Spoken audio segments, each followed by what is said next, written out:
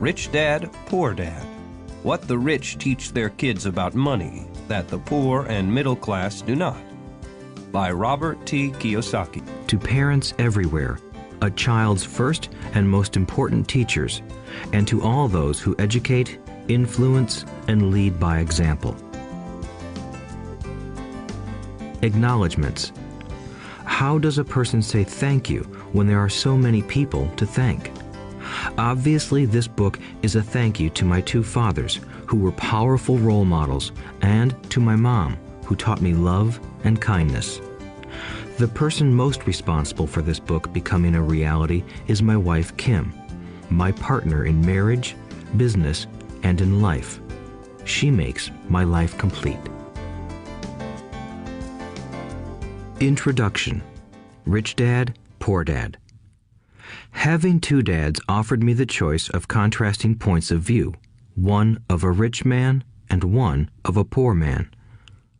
I had two fathers, a rich one and a poor one. One was highly educated and intelligent. He had a PhD and completed 4 years of undergraduate work in less than 2 years. He then went on to Stanford University, the University of Chicago, and Northwestern University to do his advanced studies, all on full financial scholarships. The other father never finished the 8th grade. Both men were successful in their careers, working hard all their lives. Both earned substantial incomes, yet one always struggled financially. The other would become one of the richest men in Hawaii. One died, leaving tens of millions of dollars to his family, charities, and his church. The other left bills to be paid. Both men were strong, charismatic, and influential. Both men offered me advice, but they did not advise the same things. Both men believed strongly in education, but did not recommend the same course of study.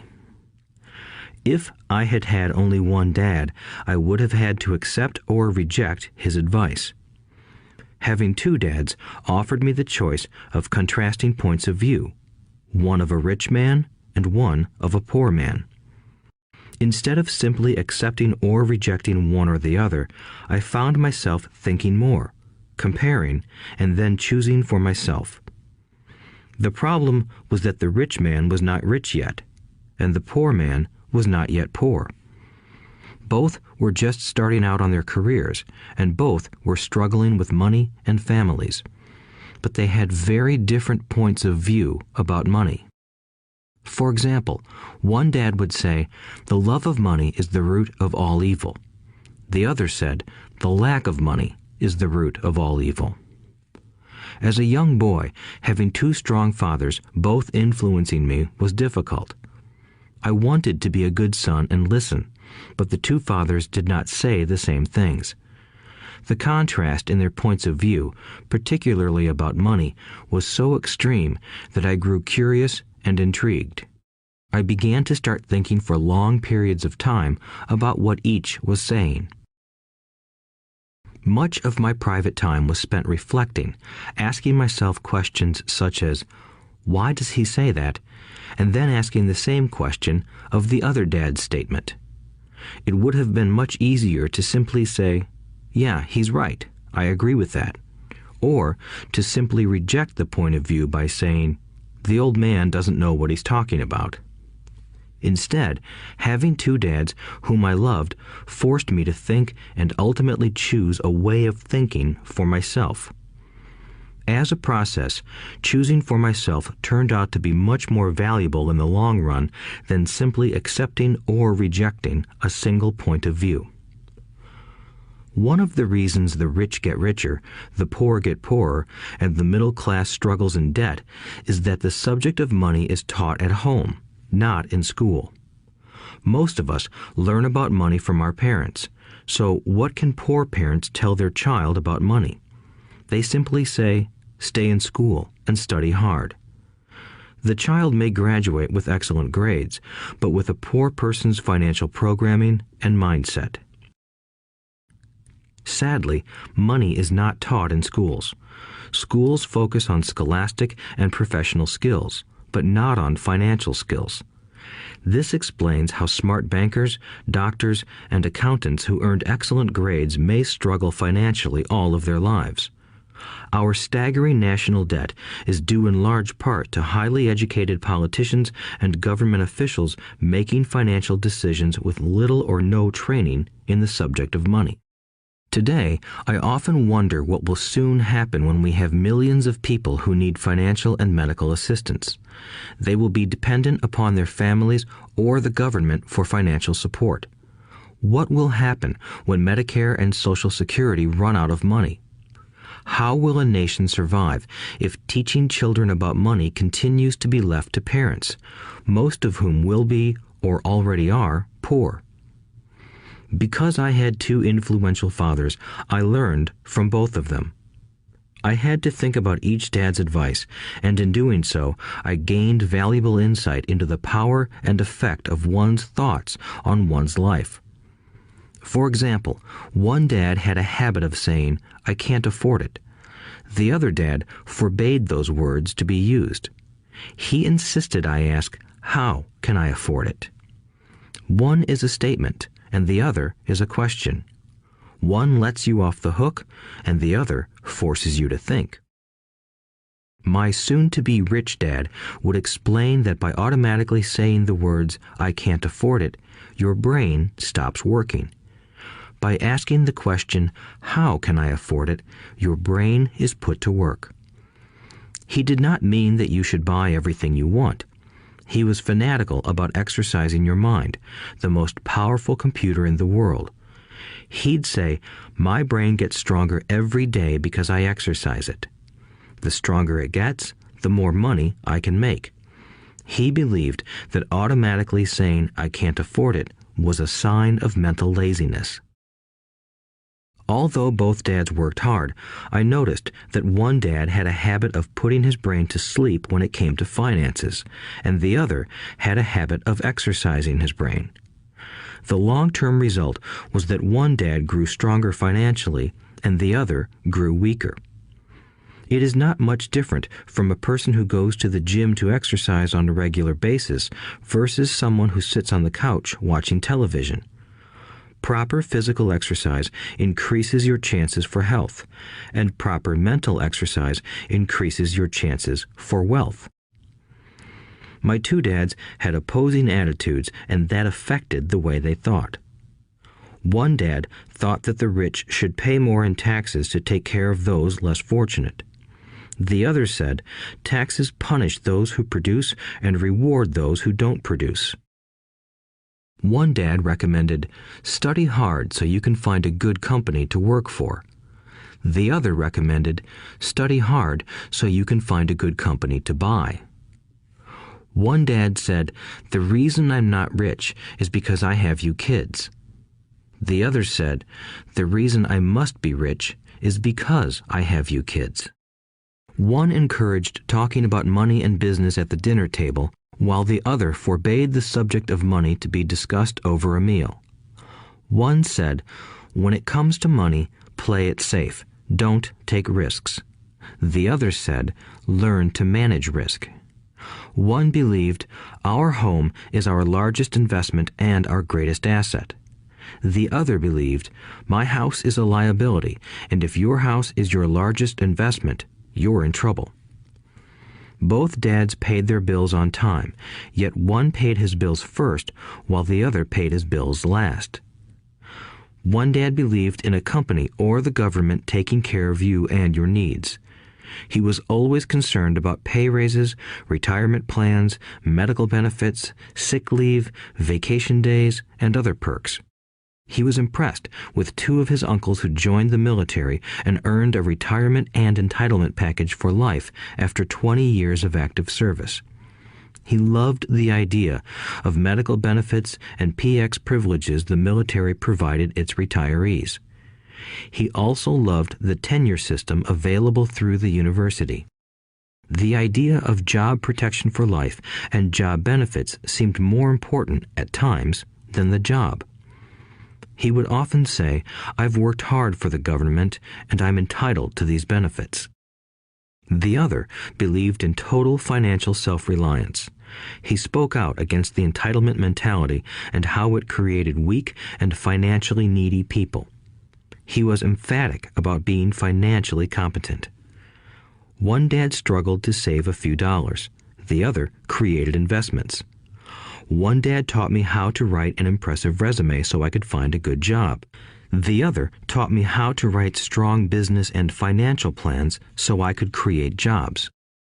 Being a product of two strong dads allowed me the luxury of observing the effects different thoughts have on one's life. I noticed that people really do shape their lives through their thoughts. For example, my poor dad always said, "I'll never be rich," and that prophecy became reality. My rich dad, on the other hand, always referred to himself as rich. He would say things like, "I'm a rich man and rich people don't do this." Even when he was flat broke after a major financial setback, he continued to refer to himself as a rich man. He would cover himself by saying, "There is a difference between being poor and being broke. Broke is temporary. Poor is eternal." My poor dad would say, "I'm not interested in money," or "money doesn't matter." My rich dad always said, "Money is power."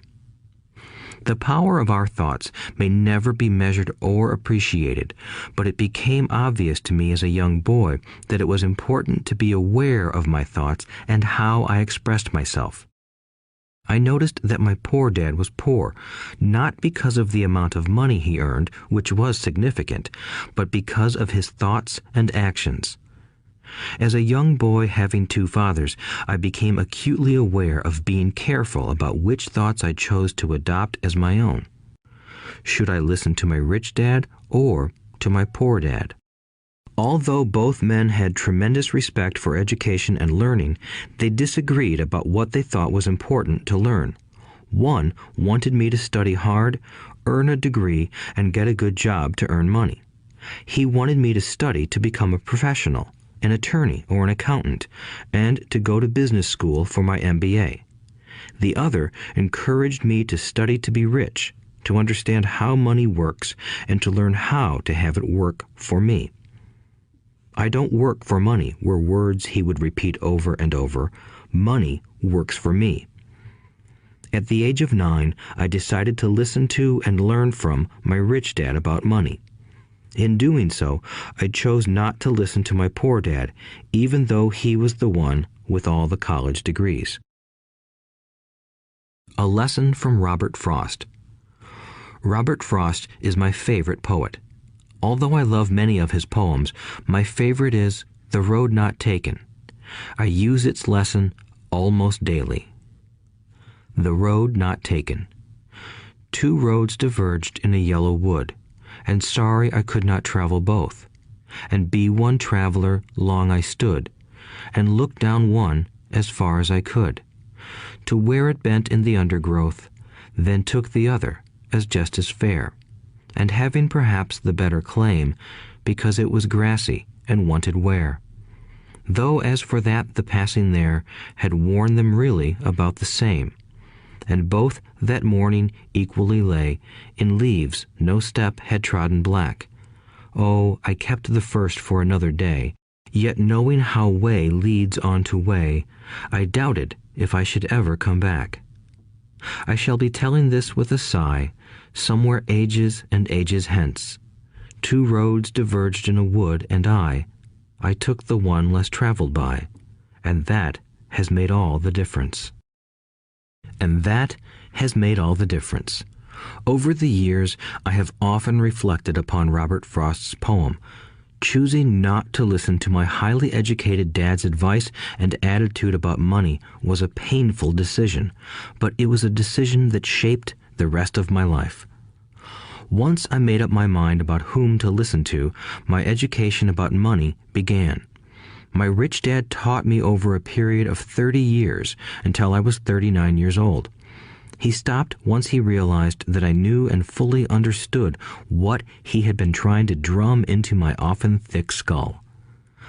Money is one form of power, but what is more powerful is financial education.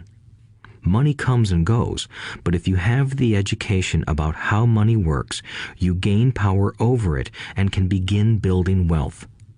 The reason positive thinking alone does not work is because most people went to school and never learned how money works, so they spend their lives working for money. Because I was only 9 years old when I started, the lessons my rich dad taught me were simple. And when it was all said and done, there were only 6 main lessons, repeated over 30 years. This audiobook is about those 6 lessons, put as simply as possible, just as simply as my rich dad put forth those lessons to me. The lessons are meant not to be answers, but guideposts that will assist you and your children to grow wealthier no matter what happens in a world of increasing change and uncertainty. Chapter 1. Lesson 1. The rich don't work for money. The poor and the middle class work for money. The rich have money work for them. Dad, can you tell me how to get rich? My dad put down the evening paper. Why do you want to get rich, son? Because today Jimmy's mom drove up in their new Cadillac and they were going to their beach house for the weekend. He took 3 of his friends, but Mike and I weren't invited. They told us we weren't invited because we were poor kids. They did? My dad asked incredulously. Yeah, they did, I replied in a hurt tone. My dad silently shook his head, pushed his glasses up the bridge of his nose, and went back to reading the paper. I stood waiting for an answer. The year was 1956. I was 9 years old. By some twist of fate, I attended the same public school where the rich people sent their kids. We were primarily a sugar plantation town. The managers of the plantation and the other affluent people, such as doctors, business owners, and bankers, sent their children to this elementary school. After grade 6, their children were generally sent off to private schools. Because my family lived on one side of the street, I went to this school. Had I lived on the other side of the street, I would have gone to a different school with kids from families more like mine. After grade 6, these kids and I would go on to the public intermediate and high school. There was no private school for them or for me. My dad finally put down the paper. I could tell he was thinking. Well, son, he began slowly, if you want to be rich, you have to learn to make money. How do I make money? I asked. Well, use your head, son, he said, smiling. Even then, I knew that really meant, that's all I'm going to tell you, or, I don't know the answer, so don't embarrass me. A partnership is formed. The next morning, I told my best friend, Mike, what my dad had said. As best as I could tell, Mike and I were the only poor kids in this school. Mike was also in this school by a twist of fate. Someone had drawn a jog in the line for the school district, and we wound up in school with the rich kids. We weren't really poor, but we felt as if we were because all the other boys had new baseball gloves, new bicycles, new everything. Mom and Dad provided us with the basics, like food and shelter and clothes, but that was about it. My dad used to say, if you want something, work for it. We wanted things, but there was not much work available for 9-year-old boys. So what do we do to make money? Mike asked. I don't know, I said, but do you want to be my partner? He agreed, and so on that Saturday morning, Mike became my first business partner. We spent all morning coming up with ideas on how to make money. Occasionally, we talked about all the cool guys at Jimmy's beach house having fun. It hurt a little, but that hurt was good, because it inspired us to keep thinking of a way to make money. Finally, that afternoon, a bolt of lightning struck. It was an idea Mike got from a science book he had read. Excitedly, we shook hands, and the partnership now had a business. For the next several weeks, Mike and I ran around our neighborhood, knocking on doors and asking our neighbors if they would save their toothpaste tubes for us. With puzzled looks, most adults consented with a smile. Some asked us what we were doing, to which we replied, "We can't tell you. It's a business secret." My mom grew distressed as the weeks wore on. We had selected a site next to her washing machine as the place we would stockpile our raw materials. In a brown cardboard box that at one time held ketchup bottles, our little pile of used toothpaste tubes began to grow. Finally, my mom put her foot down. The sight of her neighbor's messy, crumpled used toothpaste tubes had gotten to her. "What are you boys doing?" she asked, "and I don't want to hear again that it's a business secret. Do something with this mess or I'm going to throw it out."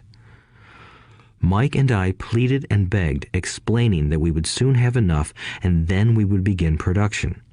We informed her that we were waiting on a couple of neighbors to finish their toothpaste so we could have their tubes. Mom granted us a 1-week extension. The date to begin production was moved up, and the pressure was on. My first partnership was already being threatened with an eviction notice by my own mom. It became Mike's job to tell the neighbors to quickly use up their toothpaste, saying their dentist wanted them to brush more often anyway. I began to put together the production line. One day, my dad drove up with a friend to see 2 9-year-old boys in the driveway with a production line operating at full speed.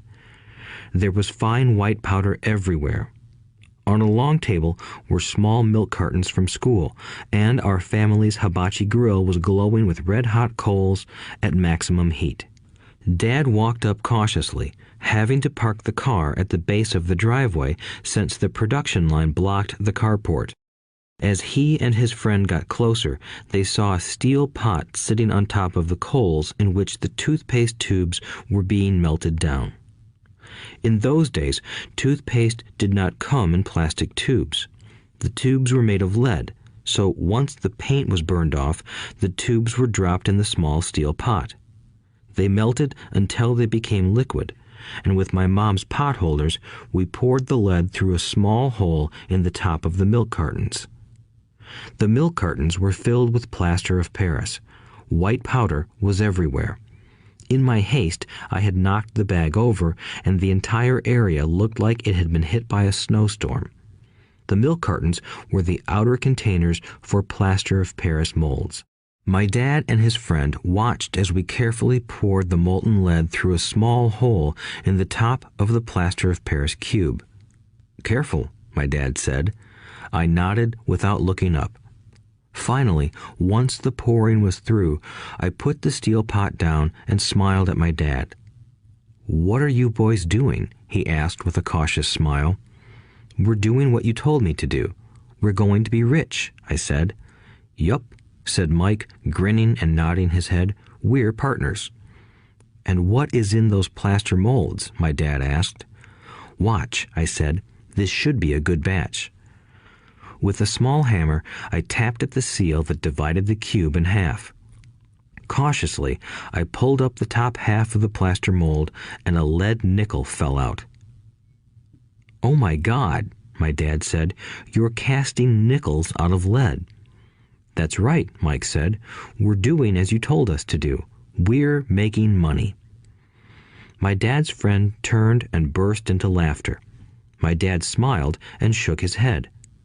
Along with a fire and a box of spent toothpaste tubes, in front of him were 2 little boys covered with white dust, smiling from ear to ear. He asked us to put everything down and sit with him on the front step of our house. With a smile, he gently explained what the word counterfeiting meant. Our dreams were dashed. "You mean this is illegal?" asked Mike in a quivering voice. "Let them go," my dad's friend said.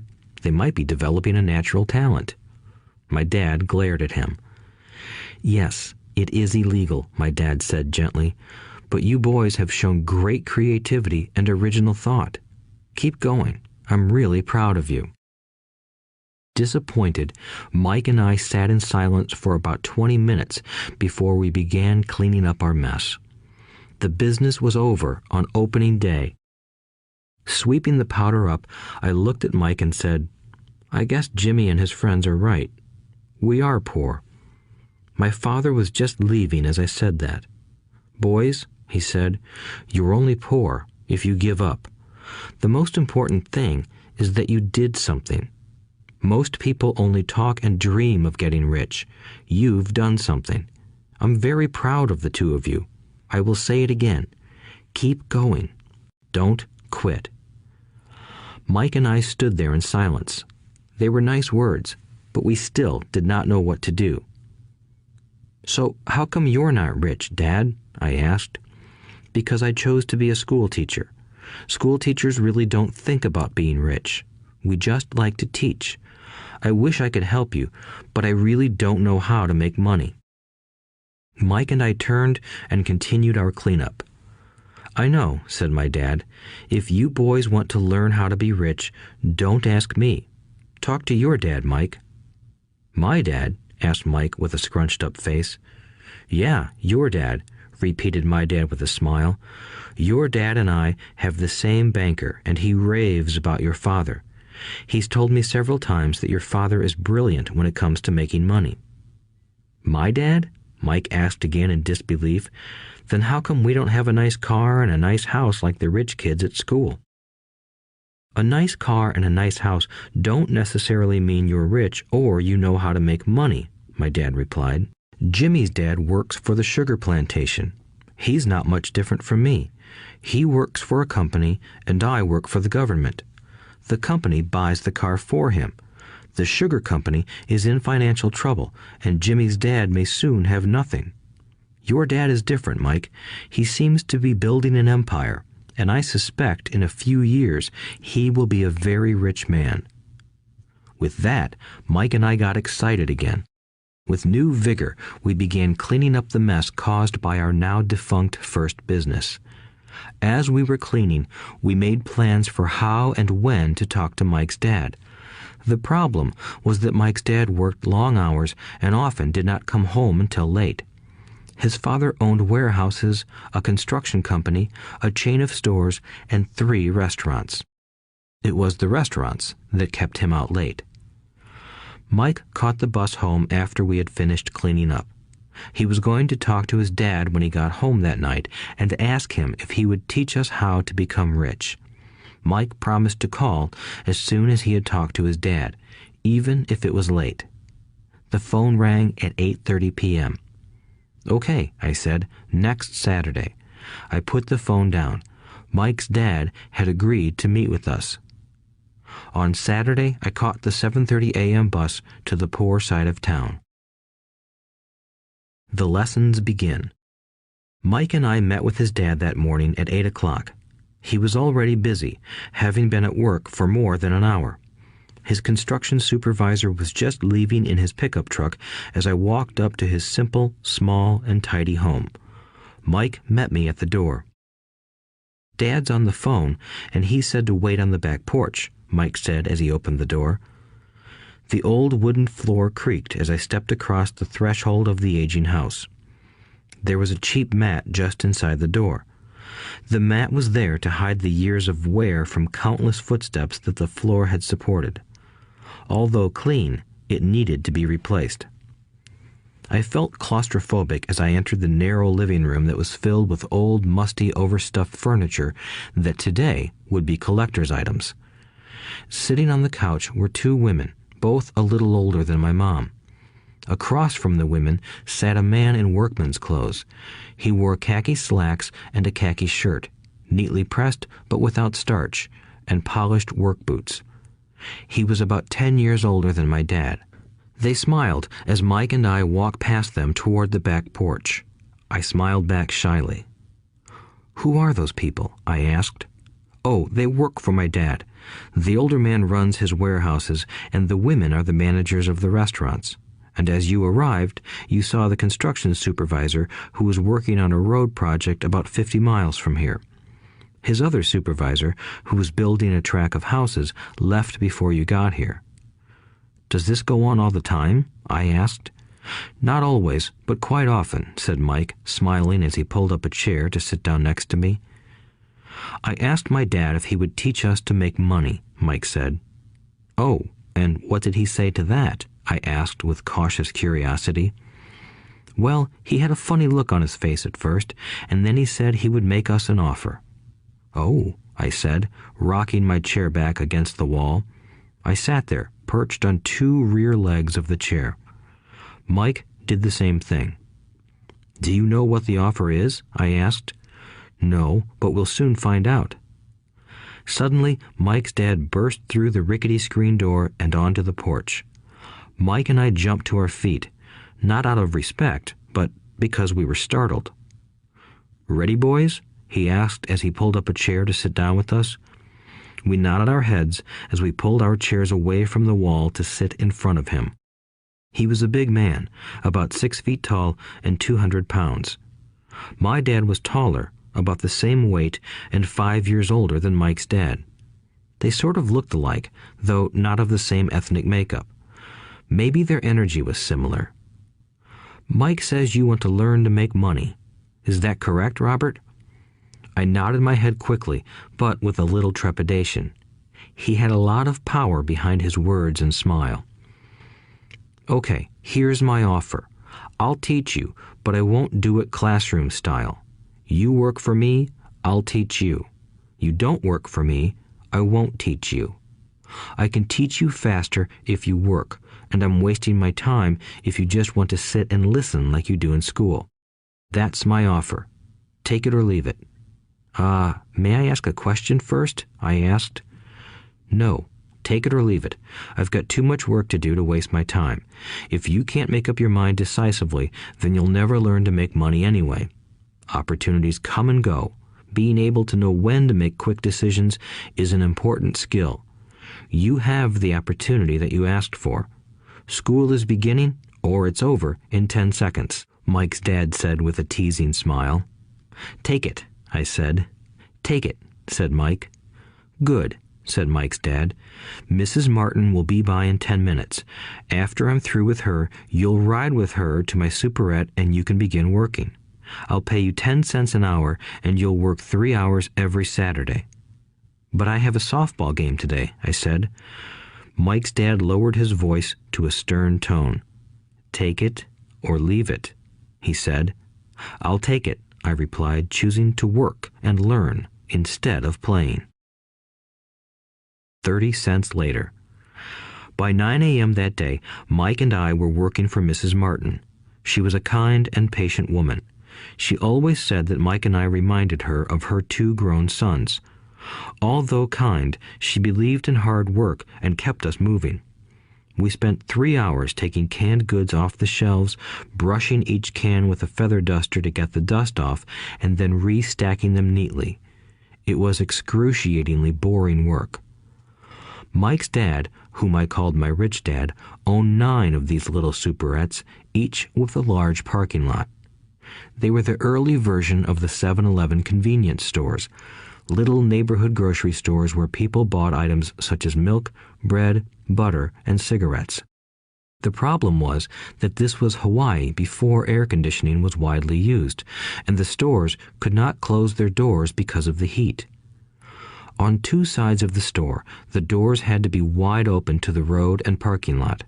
Every time a car drove by or pulled into the parking lot, dust would swirl and settle in the store. We knew we had a job as long as there was no air conditioning. For 3 weeks, Mike and I reported to Mrs. Martin and worked our 3 hours. By noon, our work was over, and she dropped 3 little dimes in each of our hands. Now, even at the age of 9 in the mid-1950s, 30 cents was not too exciting. Comic books cost 10 cents back then, so I usually spent my money on comic books and went home.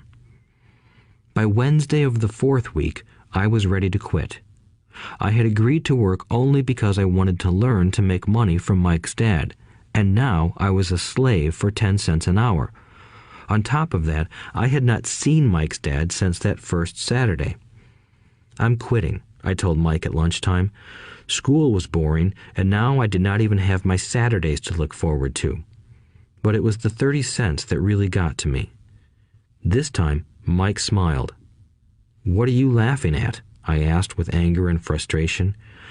"Dad said this would happen. He said to meet with him when you were ready to quit." "What?" I said indignantly. "He's been waiting for me to get fed up?" Sort of, Mike said. Dad's kind of different. He doesn't teach like your dad. Your mom and dad lecture a lot. My dad is quiet and a man of few words. You just wait till this Saturday. I'll tell him you're ready. You mean I've been set up? No, not really. But maybe. Dad will explain on Saturday. Waiting in line on Saturday. I was ready to face Mike's dad. Even my real dad was angry with him. My real dad, the one I called the poor one, thought that my rich dad was violating child labor laws and should be investigated. My educated poor dad told me to demand what I deserve, at least 25 cents an hour. My poor dad told me that if I did not get a raise, I was to quit immediately. You don't need that damn job anyway, said my poor dad with indignation. At 8 o'clock Saturday morning, I walked through the door of Mike's house when Mike's dad opened it. Take a seat and wait in line, he said as I entered. He turned and disappeared into his little office next to a bedroom. I looked around the room and didn't see Mike anywhere. Feeling awkward, I cautiously sat down next to the same two women who were there 4 weeks earlier. They smiled and slid down the couch to make room for me. 45 minutes went by, and I was steaming. The two women had met with him and left 30 minutes earlier. An older gentleman was in there for 20 minutes and was also gone.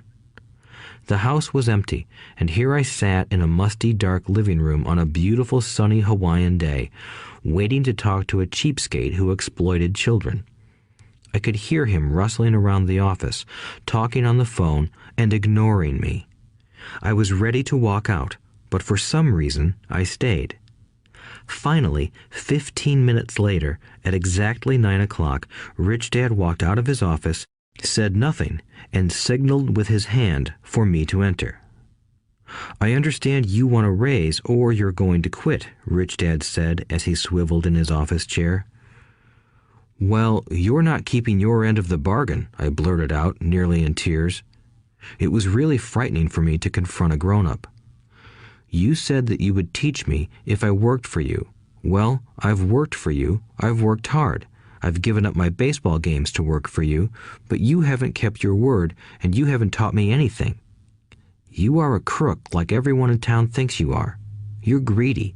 You want all the money and don't take care of your employees. You made me wait and don't show me any respect. I'm only a little boy, but I deserve to be treated better. Rich Dad rocked back in his swivel chair, hands up to his chin, and stared at me. Not bad, he said. In less than a month, you sound like most of my employees. What? I asked. Not understanding what he was saying, I continued with my grievance. I thought you were going to keep your end of the bargain and teach me. Instead, you want to torture me? That's cruel. That's really cruel. I am teaching you, Rich Dad said quietly. What have you taught me? Nothing, I said angrily. You haven't even talked to me once since I agreed to work for peanuts.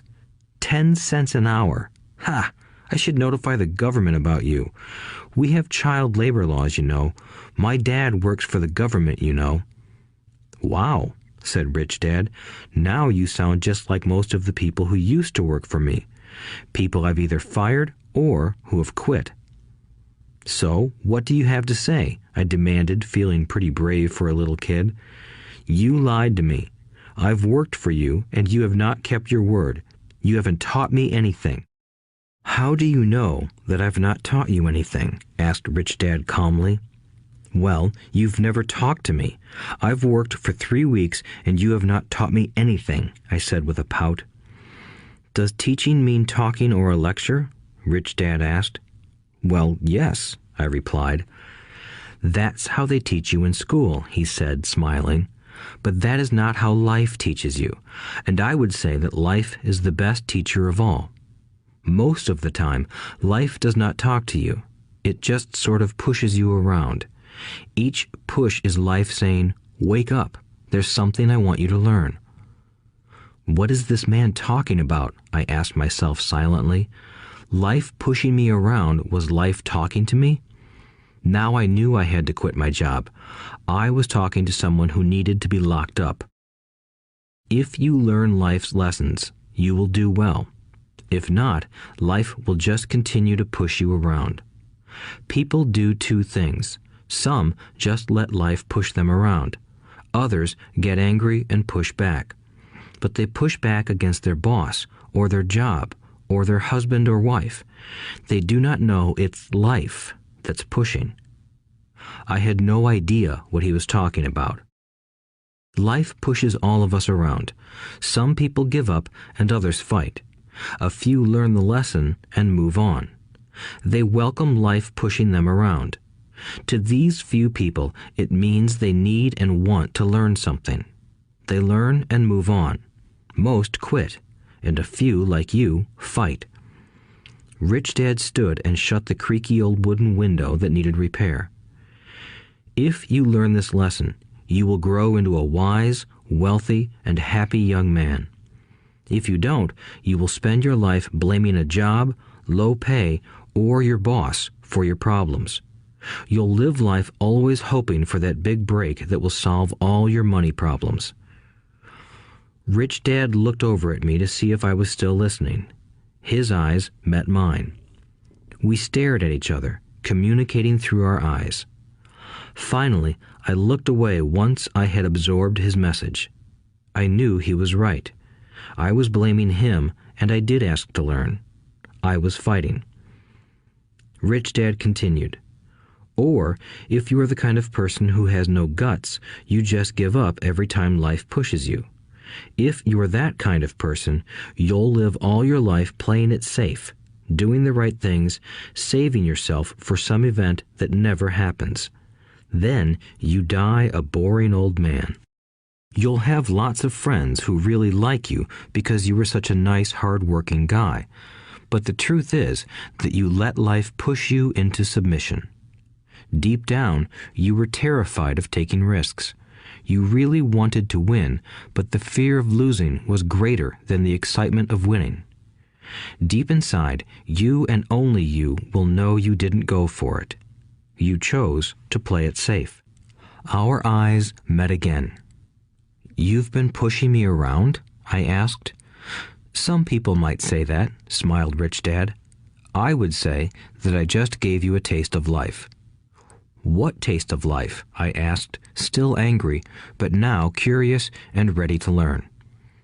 "You boys are the first people that have ever asked me to teach them how to make money. I have more than 150 employees, and not one of them has asked me what I know about money. They ask me for a job and a paycheck, but never to teach them about money. So most will spend the best years of their lives working for money, not really understanding what it is they are working for." I sat there listening intently. "So when Mike told me you wanted to learn how to make money, I decided to design a course that mirrored real life. I could talk until I was blue in the face, but you wouldn't hear a thing. So I decided to let life push you around a bit so you could hear me. That's why I only paid you 10 cents. "So what is the lesson I learned from working for only 10 cents an hour?" I asked. "That you're cheap and exploit your workers?" Rich Dad rocked back and laughed heartily. Finally, he said, "You'd best change your point of view. Stop blaming me and thinking I'm the problem. If you think I'm the problem, then you have to change me. If you realize that you're the problem, then you can change yourself, learn something, and grow wiser. Most people want everyone else in the world to change but themselves. Let me tell you, it's easier to change yourself than everyone else." "I don't understand," I said. "Don't blame me for your problems," Rich Dad said, growing impatient. "But you only pay me 10 cents. "So what are you learning?" Rich Dad asked, smiling. "That you're cheap," I said with a sly grin. "See, you think I'm the problem," said Rich Dad. "But you are. Well, keep that attitude and you'll learn nothing. Keep the attitude that I'm the problem, and what choices do you have?" "Well, if you don't pay me more or show me more respect and teach me, I'll quit." "Well put," Rich Dad said, "and that's exactly what most people do. They quit and go looking for another job, a better opportunity and higher pay, actually thinking that this will solve the problem. In most cases, it won't. So what should I do? I asked. Just take this measly 10 cents an hour and smile? Rich Dad smiled. That's what the other people do. But that's all they do, waiting for a raise, thinking that more money will solve their problems. Most just accept it, and some take a second job working harder, but again, accepting a small paycheck. I sat staring at the floor, beginning to understand the lesson Rich Dad was presenting. I could sense it was a taste of life. Finally, I looked up and asked, "So what will solve the problem?" "This," he said, leaning forward in his chair and tapping me gently on the head. "This stuff between your ears." It was at that moment that Rich Dad shared the pivotal point of view that separated him from his employees and my poor dad, and led him to eventually become one of the richest men in Hawaii, while my highly educated but poor dad struggled financially all his life. It was a singular point of view that made all the difference over a lifetime. Rich Dad said this point of view over and over, which I call lesson number 1. The poor and the middle class work for money. The rich have money work for them. On that bright Saturday morning, I learned a completely different point of view from what I had been taught by my poor dad. At the age of 9, I understood that both dads wanted me to learn. Both dads encouraged me to study, but not the same things. My highly educated dad recommended that I do what he did. "Son, I want you to study hard, get good grades so you can find a safe, secure job with a big company, and make sure it has excellent benefits." My rich dad wanted me to learn how money works so I could make it work for me. These lessons I would learn through life with his guidance, not because of a classroom. My rich dad continued my first lesson. "I'm glad you got angry about working for 10 cents an hour. If you hadn't got angry and had simply accepted it, I would have to tell you that I could not teach you. You see, true learning takes energy, passion, and a burning desire.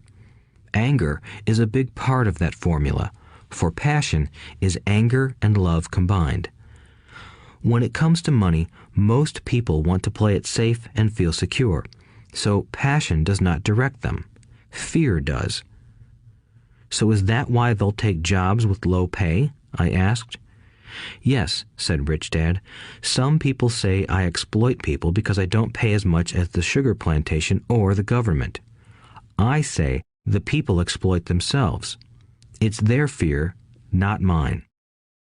"But don't you feel you should pay them more?" I asked. "I don't have to.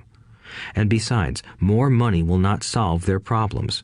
Just look at your dad. He makes a lot of money, and he still can't pay his bills. Most people, given more money, only get into more debt." "So that's why the 10 cents an hour," I said, smiling. "It's part of the lesson." "That's right," smiled Rich Dad. "You see, your dad went to school and got an excellent education so he could get a high-paying job. But he still has money problems because he never learned anything about money in school. On top of that, he believes in working for money." "And you don't?" I asked. "No, not really," said Rich Dad. "If you want to learn to work for money, then stay in school. That is a great place to learn to do that.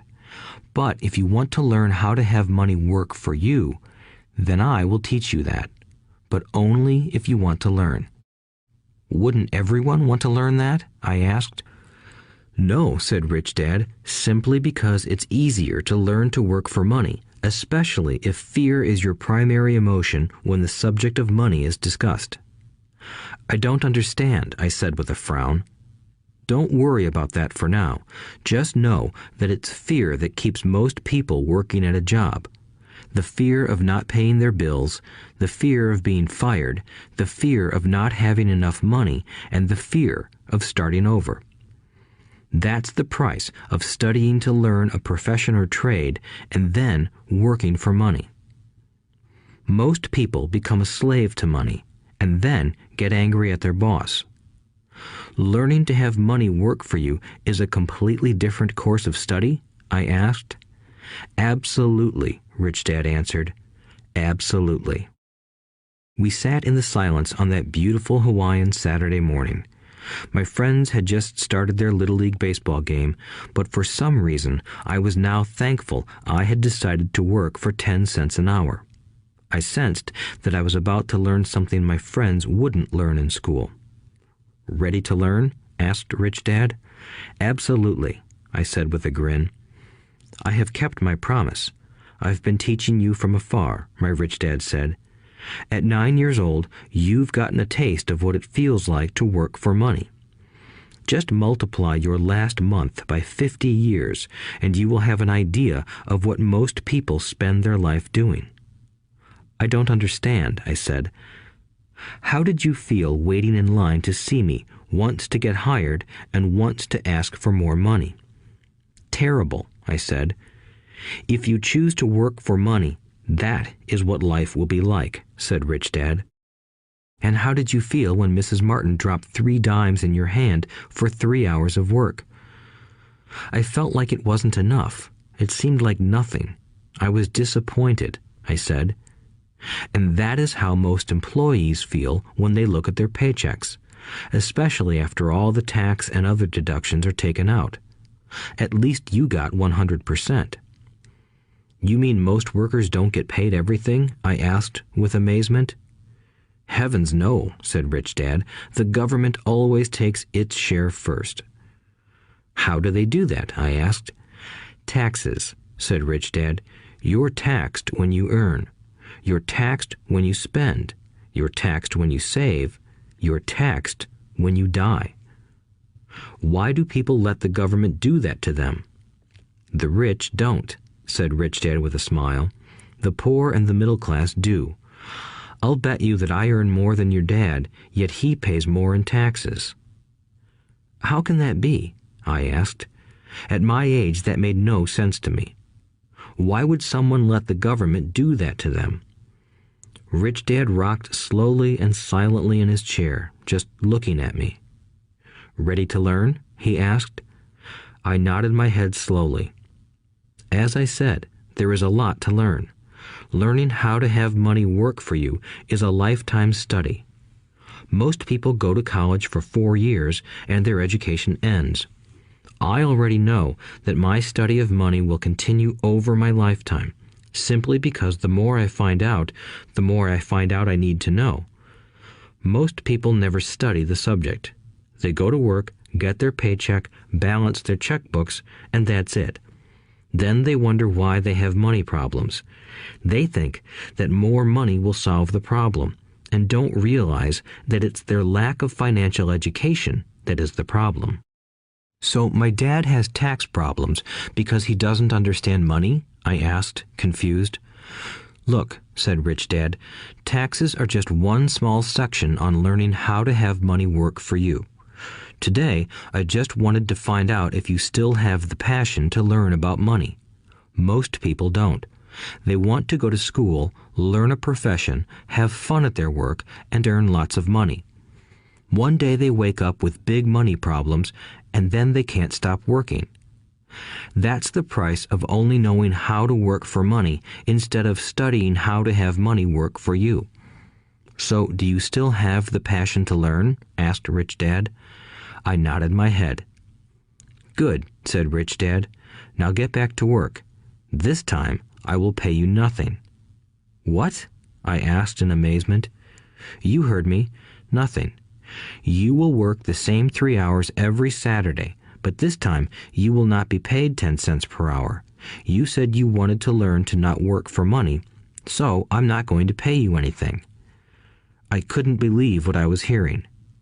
I've already had this conversation with Mike, and he's already working, dusting and stacking canned goods for free. You'd better hurry and get back there. That's not fair, I shouted. You've got to pay something. You said you wanted to learn. If you don't learn this now, you'll grow up to be like the two women and the older man sitting in my living room, working for money and hoping I don't fire them. Or, like your dad, earning lots of money only to be in debt up to his eyeballs, hoping more money will solve the problem. If that's what you want, I'll go back to our original deal of 10 cents an hour. Or you can do what most adults do. Complain that there is not enough pay, quit, and go looking for another job. But what do I do? I asked. Rich Dad tapped me on the head. Use this, he said. If you use it well, you will soon thank me for giving you an opportunity, and you will grow into a rich man. I stood there, still not believing what a raw deal I was handed. I came to ask for a raise, and somehow I was instead working for nothing. Rich Dad tapped me on the head again and said, "Use this. Now, get out of here and get back to work."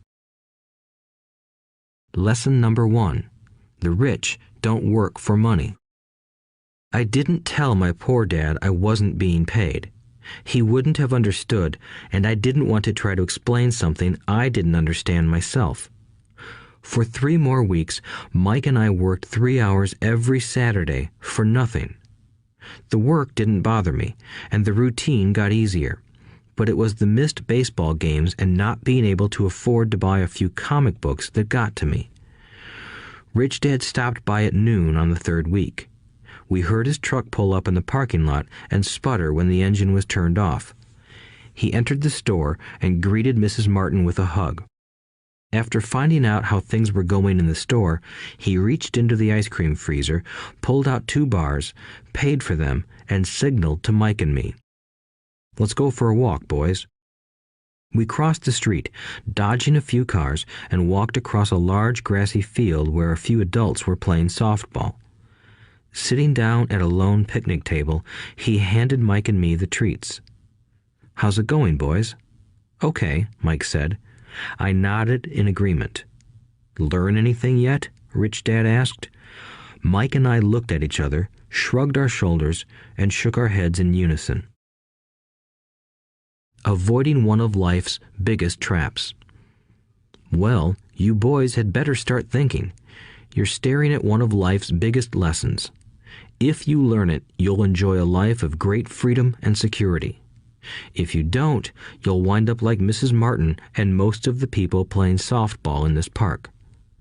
They work very hard for little money, clinging to the illusion of job security and looking forward to a 3-week vacation each year and maybe a skimpy pension after 45 years of service. If that excites you, I'll give you a raise to 25 cents an hour. But these are good, hard-working people. Are you making fun of them? I demanded.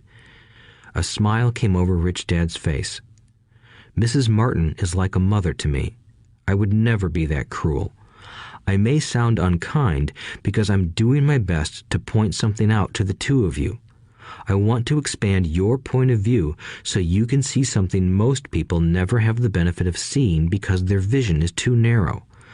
Most people never see the trap they are in. Mike and I sat there, uncertain of his message.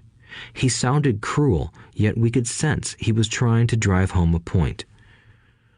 With a smile, Rich Dad said, "Doesn't that 25 cents an hour sound good? Doesn't it make your heart beat a little faster?" I shook my head no, but it really did. 25 cents an hour would be big bucks to me. "Okay, I'll pay you $1 an hour," Rich Dad said, with a sly grin. Now my heart started to race. My brain was screaming, "Take it, take it." I could not believe what I was hearing. Still, I said nothing. "Okay, $2 an hour." My little brain and heart nearly exploded. After all, it was 1956, and being paid $2 an hour would have made me the richest kid in the world. I couldn't imagine earning that kind of money. I wanted to say yes. I wanted the deal. I could picture a new bicycle, new baseball glove, and the adoration of my friends when I flashed some cash. On top of that, Jimmy and his rich friends could never call me poor again. But somehow, my mouth stayed shut. The ice cream had melted and was running down my hand. Rich Dad was looking at two boys staring back at him, eyes wide open and brains empty. He was testing us, and he knew there was a part of our emotions that wanted to take the deal. He understood that every person has a weak and needy part of their soul that can be bought, and he knew that every individual also had a part of their soul that was resilient and could never be bought. It was only a question of which one was stronger. Okay, $5 an hour. Suddenly, I was silent. Something had changed. The offer was too big and ridiculous. Not many grown-ups in 1956 made more than that, but quickly my temptation disappeared and calm set in. Slowly, I turned to my left to look at Mike. He looked back at me. The part of my soul that was weak and needy was silenced.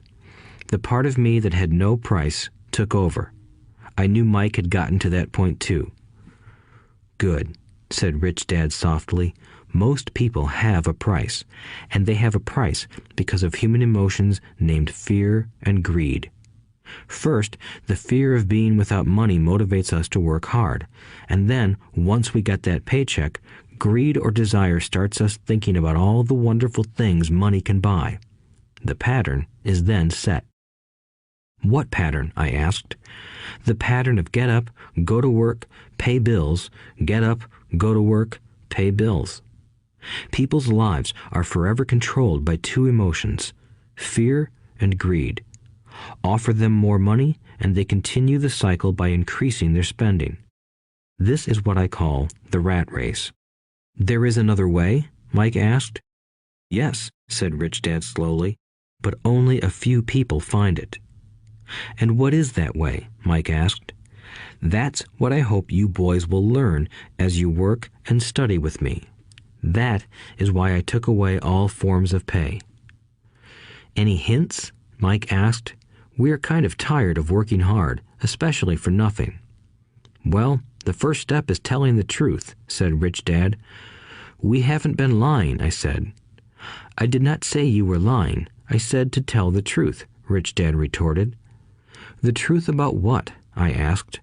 "How you're feeling," Rich Dad said. "You don't have to say it to anyone else. Just admit it to yourself." "You mean the people in this park, the people who work for you, Mrs. Martin, they don't do that?" I asked. "I doubt it," said Rich Dad. "Instead, they feel the fear of not having money. They don't confront it logically. They react emotionally instead of using their heads," Rich Dad said. "Then they get a few bucks in their hands, and again, the emotions of joy, desire, and greed take over. And again they react instead of think." "So their emotions control their brain," Mike said. "That's correct," said Rich Dad. "Instead of admitting the truth about how they feel, they react to their feelings and fail to think. They feel the fear, so they go to work, hoping that money will soothe the fear, but it doesn't. It continues to haunt them, and they return to work, hoping again that money will calm their fears, and again it doesn't. Fear keeps them in this trap of working, earning money, working, earning money, hoping the fear will go away. But every day they get up, and that old fear wakes up with them. For millions of people, that old fear keeps them awake all night, causing a night of turmoil and worry. So they get up and go to work, hoping that a paycheck will kill that fear gnawing at their souls. Money is running their lives, and they refuse to tell the truth about that. Money is in control of their emotions and their souls." Rich Dad sat quietly, letting his words sink in. Mike and I had heard what he said, but didn't understand fully what he was talking about. I just knew that I often wondered why grown-ups hurried off to work. It did not seem like much fun, and they never looked that happy, but something kept them going. Realizing we had absorbed as much as possible of what he was talking about, Rich Dad said, "I want you boys to avoid that trap. That is really what I want to teach you. Not just to be rich, because being rich does not solve the problem." "It doesn't?" I asked, surprised. No, it doesn't. Let me explain the other emotion, desire. Some call it greed, but I prefer desire. It's perfectly normal to desire something better, prettier, more fun, or exciting. So people also work for money because of desire. They desire money for the joy they think it can buy. But the joy that money brings is often short-lived, and they soon need more money for more joy, more pleasure, more comfort, and more security. So they keep working, thinking money will soothe their souls that are troubled by fear and desire. But money can't do that. Even rich people do this? Mike asked. Rich people included, said Rich Dad. In fact, the reason many rich people are rich isn't because of desire, but because of fear. They believe that money can eliminate the fear of being poor, so they amass tons of it, only to find the fear gets worse. Now they fear losing the money. I have friends who keep working even though they have plenty. I know people who have millions who are more afraid now than when they were poor. They're terrified of losing it all. The fears that drove them to get rich got worse.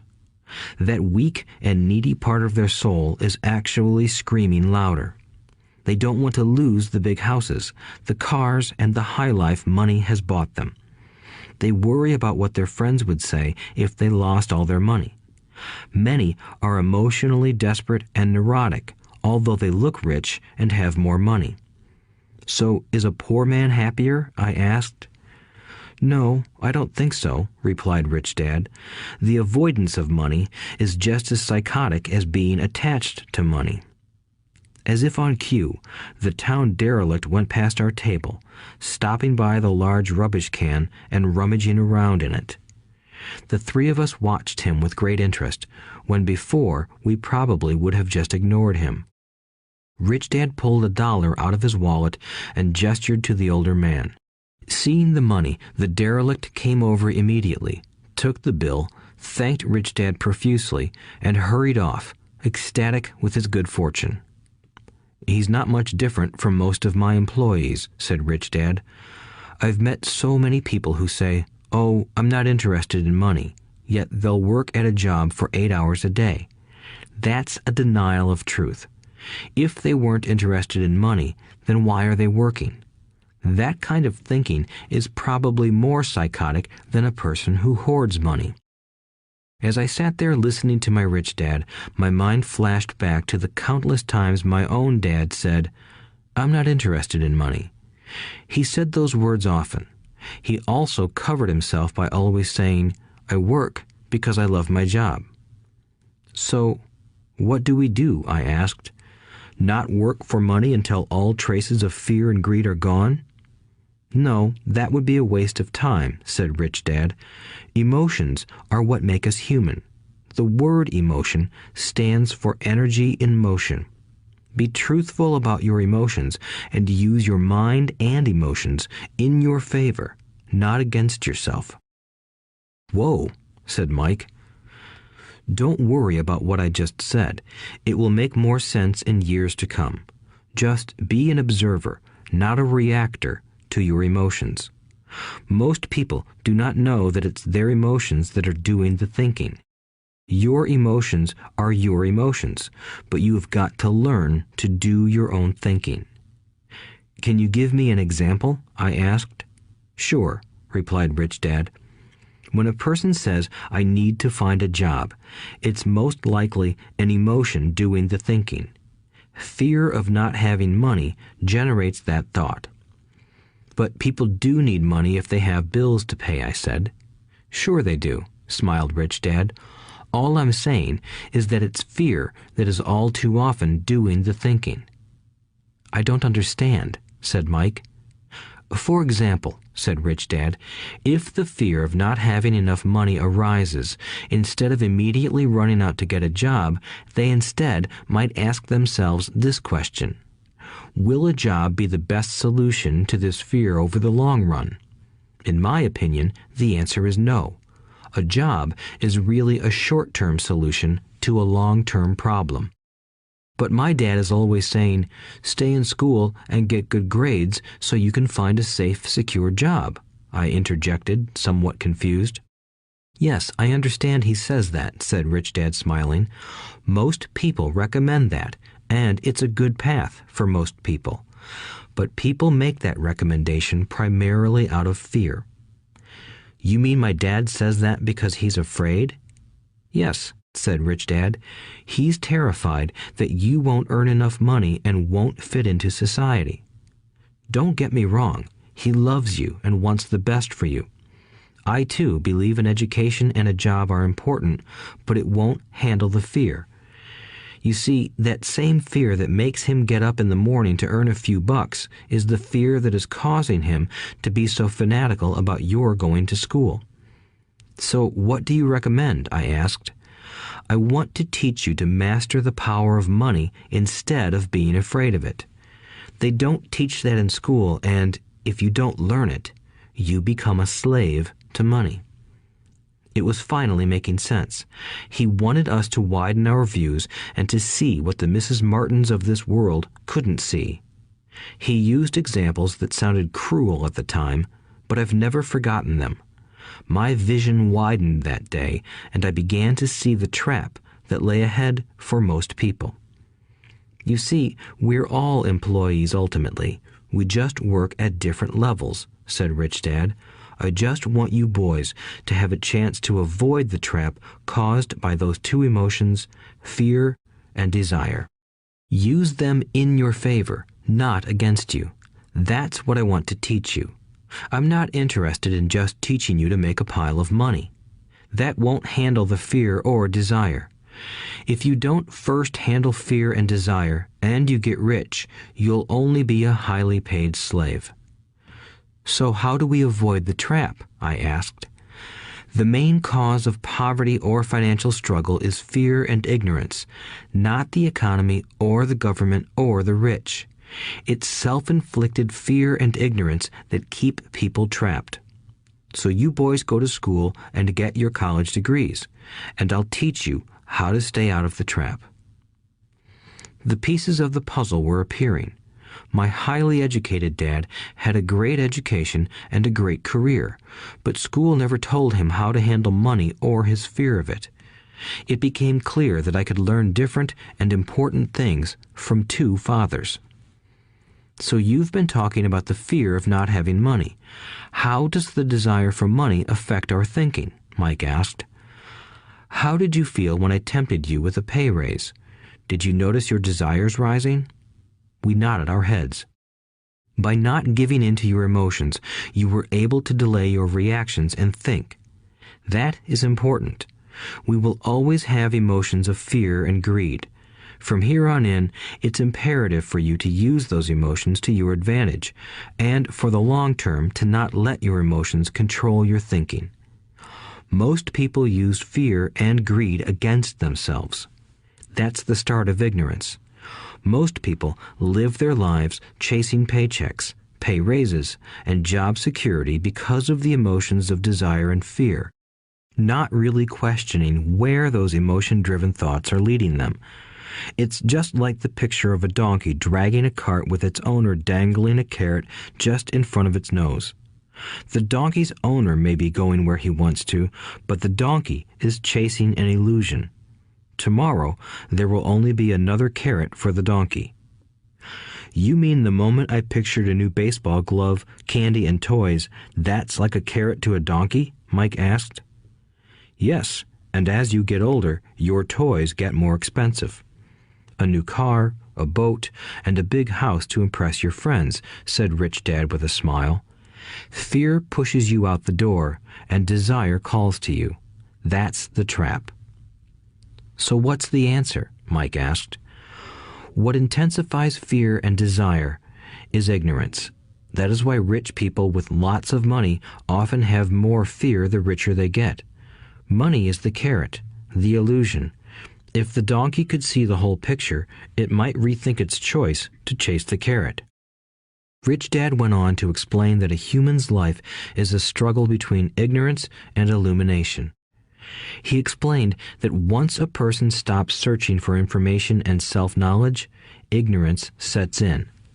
That struggle is a moment-to-moment decision to learn to open or close one's mind. Look, school is very important. You go to school to learn a skill or profession to become a contributing member of society. Every culture needs teachers, doctors, mechanics, artists, cooks, business people, police officers, firefighters, and soldiers. Schools train them so society can thrive and flourish, said Rich Dad. Unfortunately, for many people, school is the end, not the beginning. There was a long silence. Rich Dad was smiling. I didn't comprehend everything he said that day, but as with most great teachers, his words continued to teach for years. I've been a little cruel today, said Rich Dad, but I want you to always remember this talk. I want you to always think of Mrs. Martin, and I want you always to remember that donkey. Never forget that fear and desire can lead you into life's biggest trap if you are not aware of them controlling your thinking. To spend your life living in fear, never exploring your dreams, is cruel.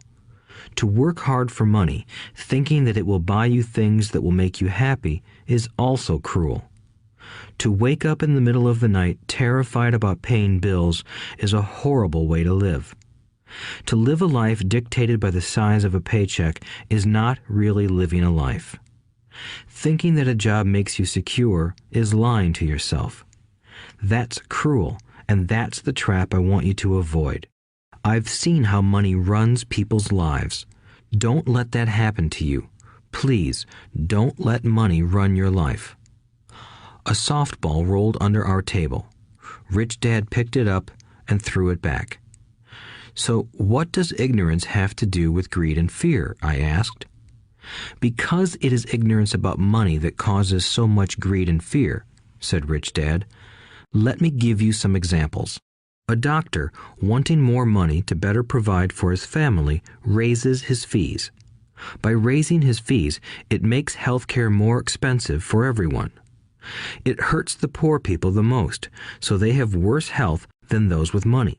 Because the doctors raise their fees, the attorneys raise their fees. Because the attorneys' fees have gone up, school teachers want a raise, which raises our taxes, and on and on and on. Soon, there will be such a horrifying gap between the rich and the poor that chaos will break out and another great civilization will collapse. History proves that great civilizations collapse when the gap between the haves and have-nots is too great. Sadly, America is on that same course because we haven't learned from history. We only memorize historical dates and names, not the lesson. Aren't prices supposed to go up? I asked. In an educated society with a well-run government, prices should actually come down. Of course, that is often only true in theory. Prices go up because of greed and fear caused by ignorance. If schools taught people about money, there would be more money and lower prices. But schools focus only on teaching people to work for money, not how to harness money's power. But don't we have business schools? Mike asked. And haven't you encouraged me to go for my MBA? Yes, said Rich Dad, but all too often business schools train employees to become sophisticated bean counters. Heaven forbid a bean counter takes over a business. All they do is look at the numbers, fire people, and kill the business. I know this because I hire bean counters. All they think about is cutting costs and raising prices, which cause more problems. Bean counting is important. I wish more people knew it, but it, too, is not the whole picture, added Rich Dad angrily. So, is there an answer? Asked Mike. Yes, said Rich Dad. Learn to use your emotions to think, not think with your emotions. When you boys mastered your emotions by agreeing to work for free, I knew there was hope. When you again resisted your emotions when I tempted you with more money, you were again learning to think in spite of being emotionally charged. That's the first step. Why is that step so important? I asked. Well, that's up to you to find out. If you want to learn, I'll take you boys into the briar patch, a place almost everyone else avoids. If you go with me, you'll let go of the idea of working for money and instead learn to have money work for you. And what will we get if we go with you? What if we agree to learn from you? What will we get? I asked. The same thing Brer Rabbit got, said Rich Dad, referring to the classic children's story. Is there a briar patch? I asked. Yes, said Rich Dad. The briar patch is our fear and greed. Confronting fear, weaknesses, and neediness by choosing our own thoughts is the way out. Choosing our thoughts? Mike asked, puzzled. Yes, choosing what we think rather than reacting to our emotions. Instead of just getting up and going to work because not having the money to pay your bills is scaring you, ask yourself, is working harder at this the best solution to this problem? Most people are too afraid to rationally think things through and instead run out the door to a job they hate. The tar baby is in control.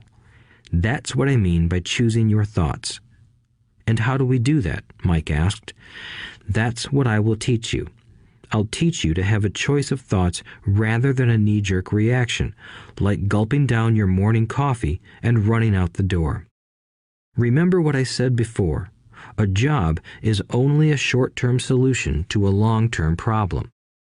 Most people have only one problem in mind, and it's short-term. It's the bills at the end of the month, the tar baby. Money controls their lives, or should I say the fear and ignorance about money controls it. So they do as their parents did.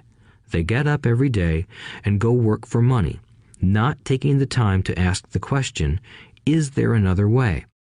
Their emotions now control their thinking, not their heads. Can you tell the difference between emotions thinking and the head thinking? Mike asked. Oh, yes, I hear it all the time, said Rich Dad. I hear things like, well, everyone has to work, or the rich are crooks, or I'll get another job, I deserve this raise, you can't push me around, or I like this job because it's secure. No one asks, is there something I'm missing here? Which would break through the emotional thought and give you time to think clearly. As we headed back to the store, Rich Dad explained that the rich really did make money. They did not work for it.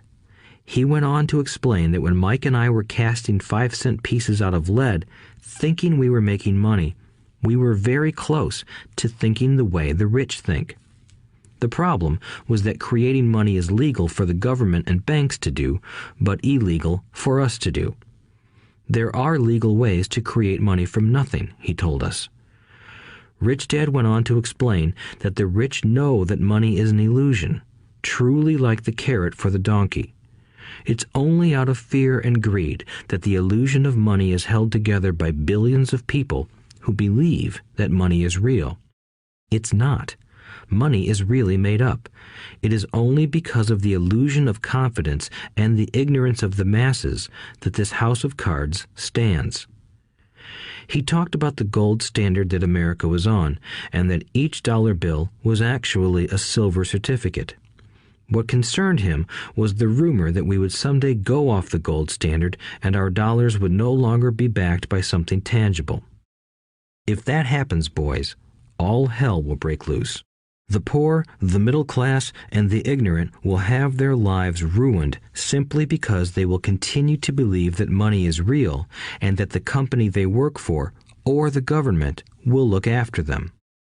We really did not understand what he was saying that day, but over the years, it made more and more sense. Seeing what others miss. As he climbed into his pickup truck outside his convenience store, Rich Dad said, "Keep working, boys, but the sooner you forget about needing a paycheck, the easier your adult life will be. Keep using your brain, work for free, and soon your mind will show you ways of making money far beyond what I could ever pay you. You will see things that other people never see. Most people never see these opportunities because they're looking for money and security, so that's all they get. The moment you see one opportunity, you'll see them for the rest of your life. The moment you do that, I'll teach you something else. Learn this, and you'll avoid one of life's biggest traps. Mike and I picked up our things from the store and waved goodbye to Mrs. Martin. We went back to the park, to the same picnic bench, and spent several more hours thinking and talking. We spent the next week at school thinking and talking too. For 2 more weeks, we kept thinking, talking, and working for free. At the end of the second Saturday, I was again saying goodbye to Mrs. Martin and looking at the comic book stand with a longing gaze. The hard thing about not even getting 30 cents every Saturday was that I didn't have any money to buy comic books. Suddenly, as Mrs. Martin said goodbye to Mike and me, I saw her do something I'd never seen her do before. Mrs. Martin was cutting the front page of the comic book in half. She kept the top half of the comic book cover and threw the rest of the book into a large cardboard box. When I asked her what she did with the comic books, she said, "I throw them away. I give the top half of the cover back to the comic book distributor for credit when he brings in the new comics. He's coming in an hour." Mike and I waited for an hour. Soon the distributor arrived, and I asked him if we could have the comic books. To my delight, he said, "You can have them if you work for this store and do not resell them." Remember our old business partnership? Well, Mike and I revived it. Using a spare room in Mike's basement, we began piling hundreds of comic books in that room. Soon, our comic book library was open to the public. We hired Mike's younger sister, who loved to study, to be head librarian. She charged each child 10 cents admission to the library, which was open from 2:30 p.m. to 4:30 p.m. every day after school. The customers, the children of the neighborhood, could read as many comics as they wanted in 2 hours. It was a bargain for them since a comic cost 10 cents each, and they could read 5 or 6 in 2 hours. Mike's sister would check the kids as they left to make sure they weren't borrowing any comic books. She also kept the books, logging in how many kids showed up each day, who they were, and any comments they might have. Mike and I averaged $9.50 per week over a 3-month period. We paid his sister $1 a week and allowed her to read the comics for free, which she rarely did since she was always studying. Mike and I kept our agreement by working in the store every Saturday and collecting all the comic books from the different stores. We kept our agreement to the distributor by not selling any comic books. We burned them once they got too tattered. We tried opening a branch office, but we could never quite find someone as trustworthy and dedicated as Mike's sister. At an early age, we found out how hard it was to find good staff. 3 months after the library first opened, a fight broke out in the room. Some bullies from another neighborhood pushed their way in, and Mike's dad suggested we shut down the business. So our comic book business shut down, and we stopped working on Saturdays at the convenience store.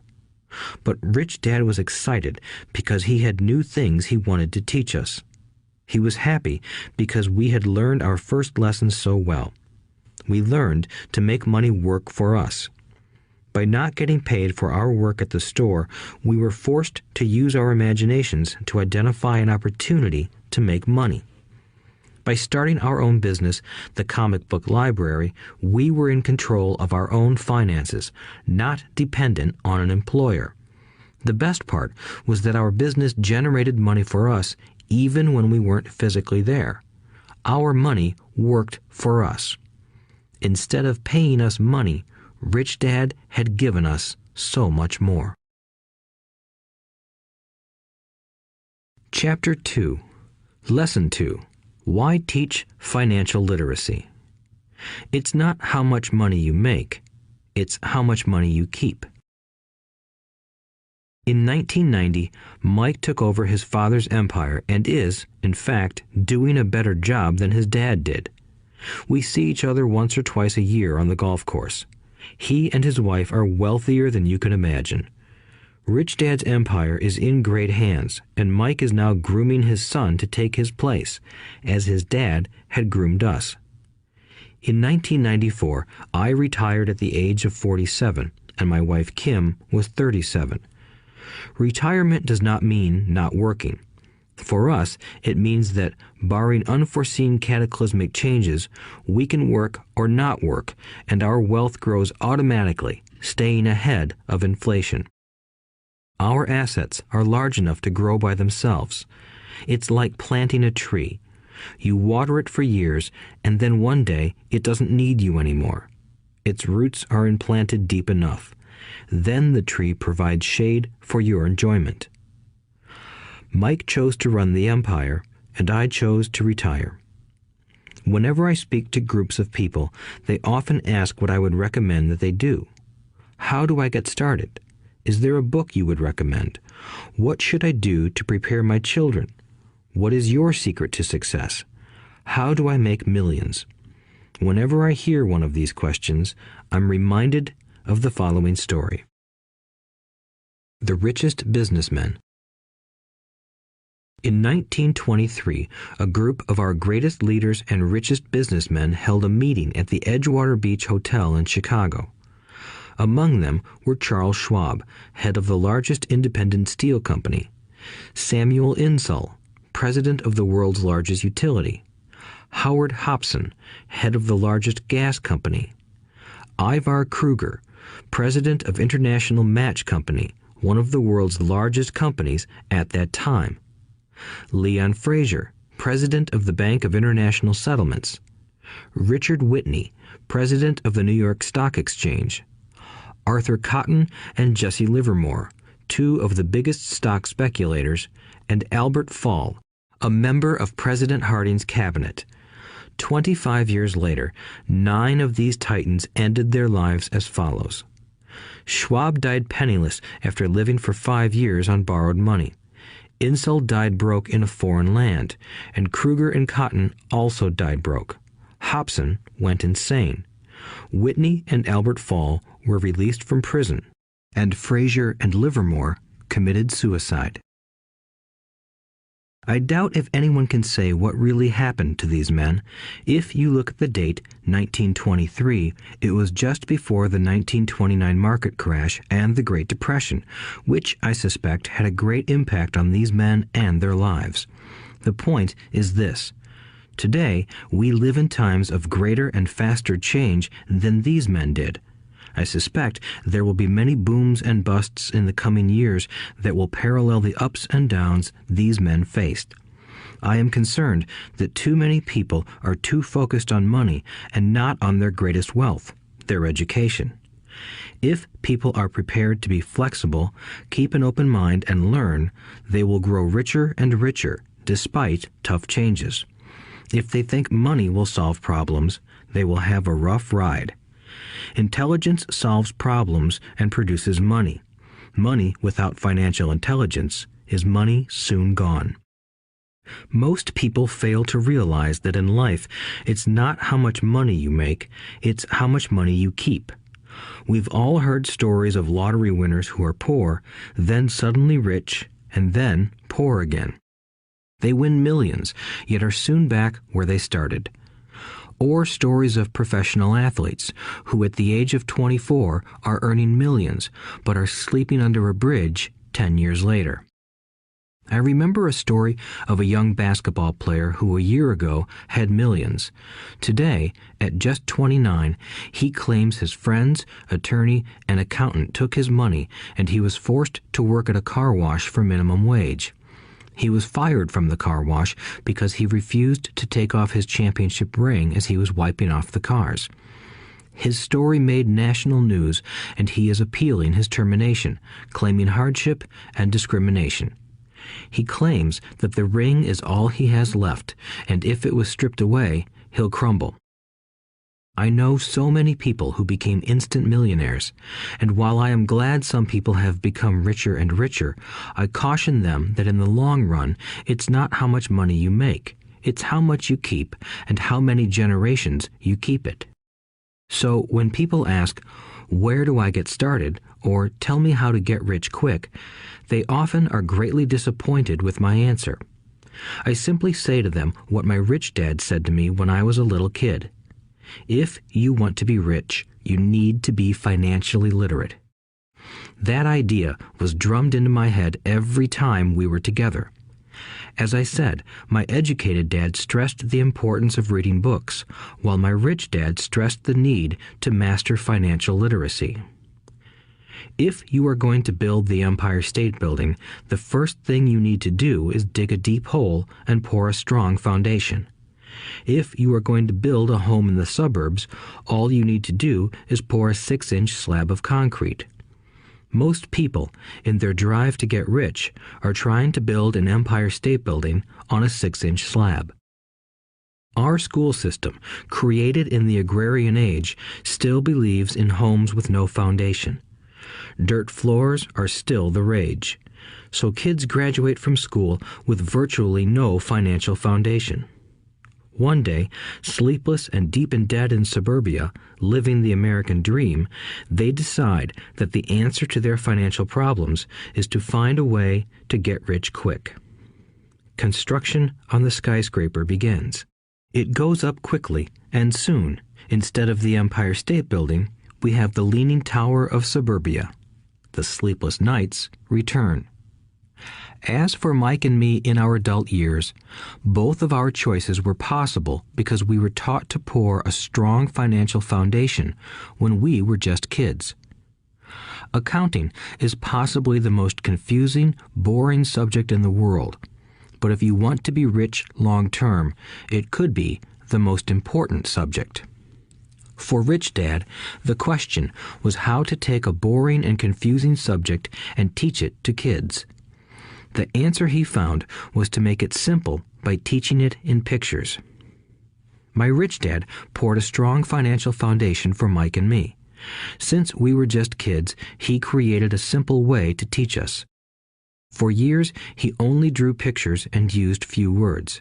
Mike and I understood the simple drawings, the jargon, the movement of money, and then in later years, Rich Dad began adding numbers. Today, Mike has gone on to master much more complex and sophisticated accounting analysis because he had to in order to run his empire. I am not as sophisticated because my empire is smaller, yet we come from the same simple foundation. Over the following pages, we will discuss those same simple line drawings Mike's dad created for us. Though basic, those drawings helped guide two little boys in building great sums of wealth on a solid and deep foundation. Rule number 1.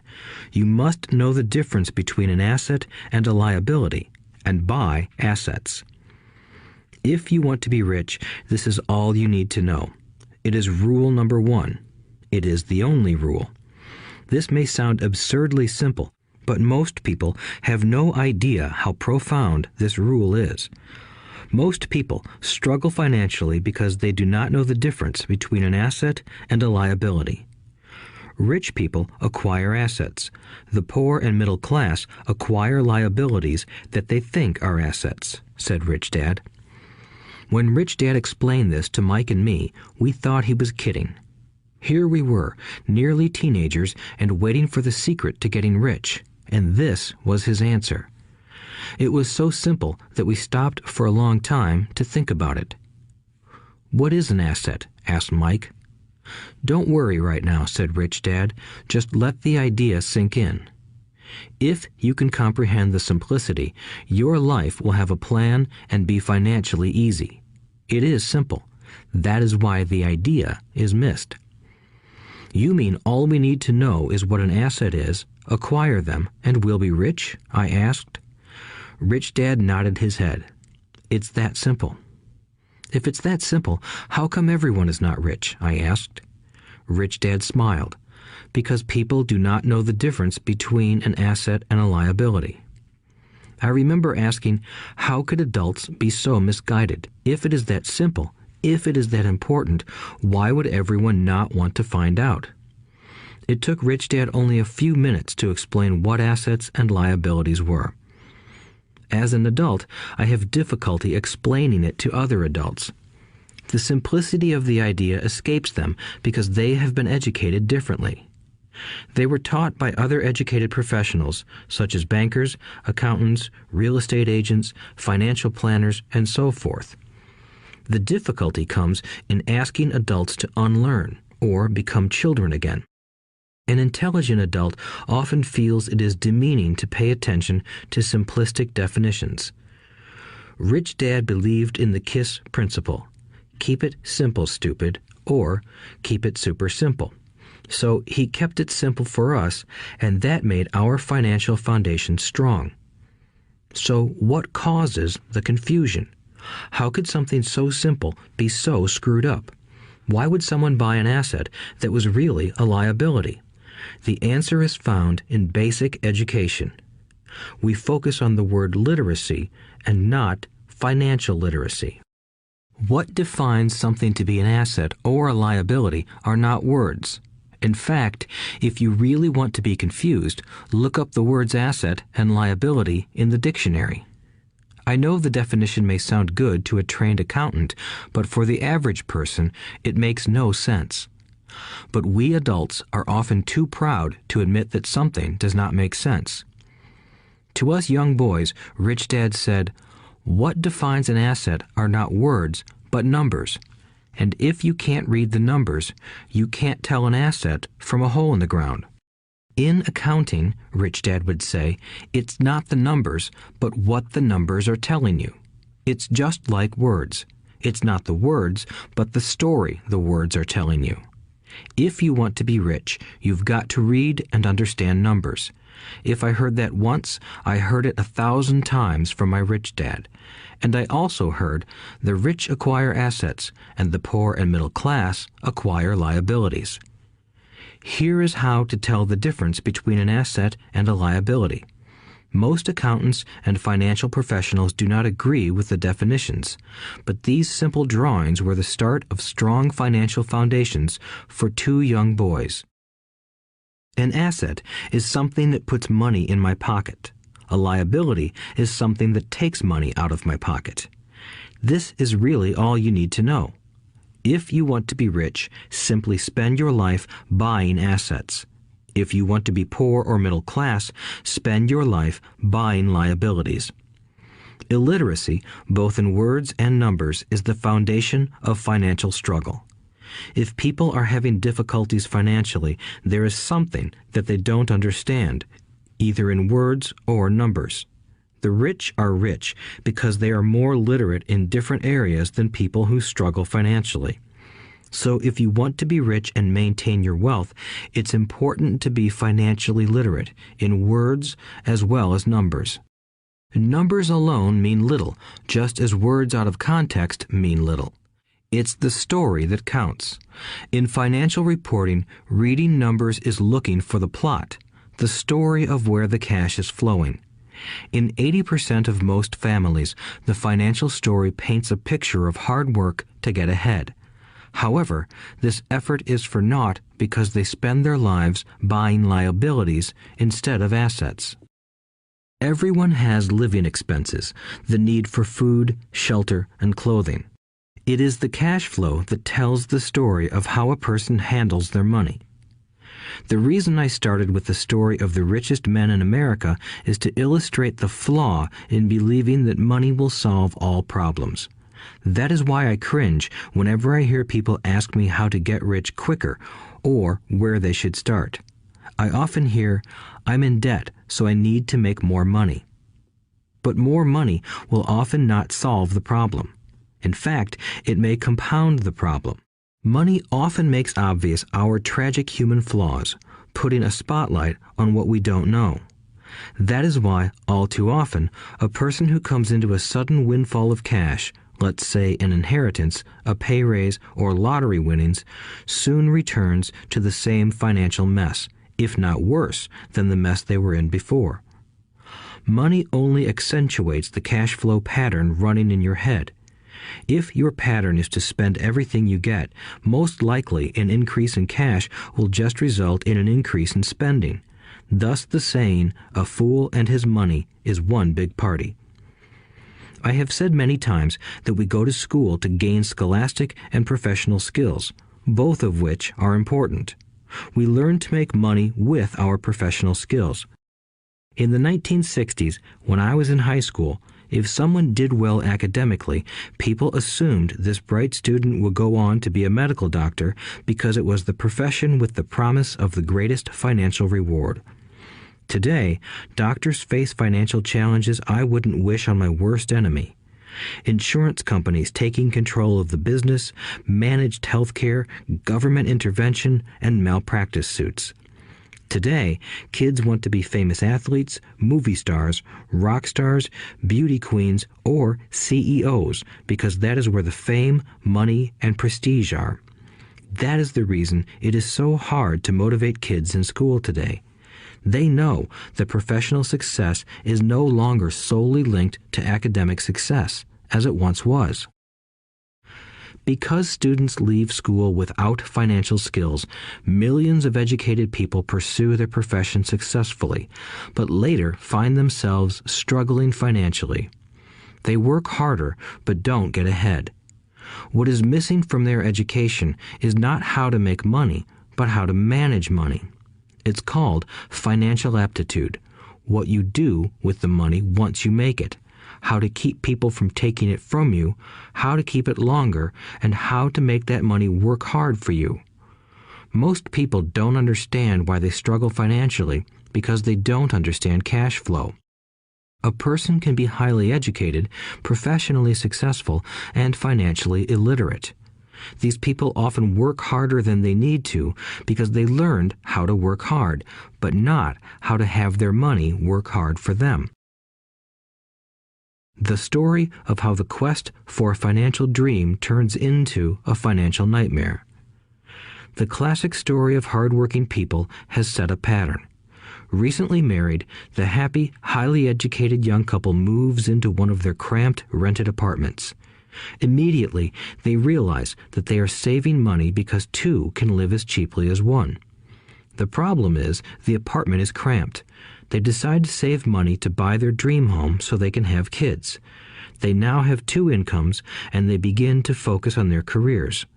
Their incomes begin to increase. As their incomes go up, their expenses go up as well.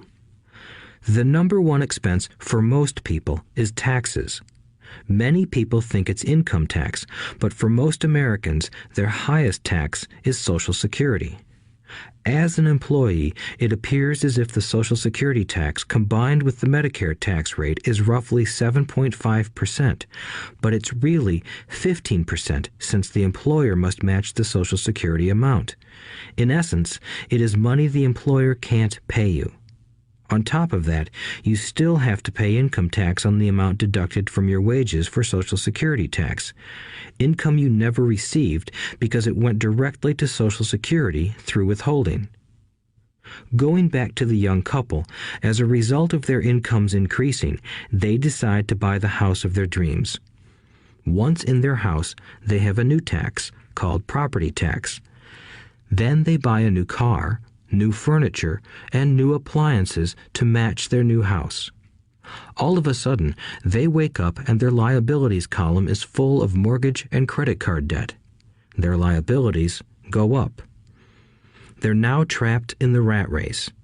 Pretty soon, a baby comes along and they work harder. The process repeats itself. Higher incomes cause higher taxes, also called bracket creep. A credit card comes in the mail. They use it. It maxes out. A loan company calls and says their greatest asset, their home, has appreciated in value. Because their credit is so good, the company offers a bill consolidation loan and tells them the intelligent thing to do is clear off the high-interest consumer debt by paying off their credit card. And besides, interest on their home is a tax deduction.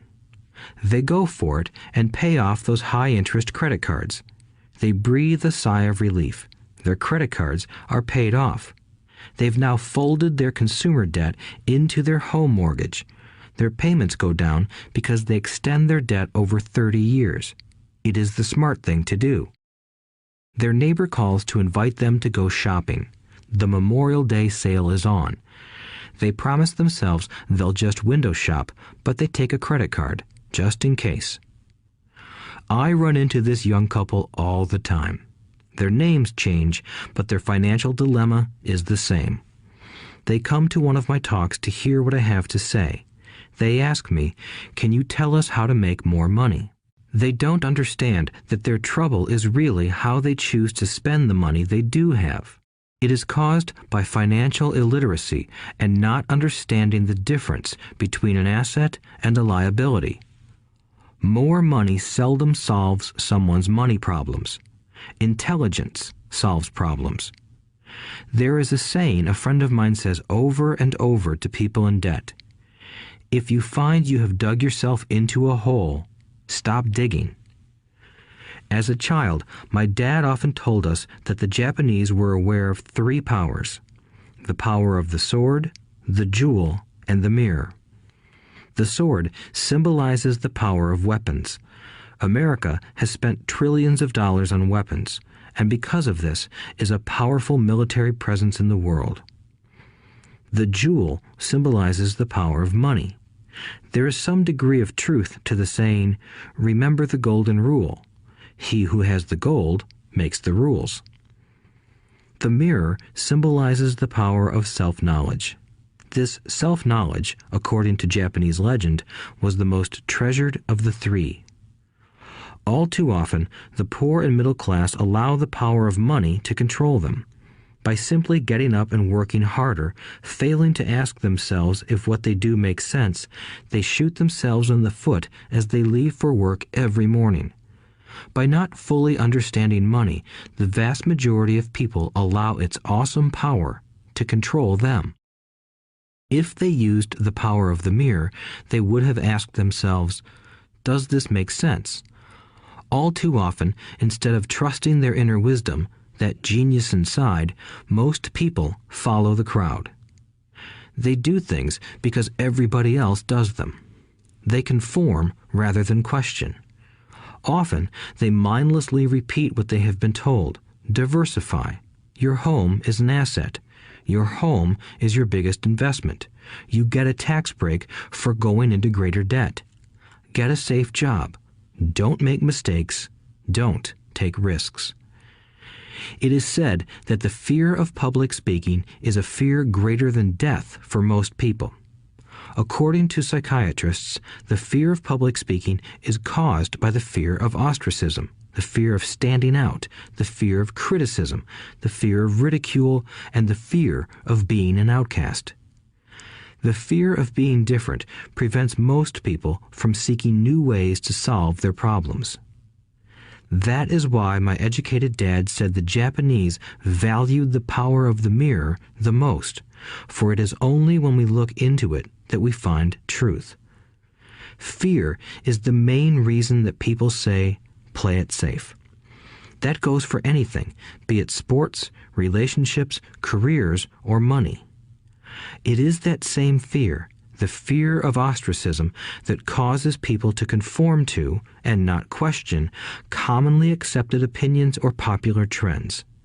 Your home is an asset. Get a bill consolidation loan and get out of debt. Work harder. It's a promotion. Someday I'll be a vice president. Save money. When I get a raise, I'll buy us a bigger house. Mutual funds are safe. Many financial problems are caused by trying to keep up with the Joneses.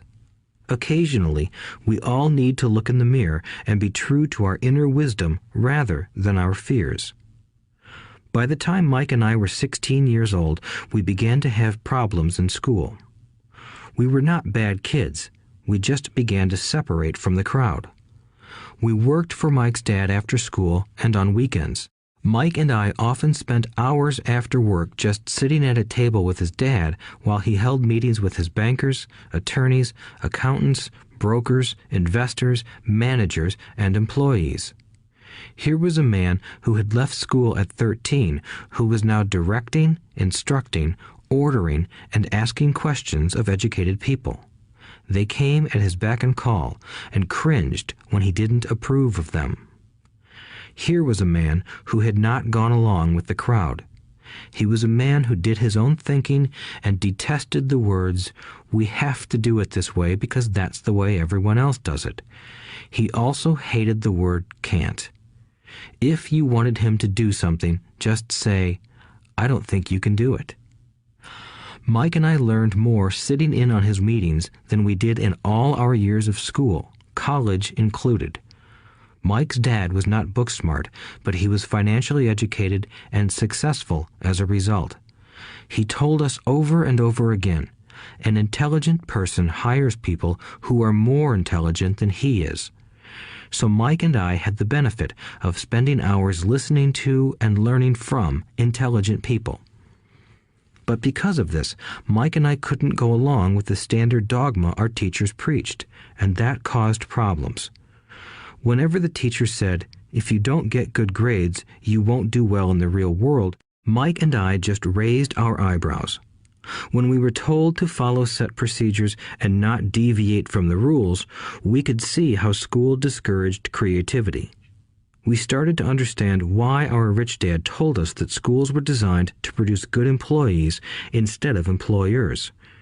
Occasionally, Mike or I would ask our teachers how what we studied was applicable to the real world, or why we never studied money and how it worked. To the latter question, we often got the answer that money was not important, that if we excelled in our education, the money would follow. The more we knew about the power of money, the more distant we grew from the teachers and our classmates. My highly educated dad never pressured me about my grades, but we did begin to argue about money. By the time I was 16, I probably had a far better foundation with money than both my parents. I could keep books, I listened to tax accountants, corporate attorneys, bankers, real estate brokers, investors, and so forth. By contrast, my dad talked to other teachers. One day, my dad told me that our home was his greatest investment. A not too pleasant argument took place when I showed him why I thought a house was not a good investment. I showed him the ancillary expenses that went along with owning the home. A bigger home meant bigger expenses, and the cash flow kept going out through the expense column. Today, people still challenge me on the idea of a house not being an asset. I know that for many people, it is their dream as well as their largest investment. And owning your own home is better than nothing. I simply offer an alternative way of looking at this popular dogma. If my wife and I were to buy a bigger, flashier house, we realize it wouldn't be an asset. It would be a liability since it would take money out of our pocket. So here is the argument I put forth. I really don't expect most people to agree with it because your home is an emotional thing, and when it comes to money, high emotions tend to lower financial intelligence. I know from personal experience that money has a way of making every decision emotional. 1. When it comes to houses, most people work all their lives paying for a home they never own. In other words, most people buy a new house every few years, each time incurring a new 30-year loan to pay off the previous one. 2. Even though people receive a tax deduction for interest on mortgage payments, they pay for all their other expenses with after-tax dollars, even after they pay off their mortgage. 3. My wife's parents were shocked when the property taxes on their home increased to $1,000 a month. This was after they had retired, so the increase put a strain on their retirement budget and they felt forced to move. 4. Houses do not always go up in value. I have friends who owe $1 million for a home that today would sell for far less. 5. The greatest losses of all are those from missed opportunities. If all your money is tied up in your house, you may be forced to work harder because your money continues blowing out of the expense column instead of adding to the asset column, the classic middle-class cash flow pattern. If a young couple would put more money into their asset column early on, their later years would be easier. Their assets would have grown and would be available to help cover expenses. All too often, a house only serves as a vehicle for incurring a home equity loan to pay for mounting expenses. In summary, the end result in making a decision to own a house that is too expensive in lieu of starting an investment portfolio impacts an individual in at least the following 3 ways. 1. Loss of time during which other assets could have grown in value. 2. Loss of additional capital which could have been invested instead of paying for high maintenance expenses related directly to the home. 3. Loss of education. Too often, people count their house and savings and retirement plans as all they have in their asset column. Because they have no money to invest, they simply don't invest. This costs them investment experience. Most never become what the investment world calls a sophisticated investor. And the best investments are usually first sold to sophisticated investors, who then turn around and sell them to the people playing it safe. I am not saying don't buy a house. What I'm saying is that you should understand the difference between an asset and a liability. When I want a bigger house, I first buy assets that will generate the cash flow to pay for the house. My educated dad's personal financial statement best demonstrates the life of someone caught in the rat race. His expenses match his income, never allowing him enough left over to invest in assets. As a result, his liabilities are larger than his assets. Why the rich get richer. A review of my rich dad's financial statement shows why the rich get richer.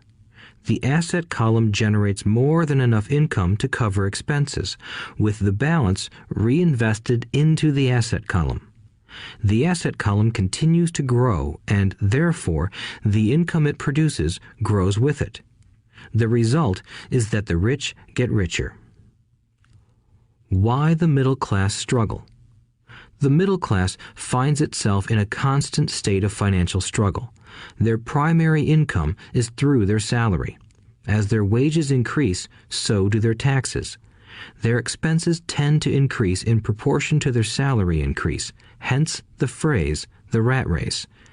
They treat their home as their primary asset instead of investing in income-producing assets. This pattern of treating your home as an investment and the philosophy that a pay raise means you can buy a larger home or spend more is the foundation of today's debt-ridden society. Increased spending throws families into greater debt and into more financial uncertainty, even though they may be advancing in their jobs and receiving raises on a regular basis. This is high-risk living caused by weak financial education. The massive loss of jobs in recent times proves how shaky the middle class really is financially. Company pension plans are being replaced by 401k plans. Social Security is obviously in trouble and can't be relied upon as a source for retirement. Panic has set in for the middle class. Today, mutual funds are popular because they supposedly represent safety. Average mutual fund buyers are too busy working to pay taxes and mortgages, save for their children's college, and pay off credit cards. They do not have time to study investing, so they rely on the expertise of the manager of a mutual fund. Also, because the mutual fund includes many different types of investments, they feel their money is safer because it is diversified. This educated middle class subscribes to the dogma put out by mutual fund brokers and financial planners. Play it safe, avoid risk. The real tragedy is that the lack of early financial education is what creates the risk faced by average middle-class people. The reason they have to play it safe is because their financial positions are tenuous at best. Their balance sheets are not balanced. Instead, they are loaded with liabilities and have no real assets that generate income. Typically, their only source of income is their paycheck. Their livelihood becomes entirely dependent on their employer. So when genuine deals of a lifetime come along, these people can't take advantage of them because they are working so hard, are taxed to the max, and are loaded with debt. As I said at the start of this section, the most important rule is to know the difference between an asset and a liability. Once you understand the difference, concentrate your efforts on buying income-generating assets. That's the best way to get started on a path to becoming rich. Keep doing that and your asset column will grow. Keep liabilities and expenses down so more money is available to continue pouring into the asset column. Soon, the asset base will be so deep that you can afford to look at more speculative investments. Investments that may have returns of 100% to infinity. $5,000 investments that are soon turned into $1 million or more. Investments that the middle class calls too risky. The investment is not risky for the financially literate. As an employee who is also a homeowner, your working efforts are generally as follows. 1. You work for the company. Employees make their business owner or the shareholders rich, not themselves. Your efforts and success will help provide for the owner's success and retirement. 2. You work for the government. The government takes its share from your paycheck before you even see it. By working harder, you simply increase the amount of taxes taken by the government. Most people work from January to May just for the government. 3. You work for the bank. After taxes, your next largest expense is usually your mortgage and credit card debt. The problem with simply working harder is that each of these 3 levels takes a greater share of your increased efforts. You need to learn how to have your increased efforts benefit you and your family directly. Once you have decided to concentrate on minding your own business, focusing your efforts on acquiring assets instead of a bigger paycheck, how do you set your goals? Most people must keep their job and rely on their wages to fund their acquisition of assets. As their assets grow, how do they measure the extent of their success? When does someone know that they are rich, that they have wealth? As well as having my own definitions for assets and liabilities, I also have my own definition for wealth. Actually, I borrowed it from a man named R. Buckminster Fuller. Some call him a quack, and others call him a genius. Years ago, he got architects buzzing because he applied for a patent for something he called a geodesic dome. But in the application, Fuller also said something about wealth. It was pretty confusing at first, but after reading it, it began to make some sense. Wealth is a person's ability to survive so many number of days forward, or, if I stopped working today, how long could I survive? Unlike net worth, the difference between your assets and liabilities, which is often filled with a person's expensive junk and opinions of what things are worth, this definition creates the possibility for developing a truly accurate measurement. I could now measure and know where I was in terms of my goal to become financially independent. Although net worth often includes non-cash producing assets, like stuff you bought that now sits in your garage, wealth measures how much money your money is making and, therefore, your financial survivability. Wealth is the measure of the cash flow from the asset column compared with the expense column. Let's use an example. Let's say I have cash flow from my asset column of $1,000 a month, and I have monthly expenses of $2,000 a month. What is my wealth? Let's go back to Buckminster Fuller's definition. Using his definition, how many days forward can I survive? Assuming a 30-day month, I have enough cash flow for half a month. When I achieve $2,000 a month cash flow from my assets, then I will be wealthy. So, while I'm not yet rich, I am wealthy. I now have income generated from assets each month that fully cover my monthly expenses. If I want to increase my expenses, I first must increase my cash flow to maintain this level of wealth.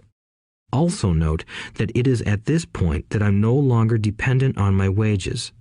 I have focused on and been successful in building an asset column that has made me financially independent. If I quit my job today, I would be able to cover my monthly expenses with the cash flow from my assets. My next goal would be to have the excess cash flow from my assets reinvested into the asset column. The more money that goes into my asset column, the more my asset column grows. The more my assets grow, the more my cash flow grows. And as long as I keep my expenses less than the cash flow from these assets, I grow richer with more and more income from sources other than my physical labor. As this reinvestment process continues, I am well on my way to becoming rich. Just remember this simple observation. The rich buy assets. The poor only have expenses. The middle class buy liabilities they think are assets. So how do I start minding my own business? What is the answer? Listen to the founder of McDonald's in the next chapter. Chapter 3. Lesson 3. Mind your own business. The rich focus on their asset columns while everyone else focuses on their income statements. In 1974, Ray Kroc, the founder of McDonald's, was asked to speak to the MBA class at the University of Texas at Austin. A friend of mine was a student in that MBA class. After a powerful and inspiring talk, the class adjourned and the students asked Ray if he would join them at their favorite hangout to have a few beers. Ray graciously accepted. "What business am I in?" Ray asked once the group had all their beers in hand. Everyone laughed, my friend said. Most of the MBA students thought Ray was just fooling around. No one answered, so Ray asked again. "What business do you think I'm in?" The students laughed again, and finally one brave soul yelled out, "Ray, who in the world doesn't know that you're in the hamburger business?" Ray chuckled. "That's what I thought you would say." He paused and then quickly added, "Ladies and gentlemen, I'm not in the hamburger business. My business is real estate." As my friend tells the story, Ray spent a good amount of time explaining his viewpoint. In his business plan, Ray knew that the primary business focus was to sell hamburger franchises, but what he never lost sight of was the location of each franchise. He knew that the land and its location were the most significant factors in the success of each franchise. Basically, the person who bought the franchise was also buying the real estate under the franchise for Ray Kroc's organization. Today, McDonald's is the largest single owner of real estate in the world, owning even more than the Catholic Church. McDonald's owns some of the most valuable intersections and street corners in America and around the globe. My friend considers this as one of the most important lessons in his life. Today, he owns car washes, but his business is the real estate under those car washes. The previous chapter presented that most people work for everyone but themselves. They work first for the owners of the company, then for the government through taxes, and finally for the bank that owns their mortgage. When I was a young boy, we did not have a McDonald's nearby.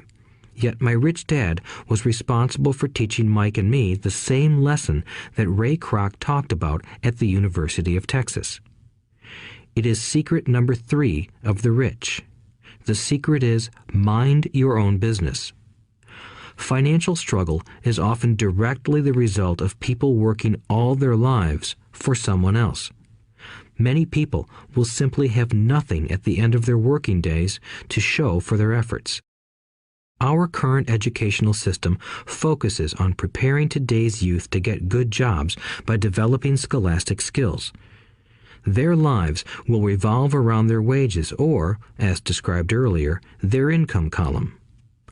Many will study further to become engineers, scientists, cooks, police officers, artists, writers, and so on. These professional skills allow them to enter the workforce and work for money. But there is a big difference between your profession and your business. Often I ask people, "What is your business?" And they will say, "Oh, I'm a banker." Then I ask them if they own the bank, and they usually respond, "No, I work there." In that instance, they have confused their profession with their business. Their profession may be a banker, but they still need their own business. A problem with school is that you often become what you study. So if you study cooking, you become a chef. If you study the law, you become an attorney. And a study of auto mechanics makes you a mechanic. The mistake in becoming what you study is that too many people forget to mind their own business. They spend their lives minding someone else's business and making that person rich. To become financially secure, a person needs to mind their own business. Your business revolves around your asset column, not your income column. As stated earlier, the number one rule is to know the difference between an asset and a liability and to buy assets. The rich focus on their asset columns, while everyone else focuses on their income statements. That is why we hear so often, "I need a raise. If only I had a promotion. I am going back to school to get more training so I can get a better job. I am going to work overtime. Maybe I can get a second job." In some circles, these are sensible ideas, but you are still not minding your own business. These ideas all still focus on the income column and will only help a person become more financially secure if the additional money is used to purchase income-generating assets. The primary reason the majority of the poor and middle class are fiscally conservative, which means I can't afford to take risks, is that they have no financial foundation. They have to cling to their jobs and play it safe. When downsizing became the in thing to do, millions of workers found out their largest so-called asset, their home, was eating them alive. Their asset was costing them money every month. Their car, another asset, was eating them alive. The golf clubs in the garage that cost $1,000 were not worth $1,000 anymore. Without job security, they had nothing to fall back on. What they thought were assets could not help them survive in a time of financial crisis. I assume most of us have filled out a credit application to buy a house or a car. It's always interesting to look at the net worth section because of what accepted banking and accounting practices allow a person to count as assets. One day when I wanted a loan, my financial position did not look too good. So I added my new golf clubs, my art collection, books, electronics, Armani suits, wristwatches, shoes, and other personal effects to boost the number in the asset column. But I was turned down because I had too much investment real estate. The loan committee didn't like that I made so much money from rent. They wanted to know why I did not have a normal job with a salary. They did not question the Armani suits, golf clubs, or art collection. Life is sometimes tough when you do not fit the standard profile. I cringe every time I hear someone say to me that their net worth is $1 million or $100,000 or whatever. One of the main reasons net worth is not accurate is simply because the moment you begin selling your assets, you are taxed for any gains. So many people have put themselves in deep financial trouble when they run short of income. To raise cash, they sell their assets, but their personal assets can generally be sold for only a fraction of the value that is listed on their personal balance sheet. Or, if there is a gain on the sale of the assets, they are taxed on the gain. So again, the government takes its share, thus reducing the amount available to help them out of debt. That is why I say someone's net worth is often worth less than they think. Start minding your own business. Keep your daytime job, but start buying real assets, not liabilities or personal effects that have no real value once you get them home. A new car loses nearly 25% of the price you pay for it the moment you drive it off the lot. It is not a true asset even if your banker lets you list it as one. My $400 new titanium driver was worth $150 the moment I teed off. Keep expenses low, reduce liabilities, and diligently build a base of solid assets. For young people who have not yet left home, it is important for parents to teach them the difference between an asset and a liability. Get them to start building a solid asset column before they leave home, get married, buy a house, have kids, and get stuck in a risky financial position, clinging to a job and buying everything on credit. I see so many young couples who get married and trap themselves into a lifestyle that will not let them get out of debt for most of their working years. For many people, just as the last child leaves home, the parents realize they have not adequately prepared for retirement and they begin to scramble to put some money away. Then their own parents become ill and they find themselves with new responsibilities. So, what kind of assets am I suggesting that you or your children acquire?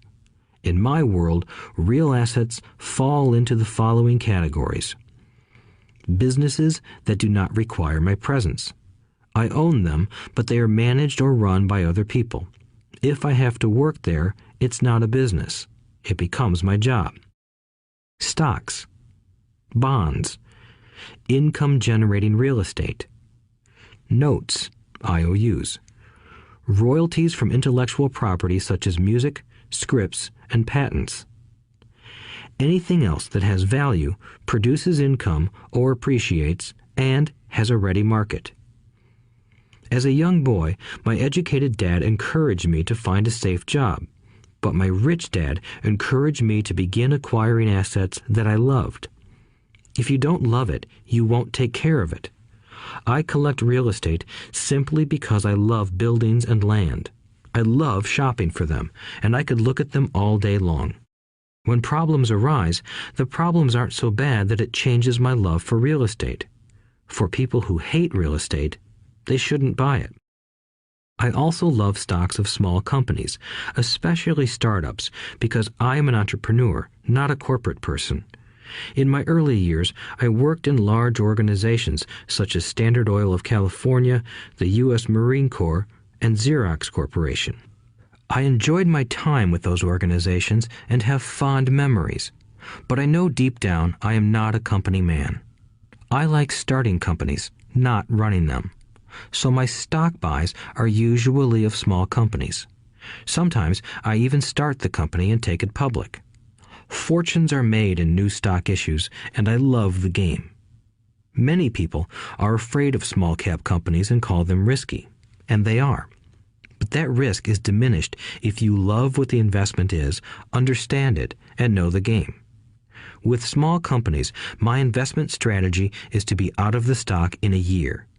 On the other hand, my real estate strategy is to start small and keep trading up for bigger properties, and, therefore, delay paying taxes on the gain. This allows the value to increase dramatically. I generally hold real estate less than 7 years. For years, even while I was with the Marine Corps and Xerox, I did what my rich dad recommended. I kept my day job, but I still minded my own business. I was active in my asset column trading real estate and small stocks. Rich Dad always stressed the importance of financial literacy. The better I was at understanding the accounting and cash management, the better I would be at analyzing investments and eventually starting and building my own company. I don't encourage anyone to start a company unless they really want to. Knowing what I know about running a company, I wouldn't wish that task on anyone. There are times when people can't find employment and starting a company seems like the best solution. But the odds are against success. 9 out of 10 companies fail in 5 years. Of those that survive the first 5 years, 9 out of every 10 of those eventually fail as well. So only if you really have the desire to own your own company do I recommend it. Otherwise, keep your day job and mind your own business. When I say mind your own business, I mean to build and keep your asset column strong. Once a dollar goes into it, never let it come out. Think of it this way. Once a dollar goes into your asset column, it becomes your employee. The best thing about money is that it works 24 hours a day and can work for generations. Keep your day job, be a great hard-working employee, but keep building that asset column. As your cash flow grows, you can indulge in some luxuries. An important distinction is that rich people buy luxuries last, while the poor and middle class tend to buy luxuries first. The poor and the middle class often buy luxury items like big houses, diamonds, furs, jewelry, or boats because they want to look rich. They look rich, but in reality they just get deeper in debt on credit. The old money people, the long-term rich, build their asset column first. Then the income generated from the asset column buys their luxuries. The poor and middle class buy luxuries with their own sweat, blood, and children's inheritance. A true luxury is a reward for investing in and developing a real asset. For example, when my wife Kim and I had extra money coming from our apartment houses, she went out and bought her Mercedes. It didn't take any extra work or risk on her part because the apartment house bought the car. She did, however, have to wait 4 years while the real estate investment portfolio grew and began generating enough extra cash flow to pay for the car. But the luxury, the Mercedes, was a true reward because she proved she knew how to grow her asset column. That car now means a lot more to her than simply another pretty car. It means she used her financial intelligence to afford it. Instead, most people impulsively go out and buy a new car or some other luxury on credit. They may feel bored and just want a new toy.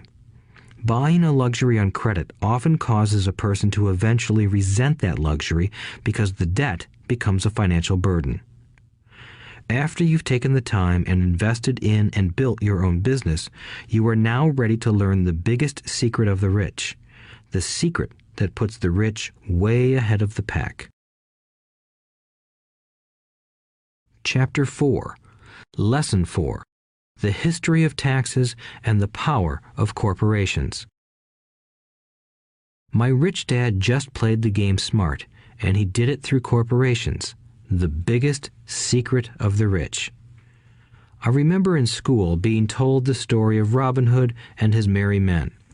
My teacher thought it was a wonderful story of a romantic hero who robbed from the rich and gave to the poor. My rich dad did not see Robin Hood as a hero. He called Robin Hood a crook. Robin Hood may be long gone, but his followers live on. I often still hear people say, "Why don't the rich pay for it?" or "The rich should pay more in taxes and give it to the poor."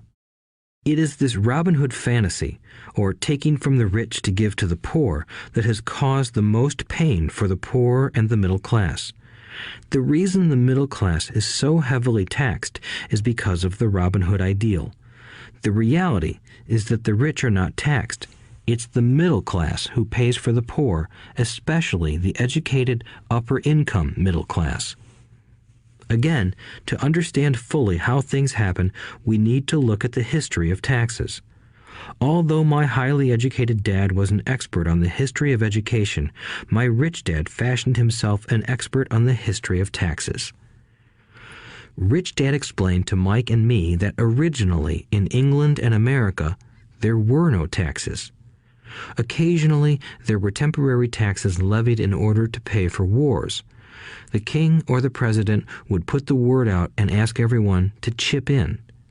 Taxes were levied in Britain for the fight against Napoleon from 1799 to 1816, and in America to pay for the Civil War from 1861 to 1865. In 1874, England made income tax a permanent levy on its citizens. In 1913, an income tax became permanent in the United States with the adoption of the 16th Amendment to the U.S. Constitution. At one time, Americans were anti-tax. It had been the tax on tea that led to the famous Tea Party in Boston Harbor, an incident that helped ignite the Revolutionary War. It took approximately 50 years in both England and the United States to sell the idea of a regular income tax. What these historical dates fail to reveal is that both of these taxes were initially levied against only the rich. It was this point that Rich Dad wanted Mike and me to understand. He explained that the idea of taxes was made popular and accepted by the majority by telling the poor and the middle class that taxes were created only to punish the rich. This is how the masses voted for the law, and it became constitutionally legal. Although it was intended to punish the rich, in reality it wound up punishing the very people who voted for it, the poor and middle class. Once government got a taste of money, its appetite grew, said Rich Dad. Your dad and I are exactly opposite. He's a government bureaucrat, and I am a capitalist. We get paid, and our success is measured on opposite behaviors. He gets paid to spend money and hire people. The more he spends and the more people he hires, the larger his organization becomes. In the government, a large organization is a respected organization. On the other hand, within my organization, the fewer people I hire and the less money I spend, the more I am respected by my investors. That's why I don't like government people. They have different objectives than most business people. As the government grows, more and more tax dollars are needed to support it. My educated dad sincerely believed that government should help people. He loved John F. Kennedy and especially the idea of the Peace Corps.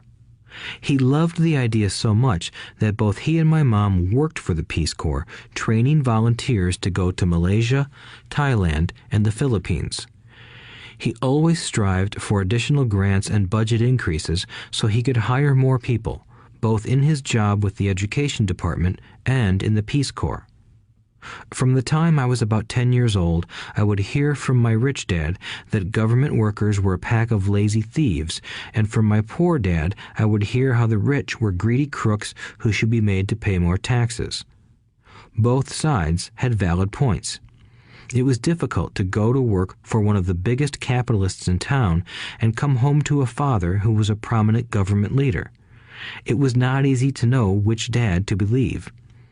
Yet, when you study the history of taxes, an interesting perspective emerges.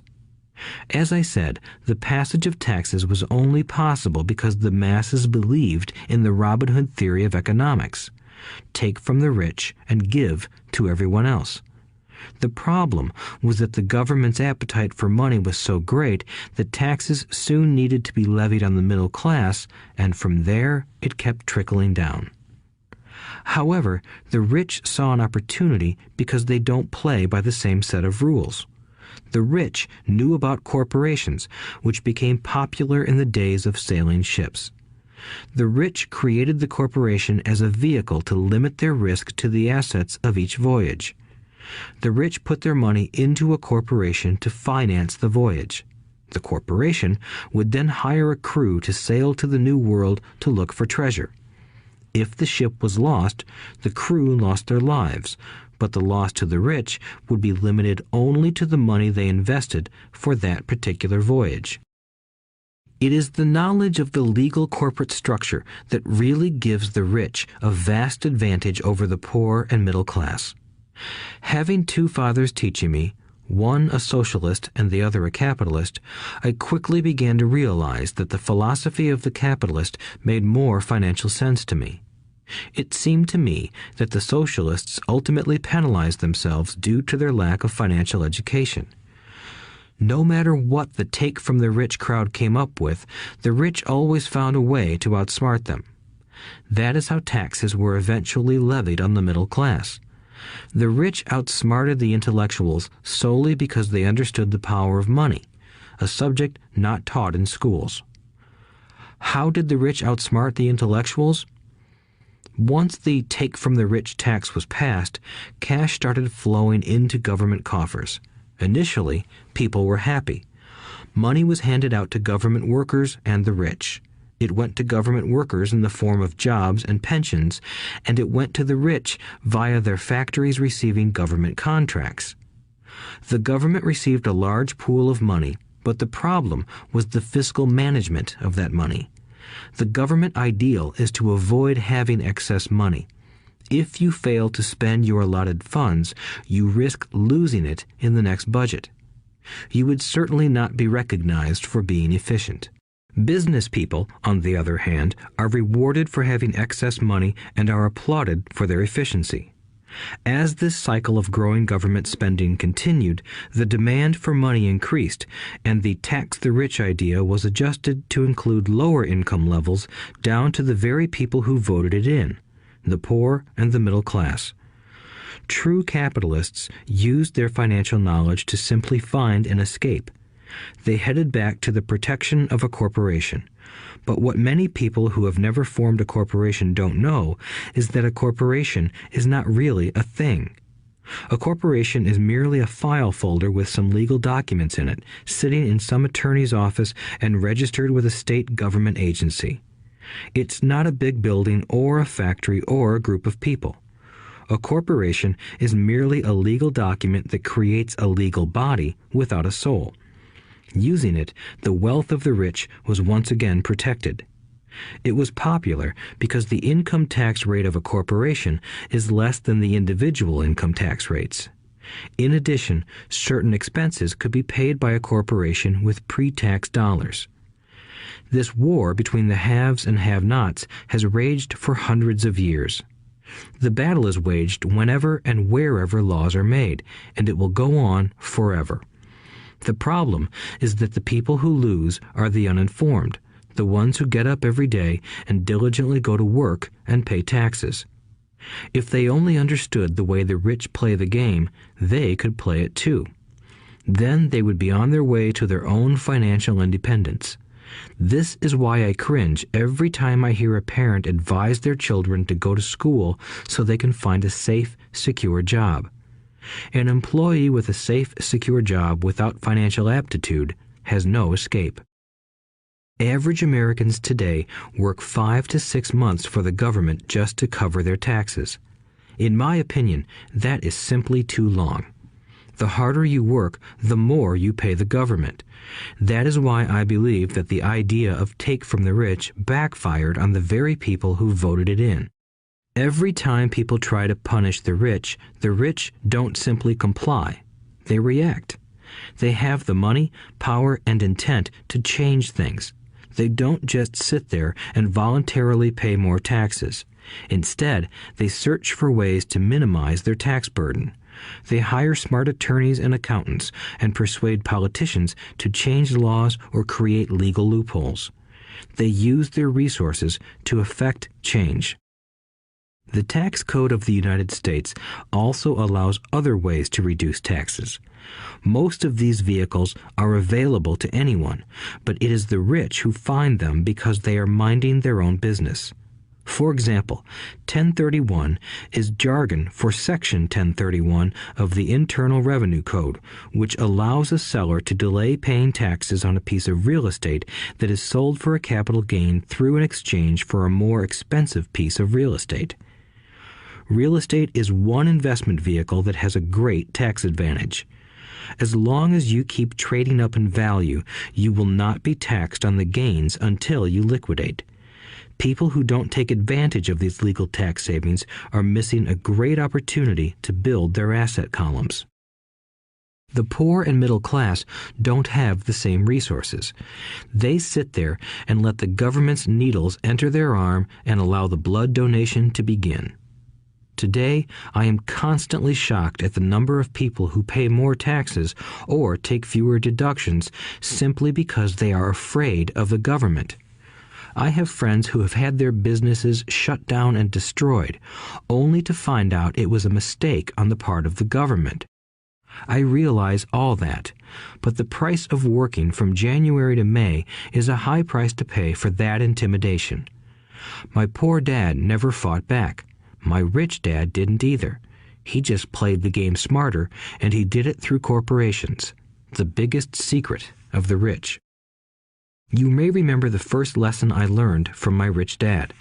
I was a little boy of 9 who had to sit and wait for him to choose to talk to me.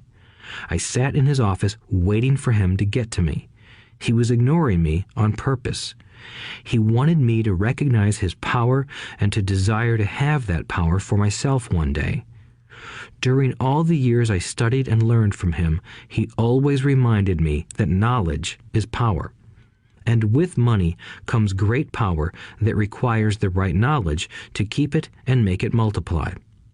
Without that knowledge, the world pushes you around. Rich Dad constantly reminded Mike and me that the biggest bully was not the boss or the supervisor, but the tax man. The tax man will always take more if you let him. The first lesson of having money work for you, as opposed to you working for money, is all about power. If you work for money, you give the power to your employer. If money works for you, you keep the power and control it. Once we had this knowledge of the power of money working for us, he wanted us to be financially smart and not let anyone or anything push us around. If you're ignorant, it's easy to be bullied. If you know what you're talking about, you have a fighting chance. That is why he paid so much for smart tax accountants and attorneys. It was less expensive to pay them than to pay the government. His best lesson to me was, be smart and you won't be pushed around as much. He knew the law because he was a law-abiding citizen and because it was expensive to not know the law.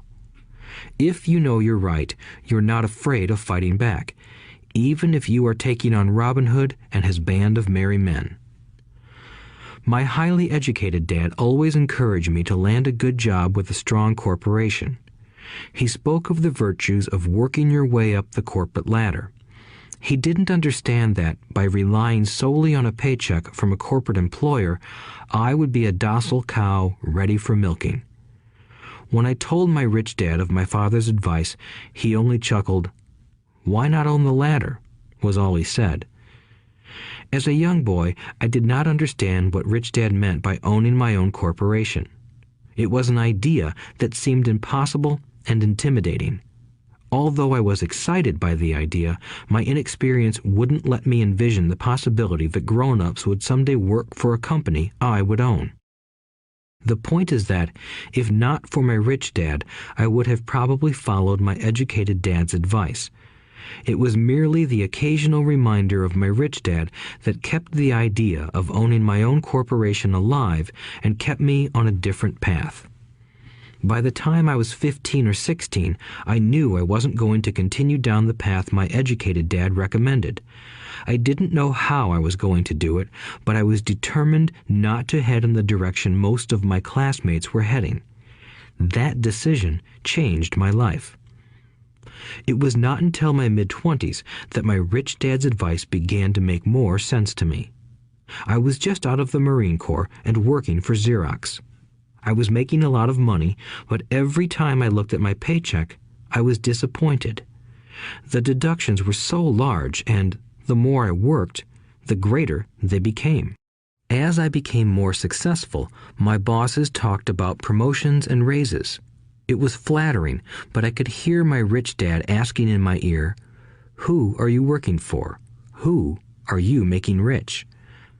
In 1974, while still an employee for Xerox, I formed my first corporation and began minding my own business. There were already a few assets in my asset column, but now I was determined to focus on making it bigger. Those paychecks, with all the deductions, made all the years of my rich dad's advice make total sense. I could see the future if I followed my educated dad's advice. Many employers feel that advising their workers to mind their own business is bad for business. But for me, focusing on my own business and developing assets made me a better employee because I now had a purpose. I came in early and worked diligently, amassing as much money as possible so I could invest in real estate. Hawaii was just set to boom, and there were fortunes to be made. The more I realized that we were in the beginning stages of a boom, the more Xerox machines I sold. The more I sold, the more money I made, and, of course, the more deductions came out of my paycheck. It was inspiring. I wanted out of the employee trap so badly that I worked even harder so I could invest more. By 1978, I was consistently one of the top 5 salespeople at the company. I badly wanted out of the rat race. In less than 3 years, I was making more in my real estate holding corporation than I was making at Xerox, and the money I was making in my asset column in my own corporation was money working for me, not me pounding on doors selling copiers. My rich dad's advice made much more sense. Soon, the cash flow from my properties were so strong that my company bought me my first Porsche. My fellow Xerox salespeople thought I was spending my commissions. I wasn't. I was investing my commissions in assets. My money was working hard to make more money. Each dollar in my asset column was a great employee, working hard to make more employees and buy the boss a new Porsche with before-tax dollars. I began to work harder for Xerox. The plan was working, and my Porsche was the proof. By using the lessons I learned from my rich dad, I was able to get out of the proverbial rat race at an early age. It was made possible because of the strong financial knowledge I had acquired through Rich Dad's lessons. Without this financial knowledge, which I call financial intelligence or financial IQ, my road to financial independence would have been much more difficult. I now teach others in the hope that I may share my knowledge with them. I remind people that financial IQ is made up of knowledge from 4 broad areas of expertise. 1. Accounting. Accounting is financial literacy or the ability to read numbers. This is a vital skill if you want to build an empire. The more money you are responsible for, the more accuracy is required, or the house comes tumbling down. This is the left brain side, or the details. Financial literacy is the ability to read and understand financial statements, which allows you to identify the strengths and weaknesses of any business. 2. Investing. Investing is the science of money making money. This involves strategies and formulas which use the creative right brain side. 3. Understanding markets. Understanding markets is the science of supply and demand. You need to know the technical aspects of the market, which are emotion-driven, in addition to the fundamental or economic aspects of an investment. Does an investment make sense or does it not make sense based on current market conditions? 4. The law. A corporation wrapped around the technical skills of accounting, investing, and markets can contribute to explosive growth. A person who understands the tax advantages and protections provided by a corporation can get rich so much faster than someone who is an employee or a small business sole proprietor. It's like the difference between someone walking and someone flying. The difference is profound when it comes to long-term wealth. Tax advantages. A corporation can do many things that an employee cannot, like pay expenses before paying taxes. That is a whole area of expertise that is very exciting. Employees earn and get taxed, and then try to live on what is left. A corporation earns, spends everything it can, and is taxed on anything that is left. It's one of the biggest legal tax loopholes that the rich use. They're easy to set up and are not expensive if you own investments that are producing good cash flow. For example, by owning your own corporation, your vacations can be board meetings in Hawaii. Car payments, insurance, repairs, and health club memberships are company expenses. Most restaurant meals are partial expenses and on. But it's done legally with pre-tax dollars. Protection from lawsuits. We live in a litigious society. Everybody wants a piece of your action. The rich hide much of their wealth using vehicles such as corporations and trusts to protect their assets from creditors. When someone sues a wealthy individual, they are often met with layers of legal protection and often find that the wealthy person actually owns nothing. They control everything, but own nothing. The poor and middle class try to own everything and lose it to the government or to fellow citizens who like to sue the rich. They learned it from the Robin Hood story. Take from the rich and give it to the poor. It is not the purpose of this audiobook to go into the specifics of owning a corporation. But I will say that if you own any kind of legitimate assets, I would consider finding out more about the benefits and protection offered by a corporation as soon as possible. There are many books written on the subject that will detail the benefits and even walk you through the steps necessary to set up a corporation. Garrett Sutton's books on corporations provide wonderful insight into the power of personal corporations. Financial IQ is actually the synergy of many skills and talents. I would say it is the combination of the 4 technical skills listed above that make up basic financial intelligence. If you aspire to great wealth, it is the combination of these skills that will greatly amplify your financial intelligence. In summary, business owners with corporations 1. Earn, 2. Spend, 3. Pay taxes. Employees who work for corporations 1. Earn, 2. Pay taxes, 3. Spend. As part of your overall financial strategy, I recommend that you learn about the protection that legal entities can provide for businesses and assets. Chapter 5. Lesson 5. The rich invent money. Often in the real world, it's not the smart who get ahead, but the bold. Last night, I took a break from writing and watched a TV program on the history of a young man named Alexander Graham Bell. Bell had just patented his telephone and was having growing pains because the demand for his new invention was so strong. Needing a bigger company, he then went to the giant at that time, Western Union, and asked them if they would buy his patent and his tiny company. He wanted $100,000 for the whole package.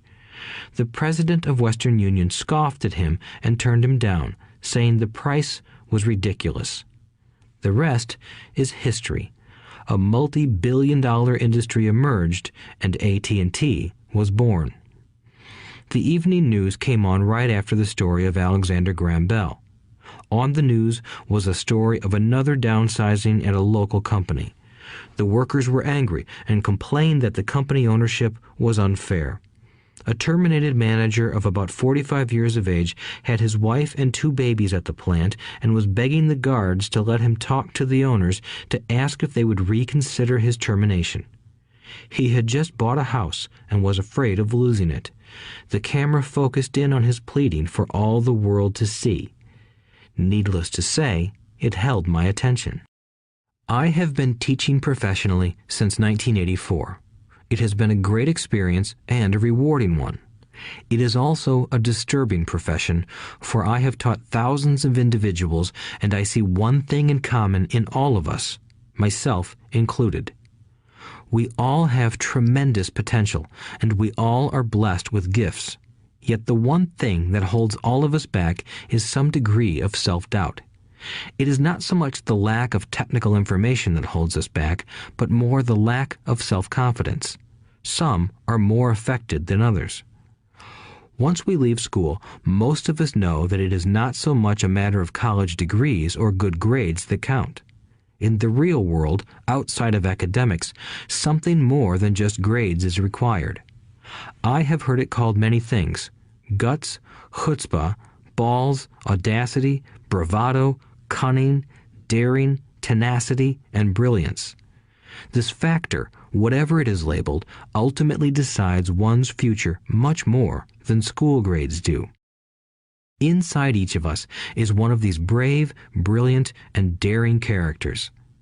There is also the flip side of that character, people who could get down on their knees and beg if necessary. After a year in Vietnam as a Marine Corps pilot, I got to know both of those characters inside of me intimately. One is not better than the other. Yet, as a teacher, I recognized that it was excessive fear and self-doubt that were the greatest detractors of personal genius. It broke my heart to see students know the answers, yet lack the courage to act on the answer. Often in the real world, it's not the smart who get ahead, but the bold. In my personal experience, your financial genius requires both technical knowledge as well as courage. If fear is too strong, the genius is suppressed. In my classes, I strongly urge students to learn to take risks, to be bold, and to let their genius convert that fear into power and brilliance. It works for some and just terrifies others. I have come to realize that for most people, when it comes to the subject of money, they would rather play it safe. I have had to field questions such as, why take risks? Why should I bother developing my financial IQ? Why should I become financially literate? And I answer, just to have more options. There are huge changes up ahead. In the coming years, there will be more people just like the young inventor Alexander Graham Bell. There will be 100 people like Bill Gates and hugely successful companies like Microsoft created every year all over the world. And there will also be many more bankruptcies, layoffs, and downsizings. So why bother developing your financial IQ? No one can answer that but you. Yet I can tell you why I myself do it. I do it because it is the most exciting time to be alive. I'd rather be welcoming change than dreading change. I'd rather be excited about making millions than worrying about not getting a raise. This period we are in now is a most exciting time, unprecedented in our world's history. Generations from now, people will look back at this period of time and remark at what an exciting era it must have been. It was the death of the old and birth of the new. It was full of turmoil, and it was exciting. So why bother developing your financial IQ? Because if you do, you will prosper greatly. And if you don't, this period of time will be a frightening one.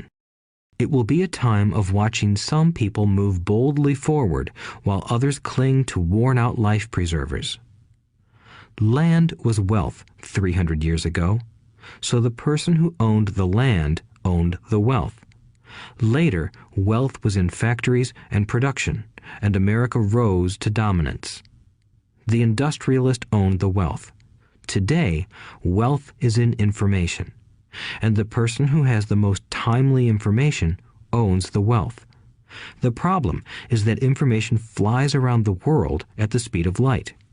The new wealth cannot be contained by boundaries and borders as land and factories were. The changes will be faster and more dramatic. There will be a dramatic increase in the number of new multimillionaires. There also will be those who are left behind. I find so many people struggling today, often working harder, simply because they cling to old ideas. They want things to be the way they were, and they resist change. I know people who are losing their jobs or their houses, and they blame technology or the economy or their boss. Sadly, they fail to realize that they might be the problem. Old ideas are their biggest liability. It is a liability simply because they fail to realize that while that idea or way of doing something was an asset yesterday, yesterday is gone. One afternoon, I was teaching how to invest using a board game I had invented, Cash Flow, as a teaching tool. A friend had brought someone along to attend the class. This friend of a friend was recently divorced, had been badly burned in the divorce settlement, and was now searching for some answers. Her friend thought the class might help. The game was designed to help people learn how money works. In playing the game, they learn about the interaction of the income statement with the balance sheet. They learn how cash flows between the two and how the road to wealth is through striving to increase your monthly cash flow from the asset column to the point that it exceeds your monthly expenses. Once you accomplish this, you are able to get out of the rat race and out onto the fast track. As I have said, some people hate the game, some love it, and others miss the point. This woman missed a valuable opportunity to learn something. In the opening round, she drew a doodad card with the boat on it. At first, she was happy. "Oh, I've got a boat."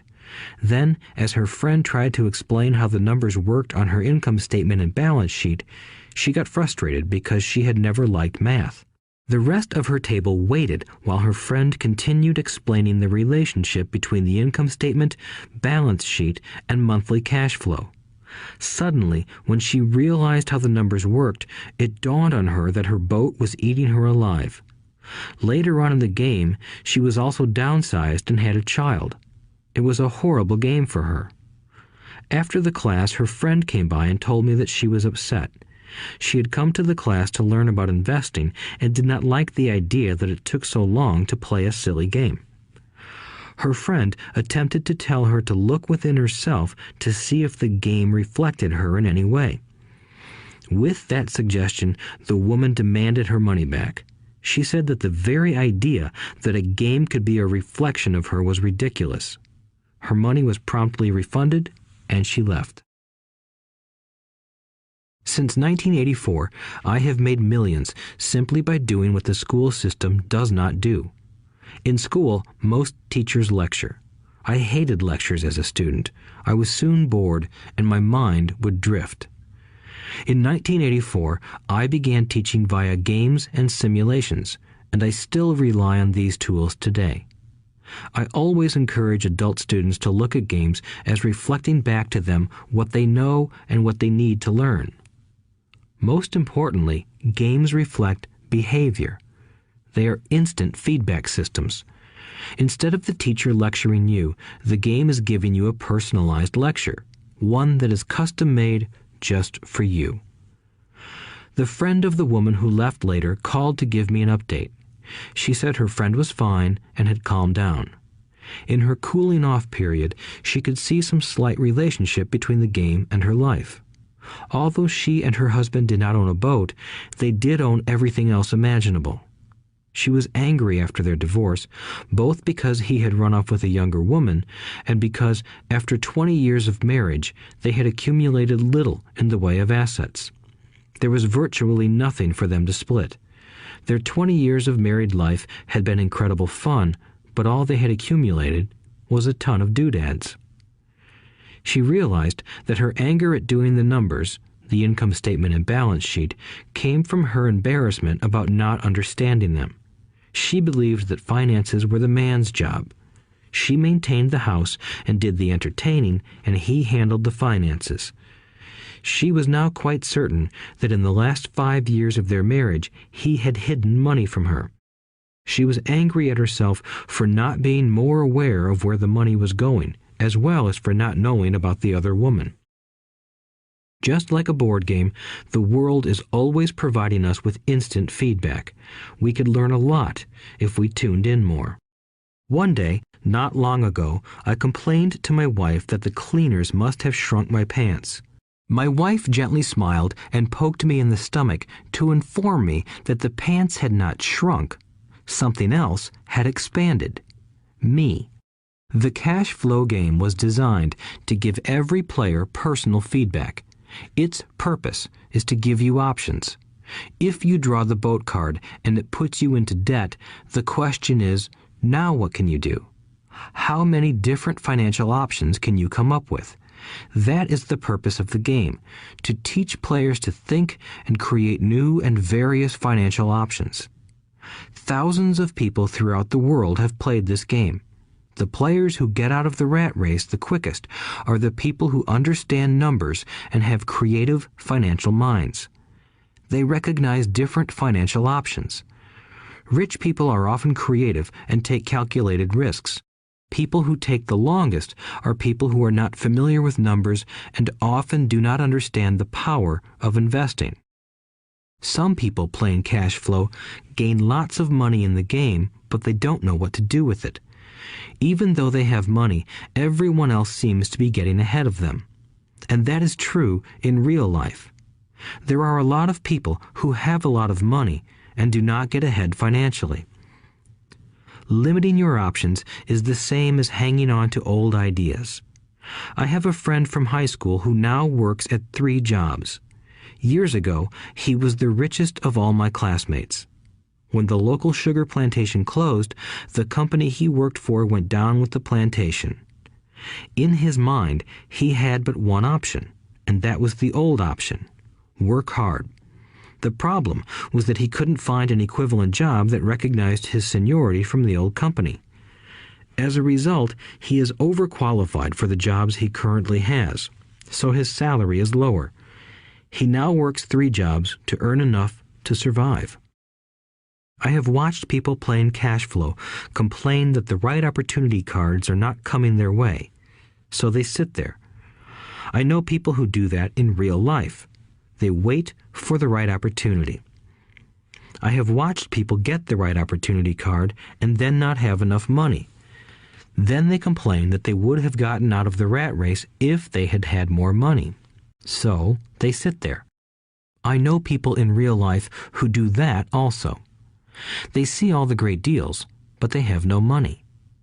And I have seen people pull a great opportunity card, read it out loud, and have no idea that it is a great opportunity. They have the money, the time is right, they have the card, but they can't see the opportunity staring them in the face. They fail to see how it fits into their financial plan for escaping the rat race. And I know more people like that than all the others combined. Most people have an opportunity of a lifetime flash right in front of them, and they fail to see it. A year later, they find out about it, after everyone else got rich. Financial intelligence is simply having more options. If the opportunities aren't coming your way, what else can you do to improve your financial position? If an opportunity lands in your lap and you have no money and the bank won't talk to you, what else can you do to get the opportunity to work in your favor? If your hunch is wrong and what you've been counting on doesn't happen, how can you turn a lemon into millions? That is financial intelligence. It is not so much what happens, but how many different financial solutions you can think of to turn a lemon into millions. It is how creative you are in solving financial problems. Most people only know one solution: work hard, save, and borrow. So why would you want to increase your financial intelligence? Because you want to be the kind of person who creates your own luck. You take whatever happens and make it better. Few people realize that luck is created, just as money is. And if you want to be luckier and create money instead of working hard, then your financial intelligence is important. If you are the kind of person who is waiting for the right thing to happen, you might wait for a long time. It's like waiting for all the traffic lights to be green for 5 miles before you'll start your trip. As young boys, Mike and I were constantly told by my rich dad that money is not real. Rich Dad occasionally reminded us of how close we came to the secret of money on that first day we got together and began making money out of plaster of Paris. The poor and middle class work for money, he would say. The rich make money. The more real you think money is, the harder you will work for it. If you can grasp the idea that money is not real, you will grow richer faster. What is it? Was a question Mike and I often came back with. What is money if it is not real? What we agree it is, was all Rich Dad would say. The single most powerful asset we all have is our mind. If it is trained well, it can create enormous wealth seemingly instantaneously. An untrained mind can also create extreme poverty that can crush a family for generations. In the information age, money is increasing exponentially. A few individuals are getting ridiculously rich from nothing, just ideas and agreements. If you ask many people who trade stocks or other investments for a living, they see it done all the time. Often, millions can be made instantaneously from nothing. And by nothing, I mean no money was exchanged. It is done via agreement, a hand signal in a trading pit, a blip on a trader's screen in Lisbon from a trader's screen in Toronto and back to Lisbon, a call to my broker to buy and a moment later to sell. Money did not change hands. Agreements did. So why develop your financial genius? Only you can answer that. I can tell you why I have been developing this area of my intelligence. I do it because I want to make money fast. Not because I need to, but because I want to. It is a fascinating learning process. I develop my financial IQ because I want to participate in the fastest game and biggest game in the world. And, in my own small way, I would like to be part of this unprecedented evolution of humanity, the era where humans work purely with their minds and not with their bodies. Besides, it is where the action is. It is what is happening. It's hip, it's scary, and it's fun. That is why I invest in my financial intelligence, developing the most powerful asset I have. I want to be with people moving boldly forward. I do not want to be with those left behind. I will give you a simple example of creating money. In the early 1990s, the economy of Phoenix, Arizona was horrible. I was watching a TV show when a financial planner came on and began forecasting doom and gloom. His advice was to save money. Put $100 away every month, he said. In 40 years, you will be a multimillionaire. Well, putting money away every month is a sound idea. It is one option, the option most people subscribe to. The problem is this. It blinds the person to what is really going on. It causes them to miss major opportunities for much more significant growth of their money. The world is passing them by. As I said, the economy was terrible at that time. For investors, this is the perfect market condition. A chunk of my money was in the stock market and in apartment houses. I was short of cash. Because people were giving properties away, I was buying. I was not saving money. I was investing. Kim and I had more than $1 million in cash working in a market that was rising fast. It was the best opportunity to invest. The economy was terrible. I just could not pass up these small deals. Houses that were once $100,000 were now $75,000. But instead of shopping with local real estate agents, I began shopping at the bankruptcy attorney's office or the courthouse steps. In these shopping places, a $75,000 house could sometimes be bought for $20,000 or less. For $2,000, which was loaned to me from a friend for 90 days for $200, I gave an attorney a cashier's check as a down payment. While the acquisition was being processed, I ran an ad advertising a $75,000 house for only $60,000 and no money down. The phone rang hard and heavy. Prospective buyers were screened, and once the property was legally mine, all the prospective buyers were allowed to look at the house. It was a feeding frenzy. The house sold in a few minutes. I asked for a $2,500 processing fee, which they gladly handed over, and the escrow and title company took over from there. I returned the $2,000 to my friend with an additional $200. He was happy, the home buyer was happy, the attorney was happy, and I was happy. I had sold a house for $60,000 that cost me $20,000. The $40,000 was created from money in my asset column in the form of a promissory note from the buyer. Total working time, 5 hours. So, now that you are on your way to becoming more financially literate and skilled at reading numbers, I will tell you why this is an example of money being invented. During this depressed market, Kim and I were able to do 6 of these simple transactions in our spare time. While the bulk of our money was in larger properties and the stock market, we were able to create more than $190,000 in assets, notes at 10% interest, in those 6 buy, create, and sell transactions. That comes to approximately $19,000 a year income, much of it sheltered through our private corporation. Much of that $19,000 a year goes to pay for our company cars, gas, trips, insurance, dinners with clients, and other things. By the time the government gets a chance to tax that income, it's been spent on legally allowed pre-tax expenses. This was a simple example of how money is invented, created, and protected using financial intelligence. Ask yourself, how long would it take to save $190,000? Would the bank pay you 10% interest on your money? And the promissory note is good for 30 years. I hope they never pay me the $190,000.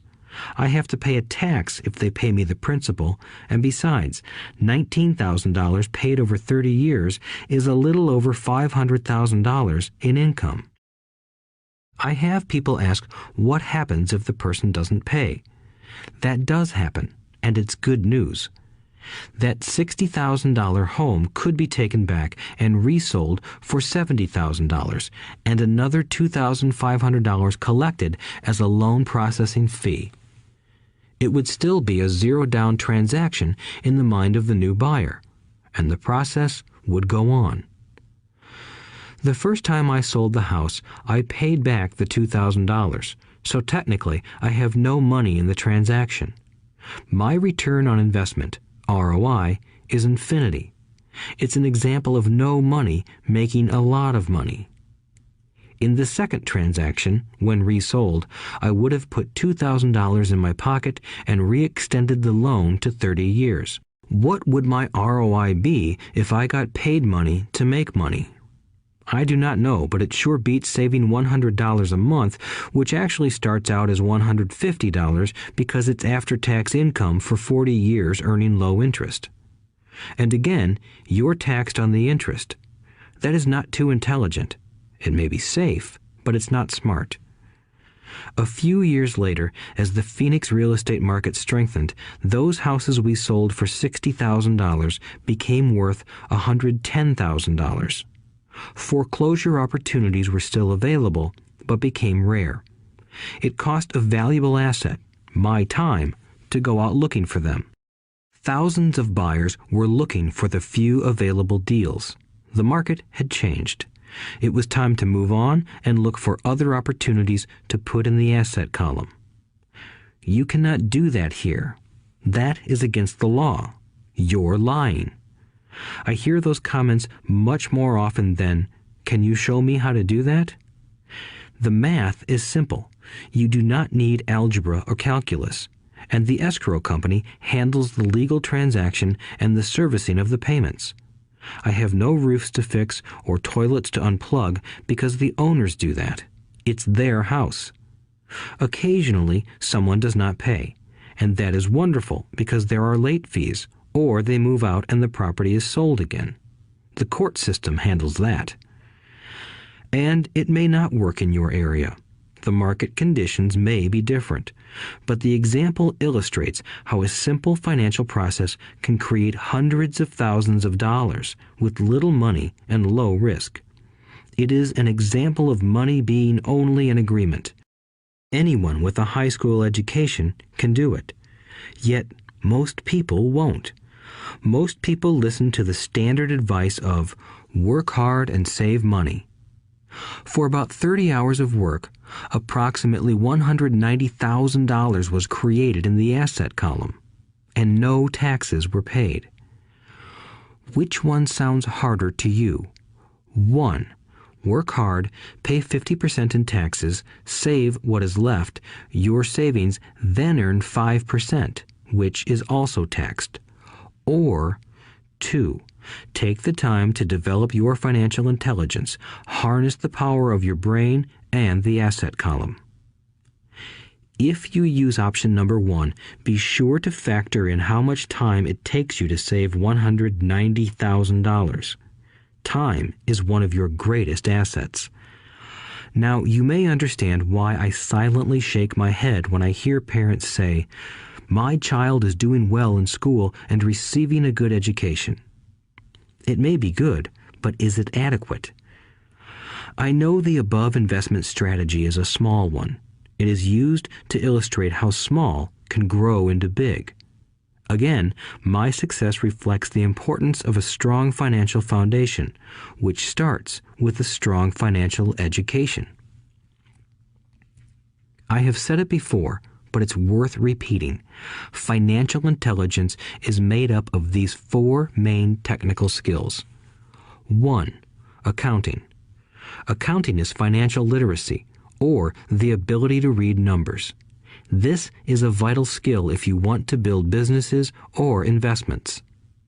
2. Investing. Investing is the science of money making money. 3. Understanding markets. Understanding markets is the science of supply and demand. Alexander Graham Bell gave the market what it wanted. So did Bill Gates. A $75,000 house offered for $60,000 that cost $20,000 was also the result of seizing an opportunity created by the market. Somebody was buying, and someone was selling. 4. The law. The law is the awareness of accounting, corporate, state, and federal regulations. I recommend playing by the rules.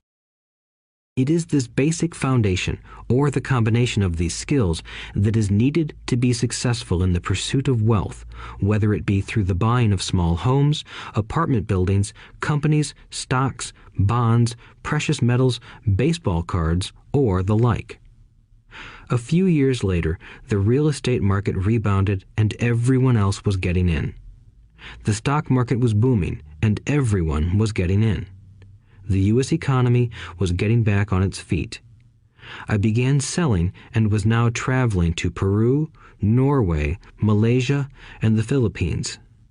The investment landscape had changed. We were no longer buying real estate. Now I just watch the values climb inside the asset column and will probably begin selling. I suspect that some of those 6 little house deals will sell and the $40,000 note will be converted to cash. I need to call my accountant to be prepared for cash and seek ways to shelter it. The point I would like to make is that investments come and go. The market goes up and comes down. Economies improve and crash. The world is always handing you opportunities of a lifetime, every day of your life, but all too often we fail to see them. But they are there. And the more the world changes and the more technology changes, the more opportunities there will be to allow you and your family to be financially secure for generations to come. So why bother developing your financial intelligence? Again, only you can answer that. I know why I continue to learn and develop. I do it because I know there are changes coming. I'd rather welcome change than cling to the past. I know there will be market booms and market crashes.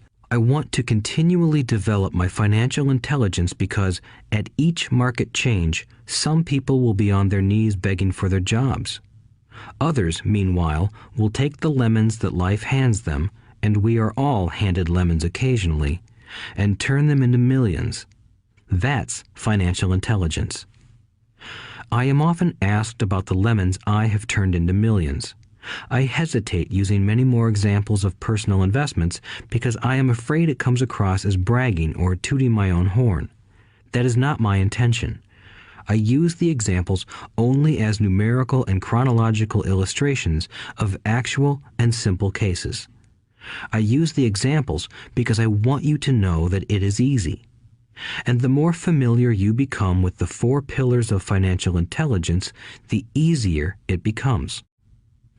Personally, I use 2 main vehicles to achieve financial growth: real estate and small cap stocks. I use real estate as my foundation. Day in and day out, my properties provide cash flow and occasional spurts of growth and value. The small cap stocks are used for fast growth. I do not recommend anything that I do.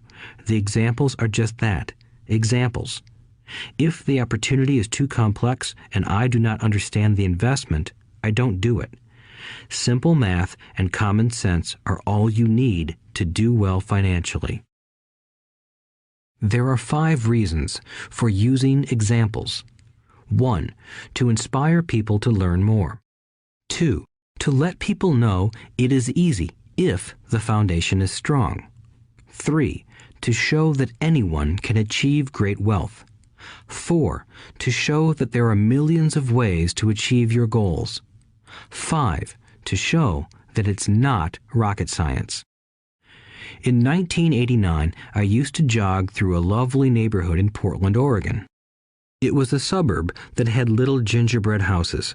They were small and cute. I almost expected to see Little Red Riding Hood skipping down the sidewalk on her way to Granny's. There were for sale signs everywhere. The timber market was terrible. The stock market had just crashed, and the economy was depressed. On one street, I noticed a for sale sign that was up longer than most. It looked old. Jogging past it one day, I ran into the owner, who looked troubled. "What are you asking for your house?" I asked. The owner turned and smiled weakly. "Make me an offer," he said. "It's been for sale for over a year.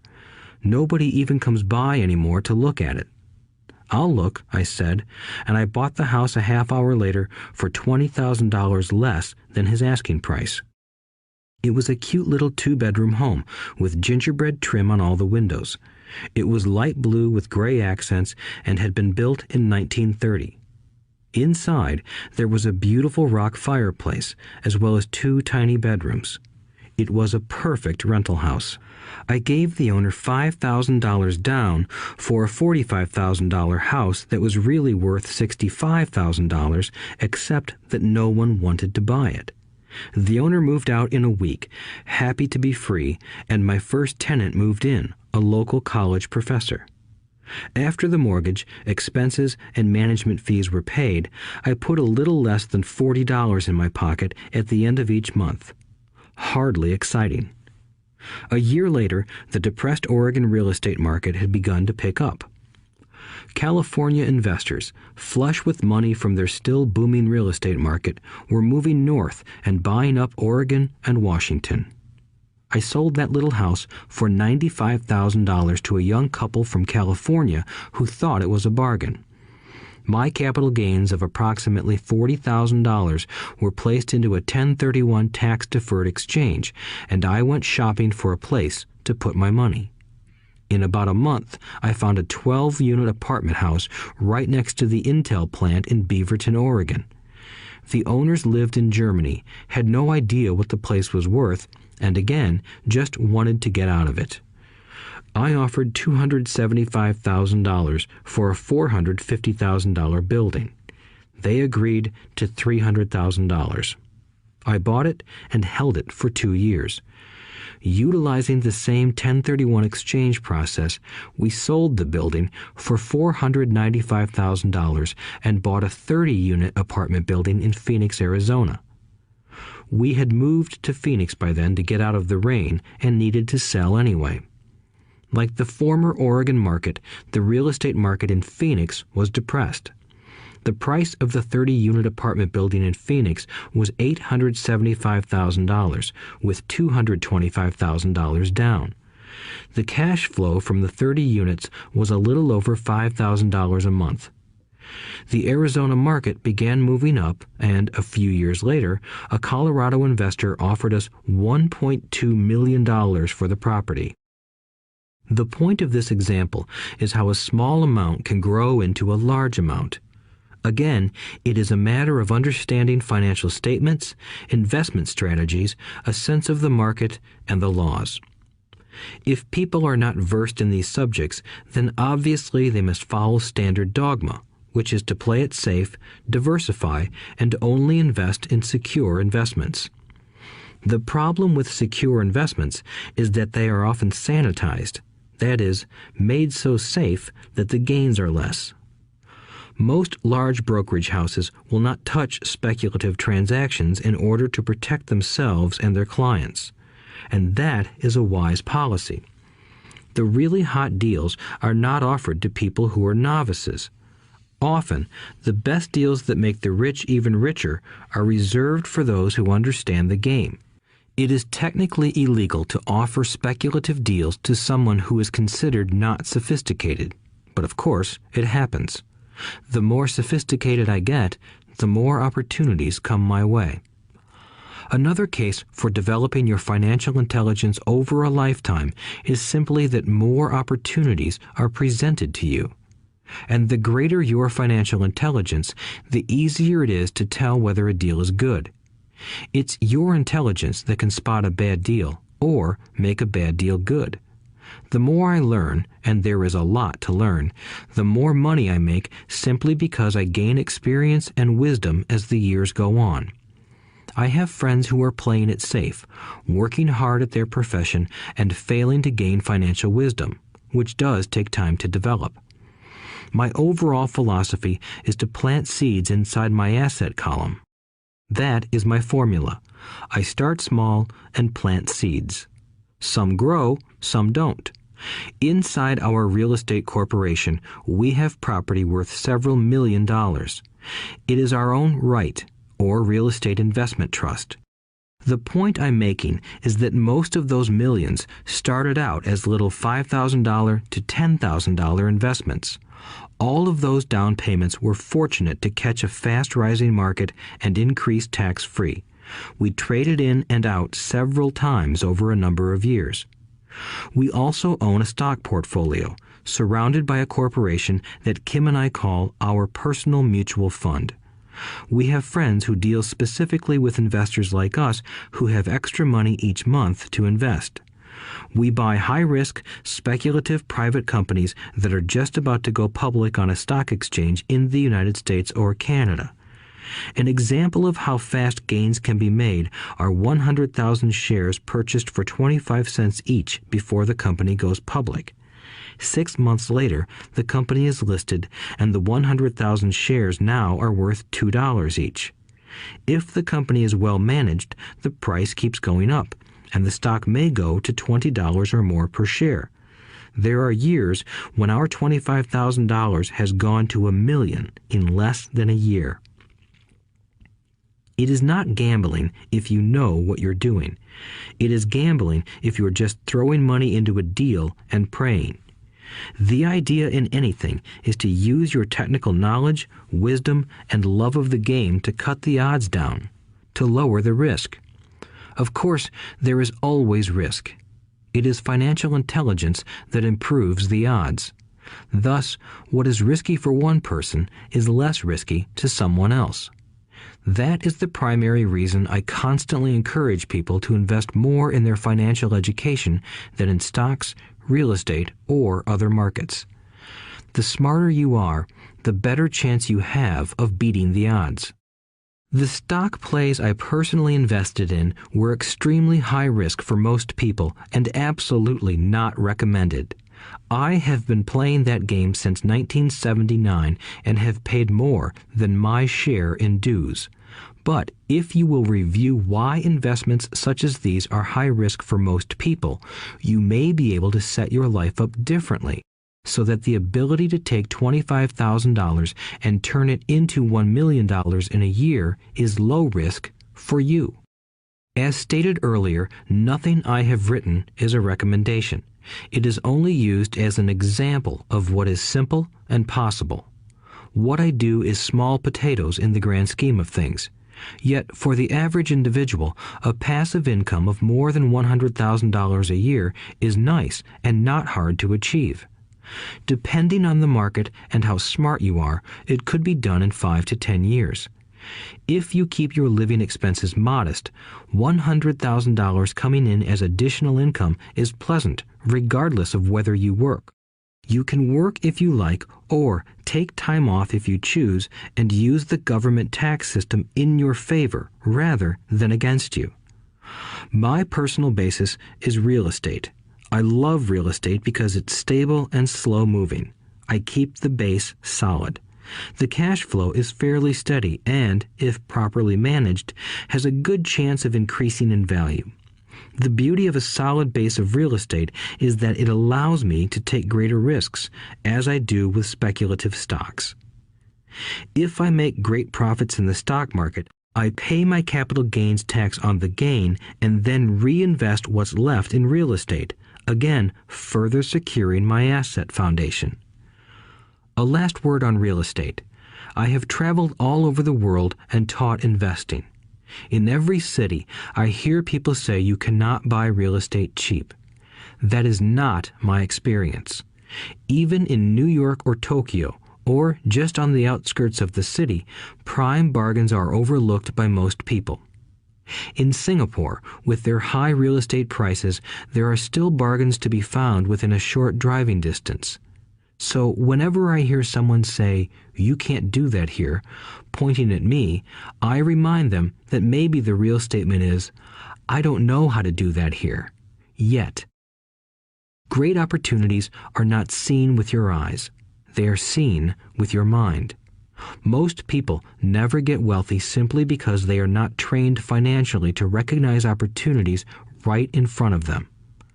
I am often asked, how do I start? In the final chapter of this audiobook, I offer 10 steps that I followed on the road to my financial freedom. But always remember to have fun.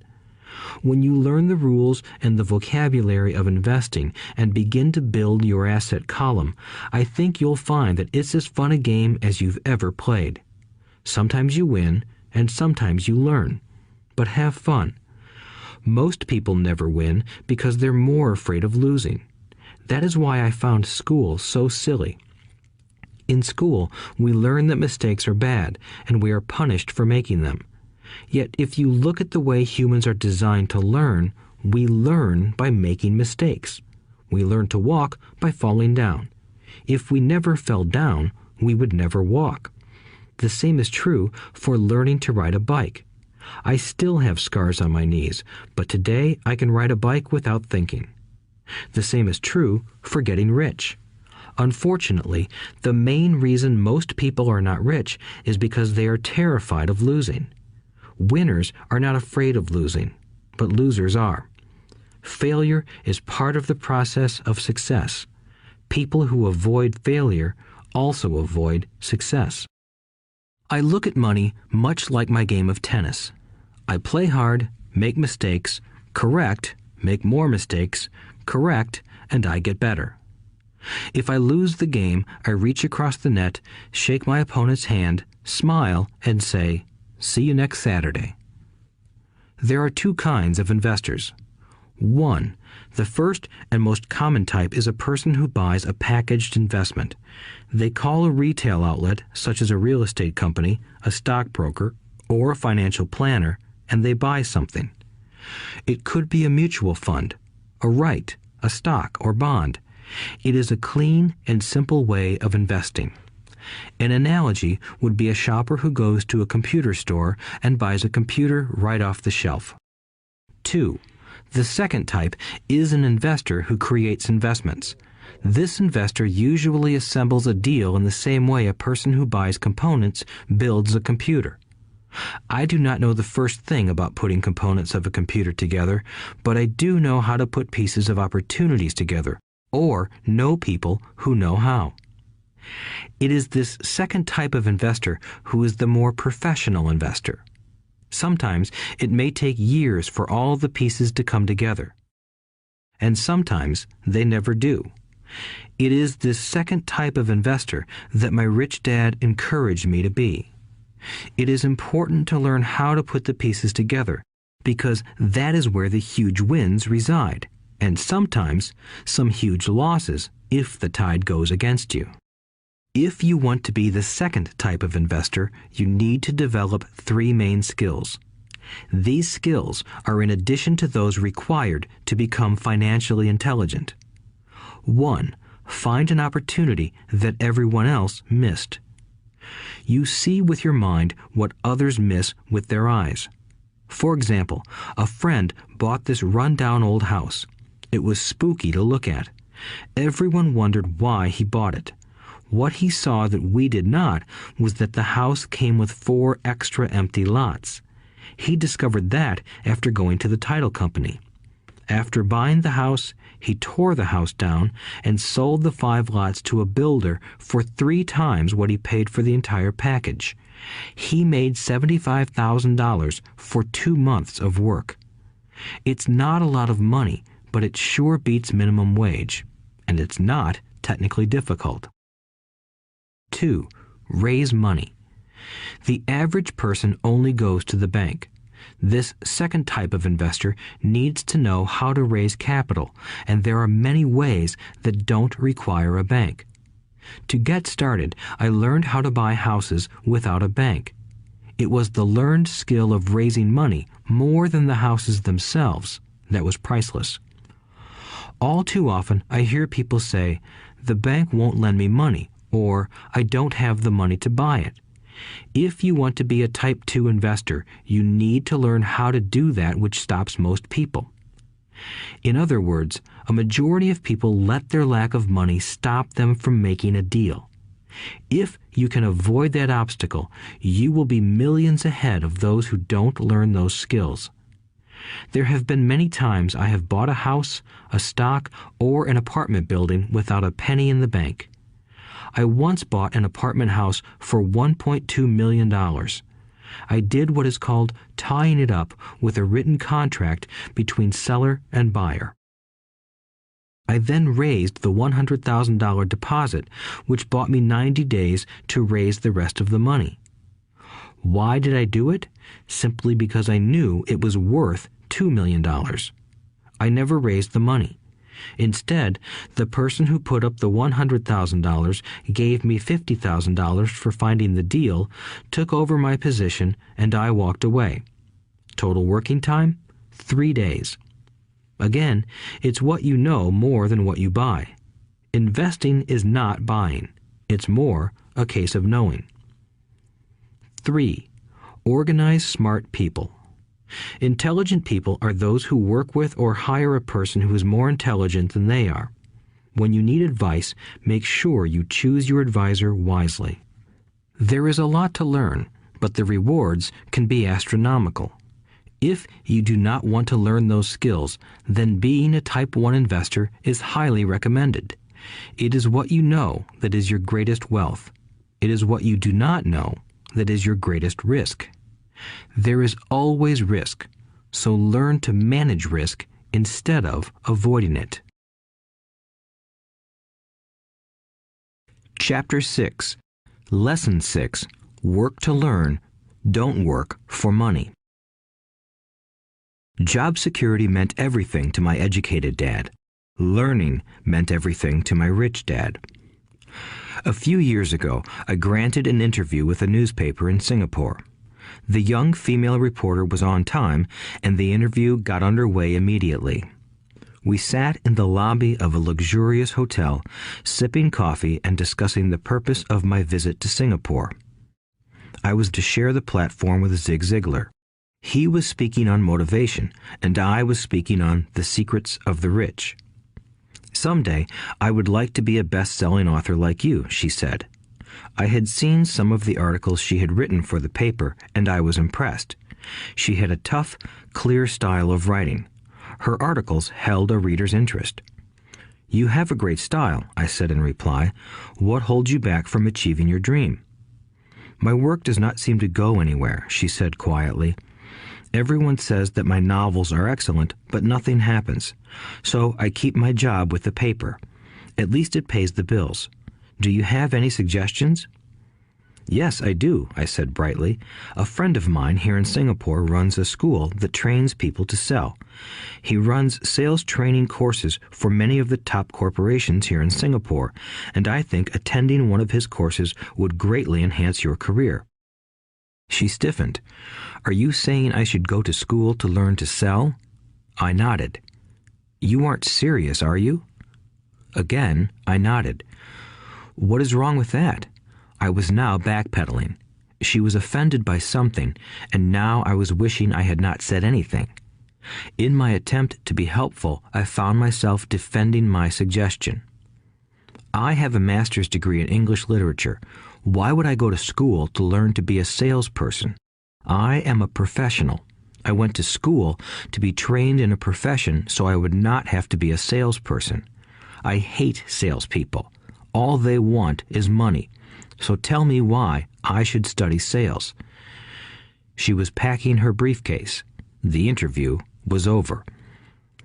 On the coffee table sat a copy of an earlier best-selling book I wrote. I picked it up as well as the notes she had jotted down on her legal pad.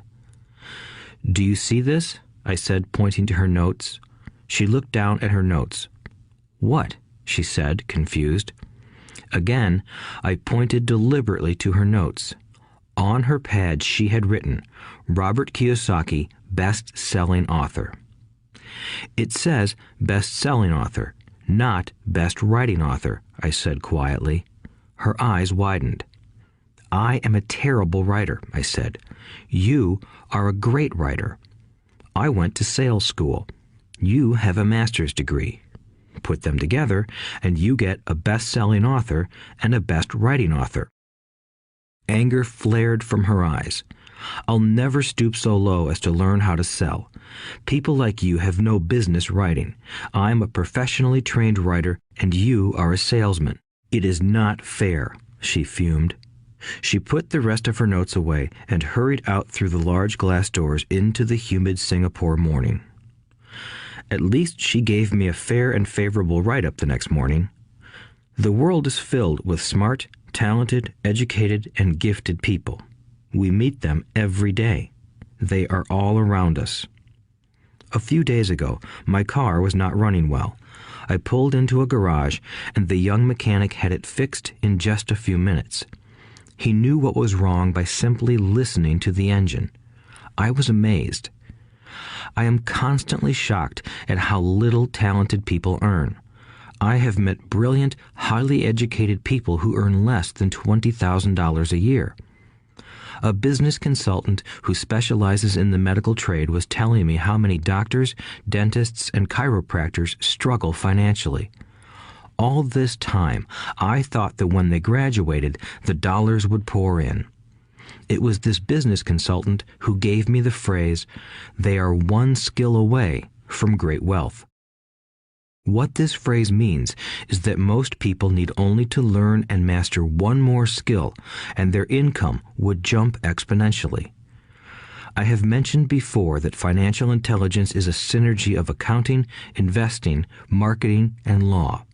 Combine those 4 technical skills, and making money with money is easier than most people would believe. When it comes to money, the only skill most people know is to work hard. The classic example of a synergy of skills was that young writer for the newspaper. If she diligently learned the skills of sales and marketing, her income would jump dramatically. If I were her, I would take some courses in advertising copywriting as well as sales. Then, instead of working at the newspaper, I would seek a job at an advertising agency. Even if it were a cut in pay, she would learn how to communicate in shortcuts that are used in successful advertising. She also would spend time learning public relations, an important skill. She would learn how to get millions in free publicity. Then, at night and on weekends, she could be writing her great novel. When it was finished, she would be better able to sell her book. Then, in a short while, she could be a best-selling author. When I came out with my first book, If You Want to Be Rich and Happy, Don't Go to School, a publisher suggested I change the title to The Economics of Education. I told the publisher that, with a title like that, I would sell 2 books, one to my family and one to my best friend. The problem is that they would expect it for free. The obnoxious title, If You Want to Be Rich and Happy, Don't Go to School, was chosen because we knew it would get tons of publicity. I am pro-education and believe in education reform. If I were not pro-education, why would I continue to press for changing our antiquated educational system? So I chose a title that would get me on more TV and radio shows simply because I was willing to be controversial.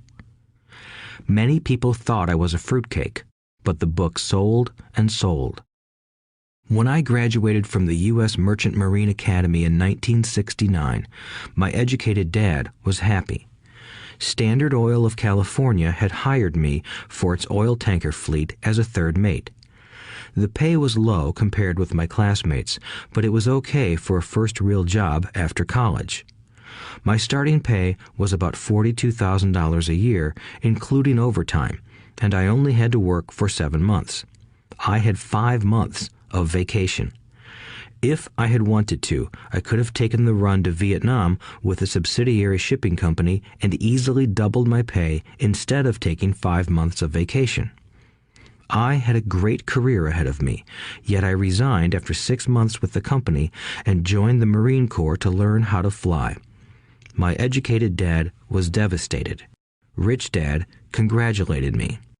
In school and in the workplace, the popular opinion is the idea of specialization. That is, in order to make more money or get promoted, you need to specialize.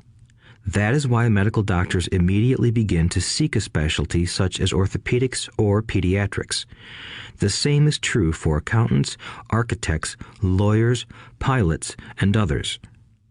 My educated dad believed in the same dogma. That is why he was thrilled when he eventually achieved his doctorate. He often admitted that schools reward people who study more and more about less and less. Rich Dad encouraged me to do exactly the opposite. You want to know a little about a lot, was his suggestion. That is why for years I worked in different areas of his companies. For a while, I worked in his accounting department. Although I would probably never have been an accountant, he wanted me to learn via osmosis. Rich Dad knew I would pick up jargon and a sense of what is important and what is not. I also worked as a busboy and construction worker as well as in sales, reservations, and marketing. He was grooming Mike and me. That is why he insisted we sit in on the meetings with his bankers, lawyers, accountants, and brokers.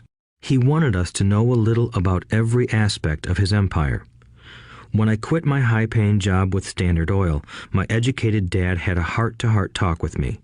He was bewildered. He could not understand my decision to resign from a career that offered high pay, great benefits, lots of time off, and opportunity for promotion. When he asked me one evening, "Why did you quit?" I could not explain it to him, though I tried hard to. My logic did not fit his logic. The big problem was that my logic was my rich dad's logic. Job security meant everything to my educated dad. Learning meant everything to my rich dad. Educated dad thought I went to school to learn to be a ship's officer. Rich dad knew that I went to school to study international trade. So as a student, I made cargo runs, navigating large freighters, oil tankers, and passenger ships to the Far East and the South Pacific. Rich Dad emphasized that I should stay in the Pacific instead of taking ships to Europe because he knew that the emerging nations were in Asia, not Europe. While most of my classmates, including Mike, were partying at their fraternity houses, I was studying trade, people, business styles, and cultures in Japan, Taiwan, Thailand, Singapore, Hong Kong, Vietnam, Korea, Tahiti, Samoa, and the Philippines. I was partying also, but it was not in any frat house. I grew up rapidly. Educated Dad just could not understand why I decided to quit and join the Marine Corps. I told him I wanted to learn to fly, but really I wanted to learn to lead troops. Rich Dad explained to me that the hardest part of running a company is managing people. He had spent 3 years in the Army. My educated dad was draft exempt. Rich Dad valued learning to lead men into dangerous situations.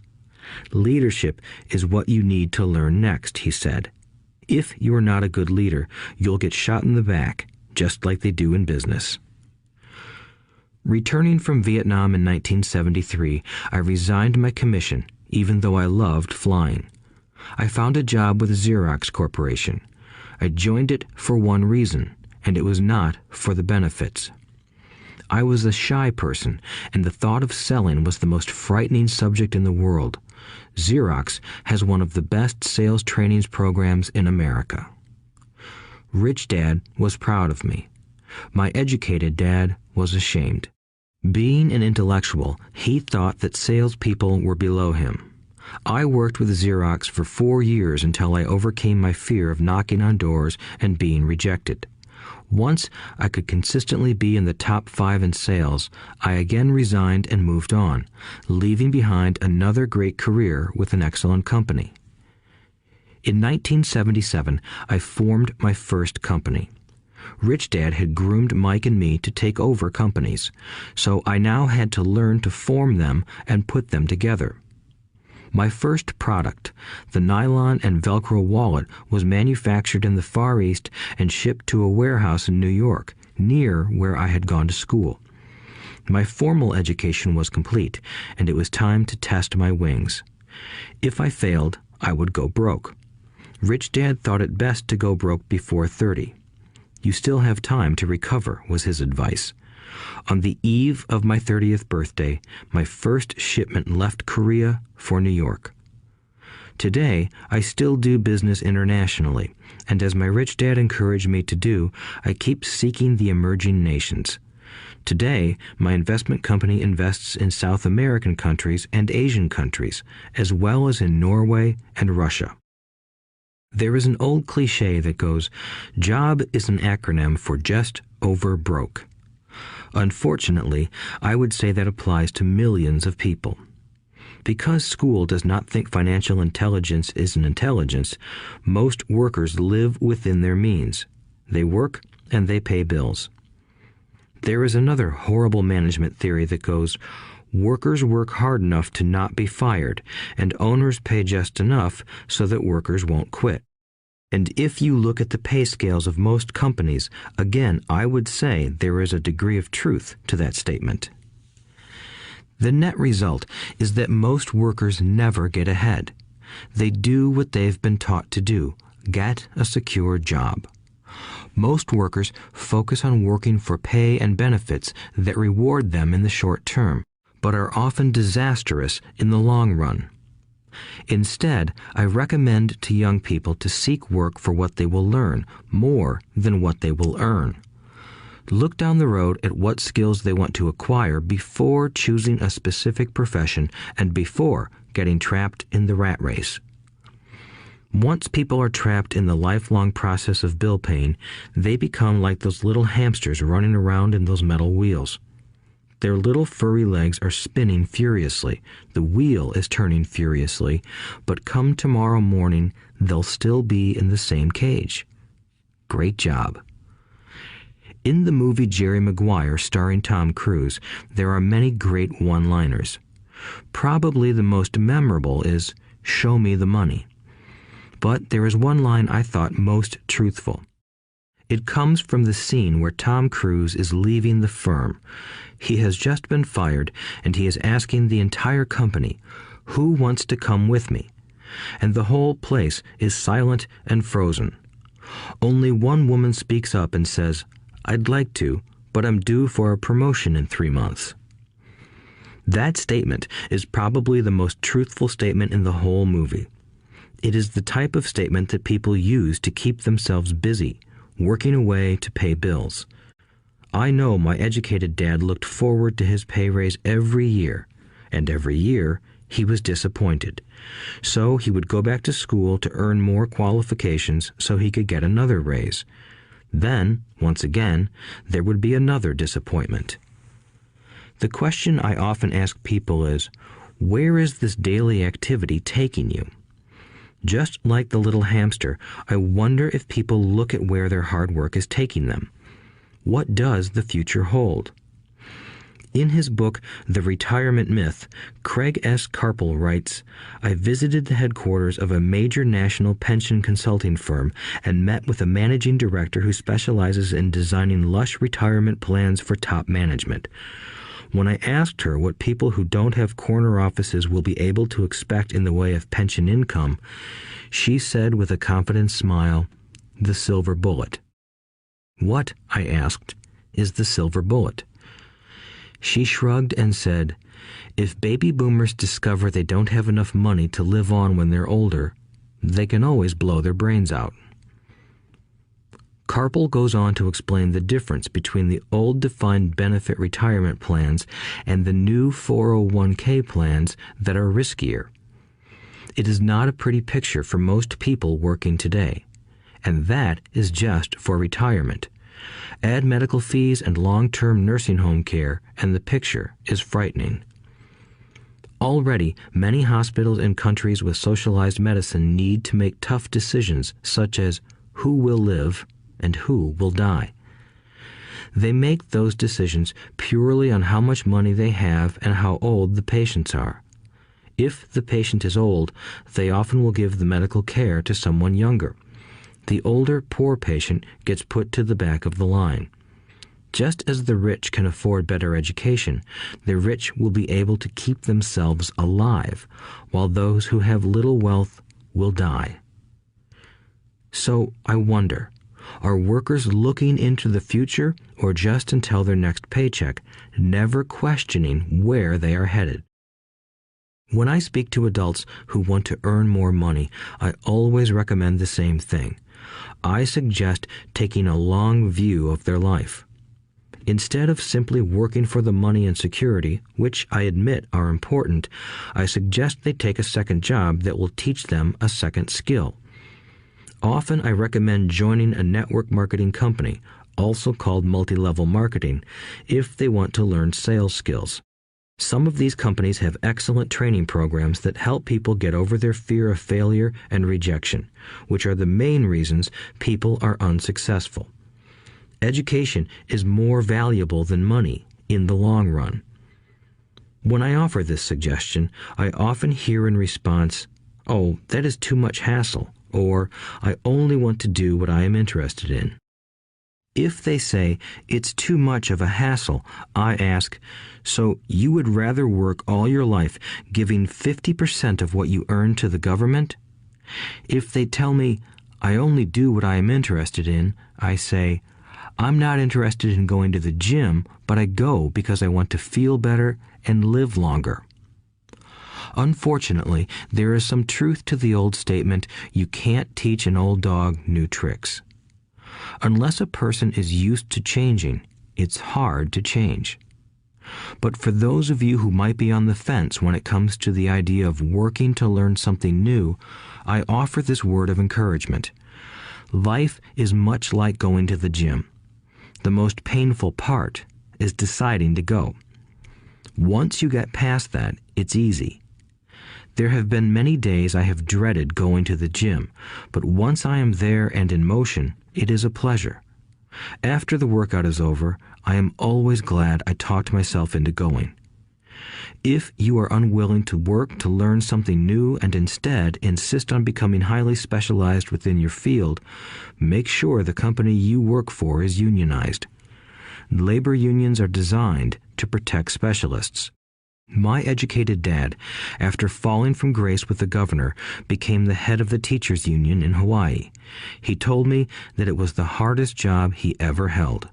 My rich dad, on the other hand, spent his life doing his best to keep his companies from becoming unionized. He was successful. Although the unions came close, Rich Dad was always able to fight them off. Personally, I take no sides because I can see the need for and the benefits of both sides. If you do as school recommends, become highly specialized, then seek union protection. For example, had I continued with my flying career, I would have sought a company that had a strong pilots union. Why? Because my life would be dedicated to learning a skill that was valuable in only one industry. If I were pushed out of that industry, my life's skills would not be as valuable to another industry. A displaced senior pilot with 100,000 hours of heavy airline transport time, earning $150,000 a year, would have a hard time finding an equivalent high-paying job teaching in school. Skills do not necessarily transfer from industry to industry. Skills the pilots are paid for in the airline industry are not as important in, say, the school system. The same is true even for doctors today.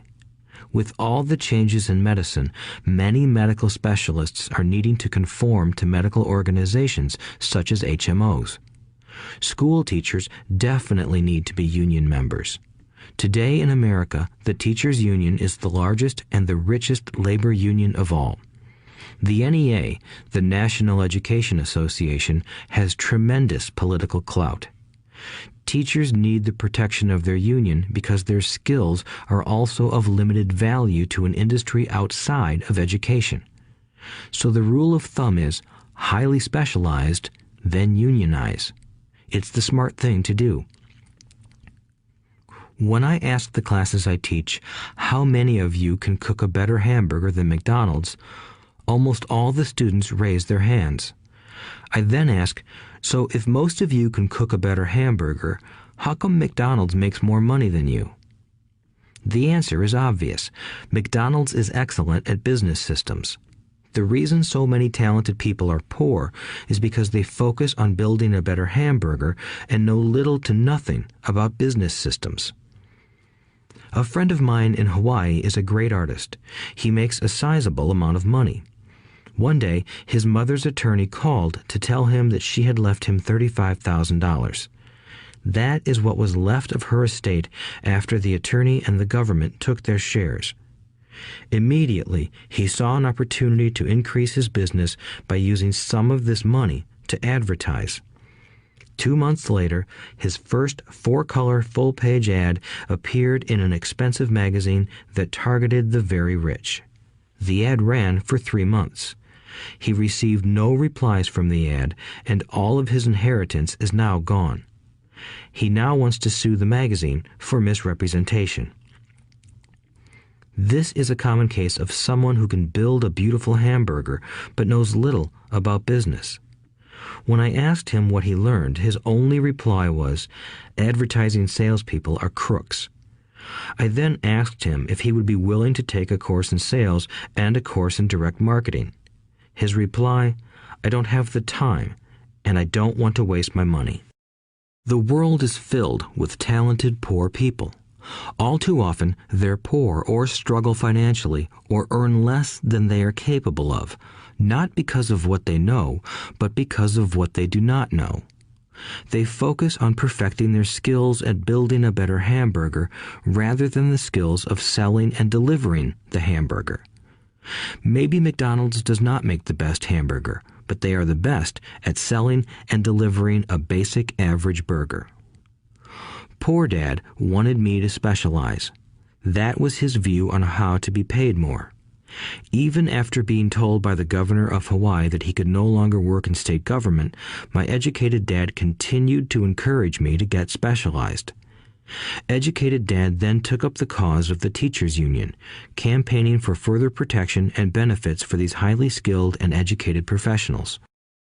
We argued often, but I know he never agreed that over-specialization is what caused the need for union protection. He never understood that the more specialized you become, the more you are trapped and dependent on that specialty. Rich Dad advised that Mike and I groom ourselves. Many corporations do the same thing. They find a young, bright student just out of business school and begin grooming that person to someday take over the company. So these bright young employees do not specialize in one department. They are moved from department to department to learn all the aspects of business systems. The rich often groom their children or the children of others. By doing so, their children gain an overall knowledge of the operations of the business and how the various departments interrelate. For the World War II generation, it was considered bad to skip from company to company. Today, it is considered smart. Since people will skip from company to company rather than seek greater specialization in skills, why not seek to learn more than to earn? In the short term, it may earn you less, but it will pay dividends in the long term. The main management skills needed for success are 1. Management of cash flow, 2. Management of systems, 3. Management of people. The most important specialized skills are sales and marketing.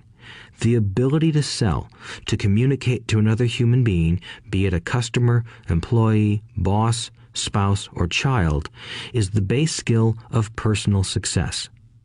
Communication skills such as writing, speaking, and negotiating are crucial to a life of success. These are skills I work on constantly, attending courses or buying educational resources to expand my knowledge. As I have mentioned, my educated dad worked harder and harder the more competent he became. He also became more trapped the more specialized he got. Although his salary went up, his choices diminished. Soon after he was locked out of government work, he found out how vulnerable he really was professionally. It is like professional athletes who suddenly are injured or are too old to play. Their once high-paying position is gone, and they have limited skills to fall back on. I think that is why my educated dad sided so much with the unions after that. He realized how much a union would have benefited him. Rich Dad encouraged Mike and me to know a little about a lot. He encouraged us to work with people smarter than we were and to bring smart people together to work as a team. Today, it would be called a synergy of professional specialties. Today, I meet ex-school teachers earning hundreds of thousands of dollars a year.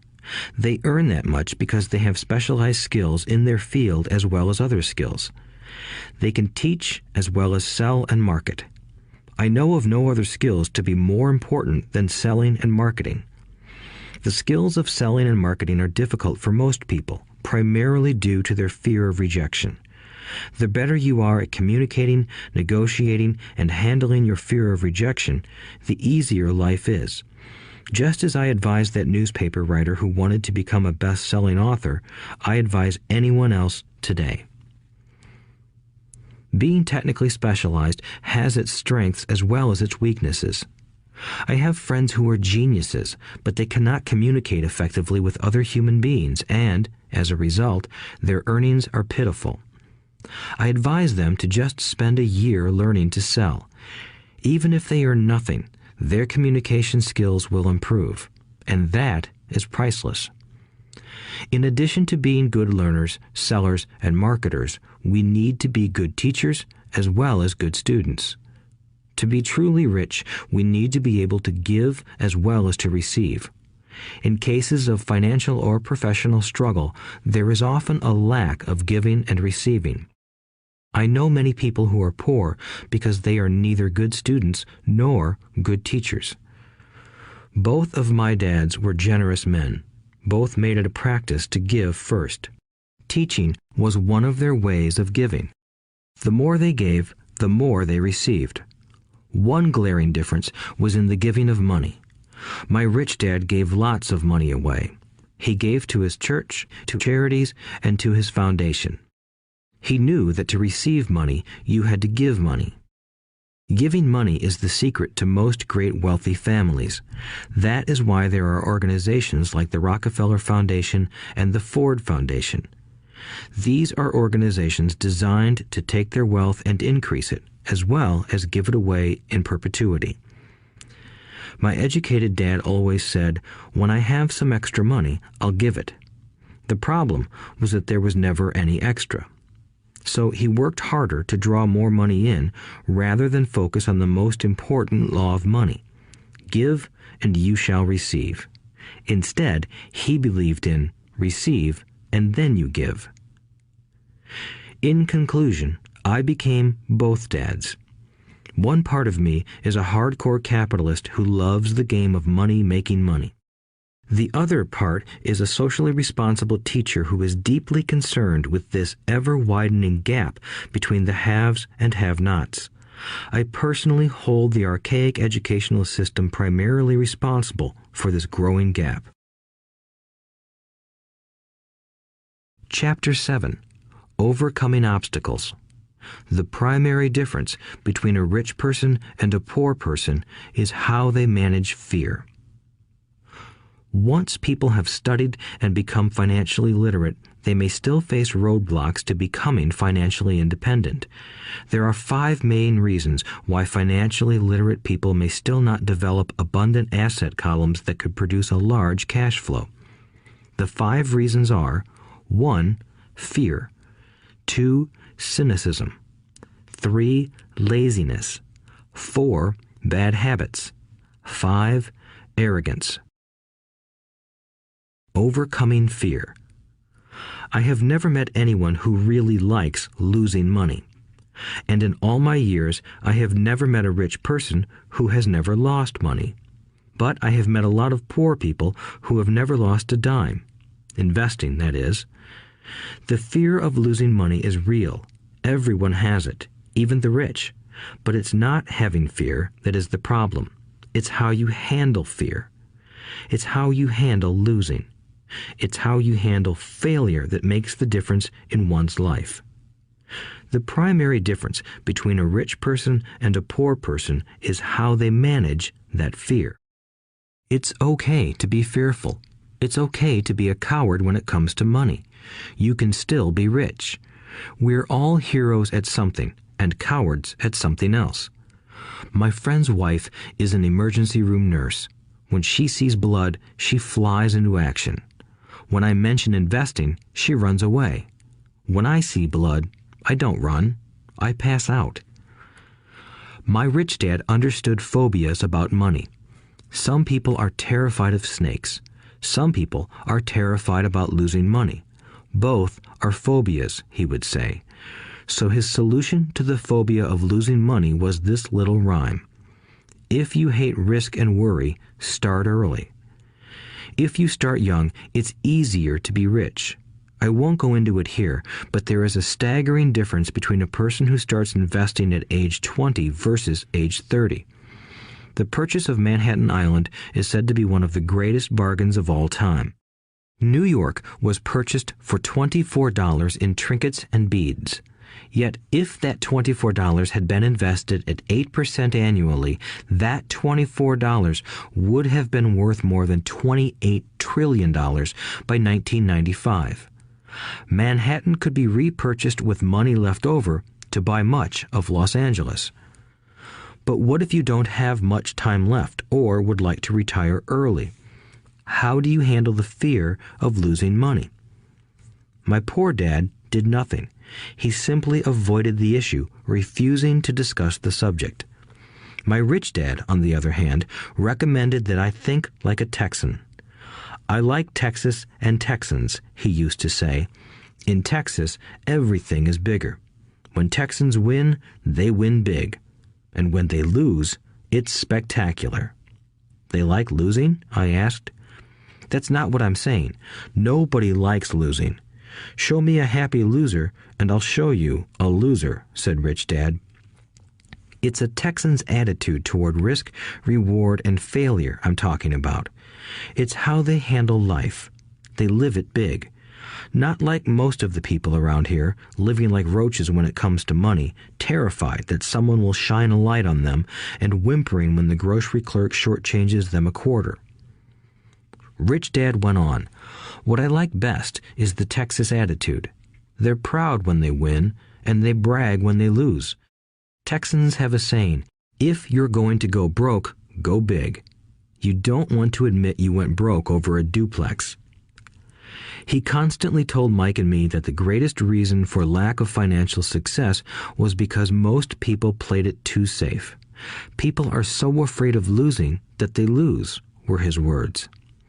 Fran Tarkenton, a one-time great NFL quarterback, says it still another way. Winning means being unafraid to lose. In my own life, I've noticed that winning usually follows losing. Before I finally learned to ride a bike, I first fell down many times. I've never met a golfer who has never lost a golf ball. I've never met people who have fallen in love who have never had their heart broken. And I've never met someone rich who has never lost money. So for most people, the reason they don't win financially is because the pain of losing money is far greater than the joy of being rich. Another saying in Texas is, everyone wants to go to heaven, but no one wants to die. Most people dream of being rich, but are terrified of losing money, so they never get to heaven. Rich Dad used to tell Mike and me stories about his trips to Texas. If you really want to learn the attitude of how to handle risk, losing, and failure, go to San Antonio and visit the Alamo. The Alamo is a great story of brave people who chose to fight, knowing there was no hope of success. They chose to die instead of surrendering. It's an inspiring story worthy of study. Nonetheless, it's still a tragic military defeat. They got their butts kicked. So, how do Texans handle failure? They still shout, "Remember the Alamo." Mike and I heard this story a lot. He always told us this story when he was about to go into a big deal and he was nervous. After he had done all his due diligence and it was time to put up or shut up, he told us this story. Every time he was afraid of making a mistake or losing money, he told us this story. It gave him strength, for it reminded him that he could always turn a financial loss into a financial win. Rich Dad knew that failure would only make him stronger and smarter. It's not that he wanted to lose. He just knew who he was and how he would take a loss. He would take a loss and make it a win. That's what made him a winner and others losers. It gave him the courage to cross the line when others backed out. That's why I like Texans so much, he would say. They took a great failure and turned it into inspiration, as well as a tourist destination that makes them millions. But probably his words that mean the most to me today are these. Texans don't bury their failures. They get inspired by them. They take their failures and turn them into rallying cries. Failure inspires Texans to become winners. But that formula is not just the formula for Texans. It is the formula for all winners. I've said that falling off my bike was part of learning to ride. I remember falling off only made me more determined to learn to ride, not less. I also said that I have never met a golfer who has never lost a ball.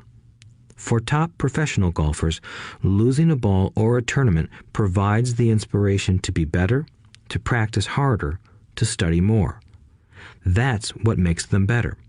For winners, losing inspires them. For losers, losing defeats them. I like to quote John D. Rockefeller, who said, "I always tried to turn every disaster into an opportunity." And being Japanese American, I can say this. Many people say that Pearl Harbor was an American mistake. I say it was a Japanese mistake. From the movie Tora, Tora, Tora, a somber Japanese admiral says to his cheering subordinates, "I am afraid we have awakened a sleeping giant." Remember Pearl Harbor became a rallying cry. It turned one of America's greatest losses into the reason to win. This great defeat gave America strength, and America soon emerged as a world power. Failure inspires winners, and failure defeats losers. It is the biggest secret of winners. It's the secret that losers do not know. The greatest secret of winners is that failure inspires winning. Thus, they're not afraid of losing. Repeating Fran Tarkenton's quote, "Winning means being unafraid to lose." People like Fran Tarkenton are not afraid of losing because they know who they are. They hate losing, so they know that losing will only inspire them to become better. There is a big difference between hating losing and being afraid to lose. Most people are so afraid of losing money that they lose. They go broke over a duplex. Financially, they play life too safe and too small. They buy big houses and big cars, but not big investments. The main reason that over 90% of the American public struggles financially is because they play not to lose. They don't play to win. They go to their financial planners or accountants or stockbrokers and buy a balanced portfolio. Most have lots of cash in CDs, low-yield bonds, mutual funds that can be traded within a mutual fund family, and a few individual stocks. It is a safe and sensible portfolio, but it is not a winning portfolio. It is a portfolio of someone playing not to lose. Don't get me wrong, it's probably a better portfolio than more than 70% of the population has, and that's frightening. It's a great portfolio for someone who loves safety. But playing it safe and balanced on your investment portfolio is not the way successful investors play the game. If you have little money and you want to be rich, you must first be focused, not balanced. If you look at any successful person, at the start, they were not balanced. Balanced people go nowhere. They stay in one spot. To make progress, you must first go unbalanced. Just look at how you make progress walking. Thomas Edison was not balanced. He was focused. Bill Gates was not balanced. He was focused. Donald Trump is focused. George Soros is focused. George Patton did not take his tanks wide. He focused them and blew through the weak spots in the German line. The French went wide with the Maginot Line, and you know what happened to them. If you have any desire to be rich, you must focus. Do not do what poor and middle-class people do, put their few eggs in many baskets. Put a lot of your eggs in a few baskets and focus. Follow one course until successful. If you hate losing, play it safe. If losing makes you weak, play it safe. Go with balanced investments. If you're over 25 years old and are terrified of taking risks, don't change. Play it safe, but start early. Start accumulating your nest egg early because it will take time. But if you have dreams of freedom, of getting out of the rat race, the first question to ask yourself is, how do I respond to failure? If failure inspires you to win, maybe you should go for it, but only maybe. If failure makes you weak or causes you to throw temper tantrums, like spoiled brats who call attorneys to file lawsuits every time something doesn't go their way, then play it safe. Keep your daytime job, or buy bonds or mutual funds. But remember, there is risk in those financial instruments also, even though they may appear safe. I say all this, mentioning Texas and Fran Tarkenton, because stacking the asset column is easy. It's really a low-aptitude game.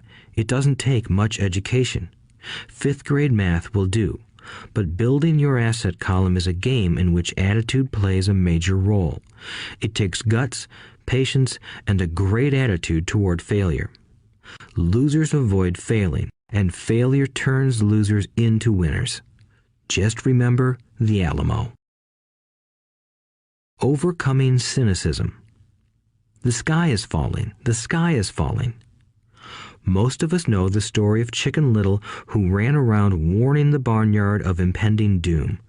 We all know people who are that way. There's a Chicken Little inside each of us. As I stated earlier, the cynic is really a little chicken. We all get a little chicken when fear and doubt cloud our thoughts. All of us have doubts. I'm not smart. I'm not good enough. So-and-so is better than me. Our doubts often paralyze us. We play the what-if game. What if the economy crashes right after I invest? What if I lose control and I can't pay the money back? What if things don't go as I planned? Or we have friends or loved ones who will remind us of our shortcomings. They often say, "What makes you think you can do that? If it's such a good idea, how come someone else hasn't done it? That will never work. You don't know what you're talking about." These words of doubt often get so loud that we fail to act. A horrible feeling builds in our stomach. Sometimes we can't sleep. We fail to move forward. So we stay with what is safe, and opportunities pass us by. We watch life passing by as we sit immobilized with a cold knot in our body. We have all felt this at one time in our lives, some more than others. Peter Lynch of Fidelity Magellan Mutual Fund fame refers to warnings about the sky falling as noise, and we all hear it.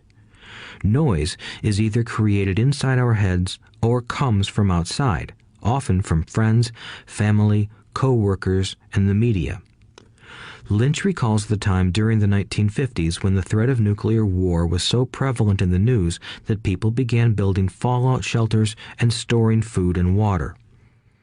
If they had invested that money wisely in the market, instead of building a fallout shelter, they'd probably be financially independent today. When violence breaks out in a city, gun sales go up all over the country. A person dies from rare hamburger meat in the state of Washington, and the Arizona Health Department orders restaurants to have all beef cooked well done. A drug company runs a TV commercial in February showing people catching the flu. Colds go up as well as sales of cold medicine. Most people are poor because when it comes to investing, the world is filled with Chicken Littles running around yelling, "The sky is falling, the sky is falling." And Chicken Littles are effective because every one of us is a little chicken. It often takes great courage to not let rumors and talk of doom and gloom affect your doubts and fears. But a savvy investor knows that the seemingly worst of times is actually the best of times to make money. When everyone else is too afraid to act, they pull the trigger and are rewarded. Some time ago, a friend named Richard came from Boston to visit Kim and me in Phoenix. He was impressed with what we had done through stocks and real estate. The Phoenix real estate prices were depressed. We spent 2 days showing him what we thought were excellent opportunities for cash flow and capital appreciation. Kim and I are not real estate agents. We are strictly investors. After identifying a unit in a resort community, we called an agent who sold it to him that afternoon. The price was a mere $42,000 for a 2-bedroom townhome. Similar units were going for $65,000. He had found a bargain. Excited, he bought it and returned to Boston. 2 weeks later, the agent called to say that our friend had backed out. I called immediately to find out why. All he said was that he talked to his neighbor, and his neighbor told him it was a bad deal. He was paying too much. I asked Richard if his neighbor was an investor. Richard said he was not. When I asked why he listened to him, Richard got defensive and simply said he wanted to keep looking. The real estate market in Phoenix turned, and a few years later, that little unit was renting for $1,000 a month, $2,500 in the peak winter months. The unit was worth $95,000. All Richard had to put down was $5,000, and he would have had a start at getting out of the rat race. Today, he still has done nothing. Richard's backing out did not surprise me. It's called buyer's remorse, and it affects all of us. The little chicken won, and a chance at freedom was lost. In another example, I hold a small portion of my assets in tax lien certificates instead of CDs. I earn 16% per year on my money, which certainly beats the interest rates banks offer on CDs. The certificates are secured by real estate and enforced by state law, which is also better than most banks. The formula they're bought on makes them safe. They just lack liquidity. So I look at them as 2 to 7 year CDs. Almost every time I tell someone that I hold my money this way, especially if they have money in CDs, they will tell me it's risky. They tell me why I should not do it. When I ask them where they get their information, they say from a friend or an investment magazine. They've never done it, and they're telling someone who's doing it why they shouldn't. The lowest yield I look for is 16%, but people who are filled with doubt are willing to accept a far lower return. Doubt is expensive.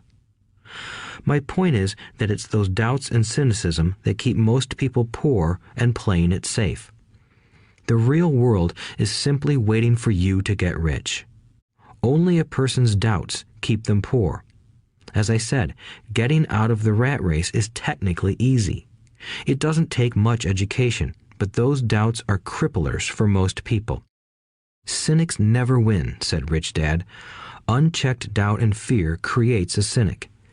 Cynics criticize and winners analyze was another of his favorite sayings. Rich Dad explained that criticism blinded while analysis opened eyes. Analysis allowed winners to see that critics were blind and to see opportunities that everyone else missed. And finding what people miss is key to any success. Real estate is a powerful investment tool for anyone seeking financial independence or freedom. It is a unique investment tool. Yet every time I mention real estate as a vehicle, I often hear, "I don't want to fix toilets." That's what Peter Lynch calls noise. That's what my rich dad would say is the cynic talking, someone who criticizes and does not analyze, someone who lets their doubts and fears close their mind instead of open their eyes.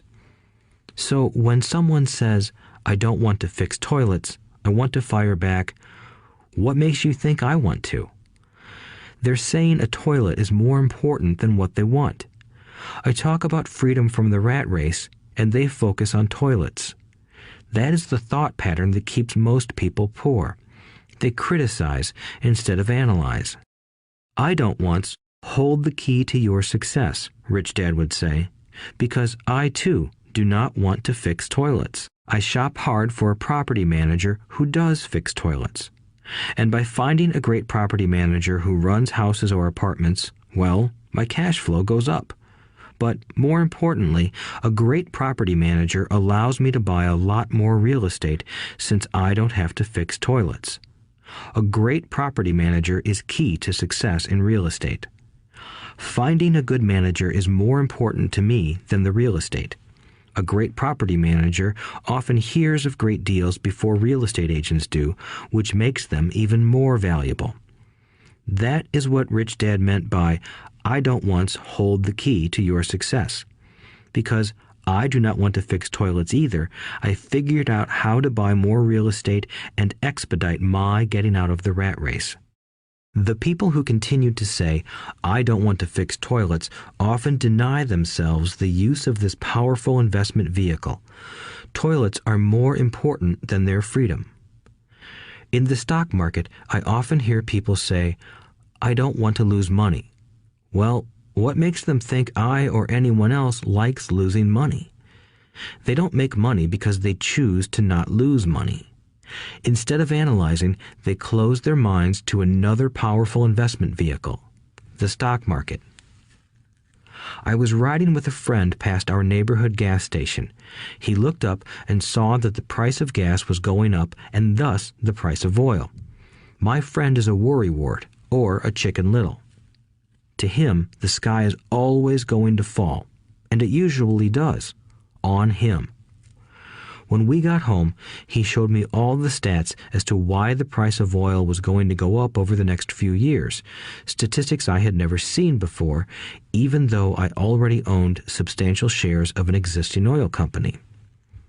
With that information, I immediately began looking for and found a new undervalued oil company that was about to find some oil deposits. My broker was excited about this new company, and I bought 15,000 shares for 65 cents per share. 3 months later, this same friend and I drove by the same gas station, and sure enough, the price per gallon had gone up nearly 15%. Again, the Chicken Little worried and complained. I smiled, because a month earlier, that little oil company hit oil, and those 15,000 shares went up to more than $3 per share since he had first given me the tip. And the price of gas will continue to go up if what my friend says is true. If most people understood how a stop worked in stock market investing, there would be more people investing to win instead of investing not to lose.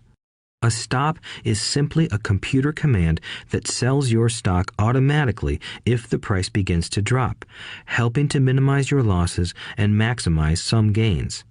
It's a great tool for those who are terrified of losing. So whenever I hear people focusing on their I don't wants rather than what they do want, I know the noise in their head must be loud. Chicken Little has taken over their brain and is yelling, the sky is falling and toilets are breaking. So they avoid their don't wants, but they pay a huge price. They may never get what they want in life. Instead of analyzing, their inner Chicken Little closes their mind. Rich Dad gave me a way of looking at Chicken Little. Just do what Colonel Sanders did. At the age of 66, he lost his business and began to live on his Social Security check. It wasn't enough. He went around the country selling his recipe for fried chicken.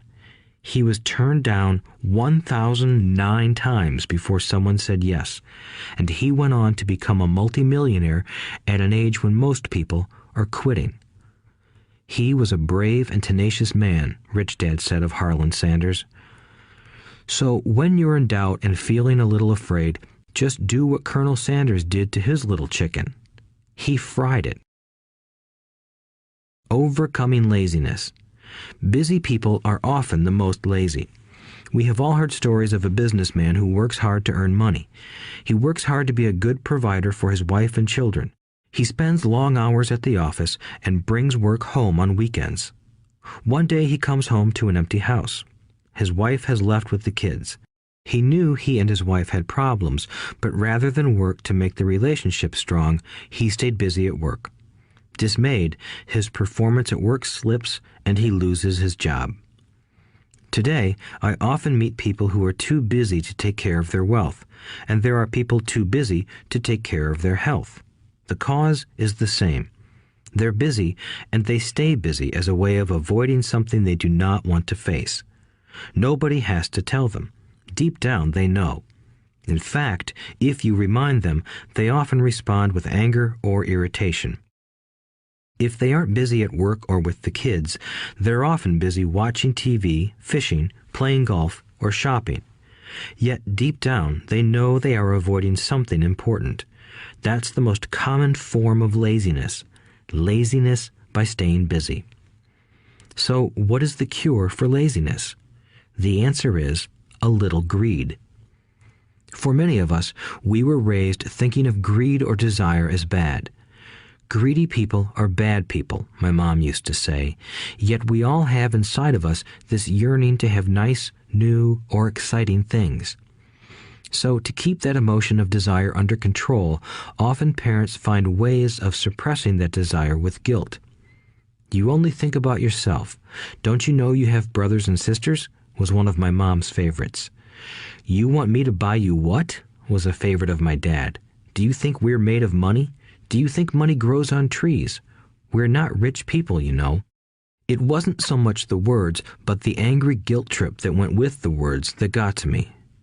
Or the reverse guilt trip was the, I'm sacrificing my life to buy this for you. I'm buying this for you because I never had this advantage when I was a kid. I have a neighbor who is stone broke but can't park his car in his garage. The garage is filled with toys for his kids. Those spoiled brats get everything they ask for. I don't want them to know the feeling of want, are his everyday words. He has nothing set aside for their college or his retirement, but his kids have every toy ever made. He recently got a new credit card in the mail and took his kids to visit Las Vegas. I'm doing it for the kids, he said with great sacrifice. Rich Dad forbade the words, I can't afford it. In my real home, that's all I heard.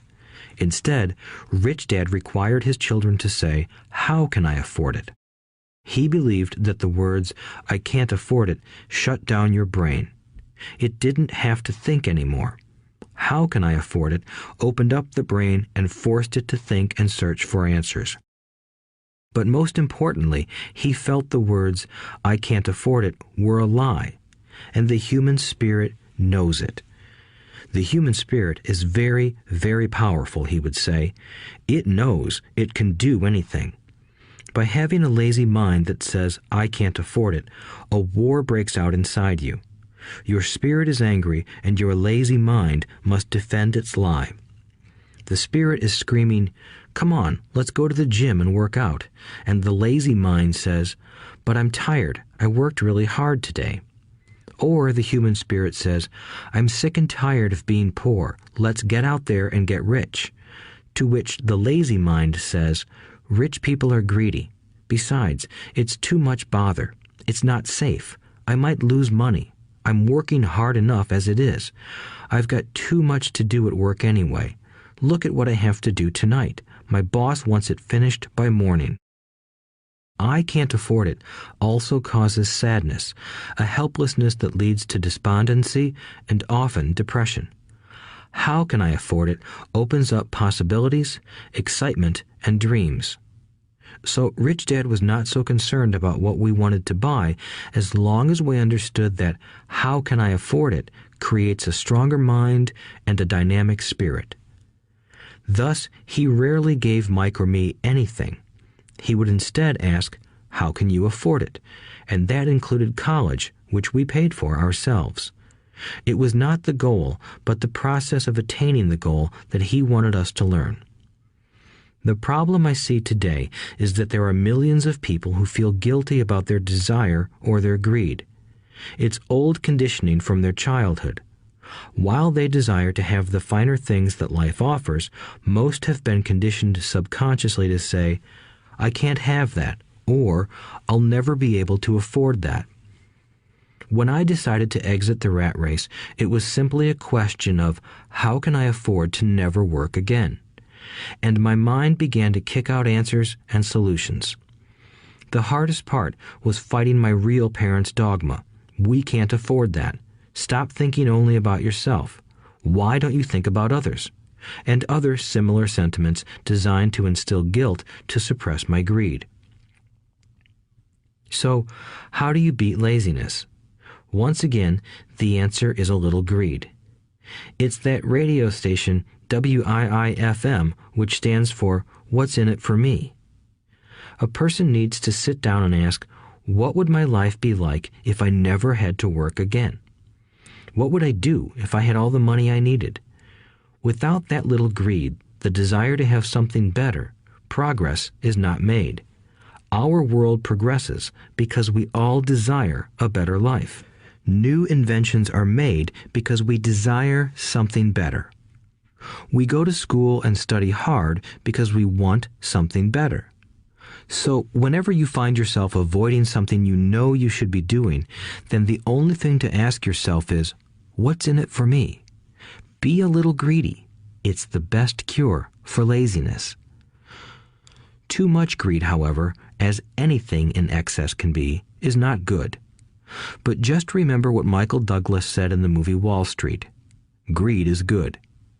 Rich Dad said it differently. Guilt is worse than greed, for guilt robs the body of its soul. I think Eleanor Roosevelt said it best. Do what you feel in your heart to be right, for you'll be criticized anyway. You'll be damned if you do, and damned if you don't. Overcoming bad habits. Our lives are a reflection of our habits more than our education. After seeing the movie Conan the Barbarian, starring Arnold Schwarzenegger, a friend said, "I'd love to have a body like Schwarzenegger." Most of the guys nodded in agreement. "I even heard he was really puny and skinny at one time," another friend added. "Yeah, I heard that too," another one said. "I heard he has a habit of working out almost every day in the gym."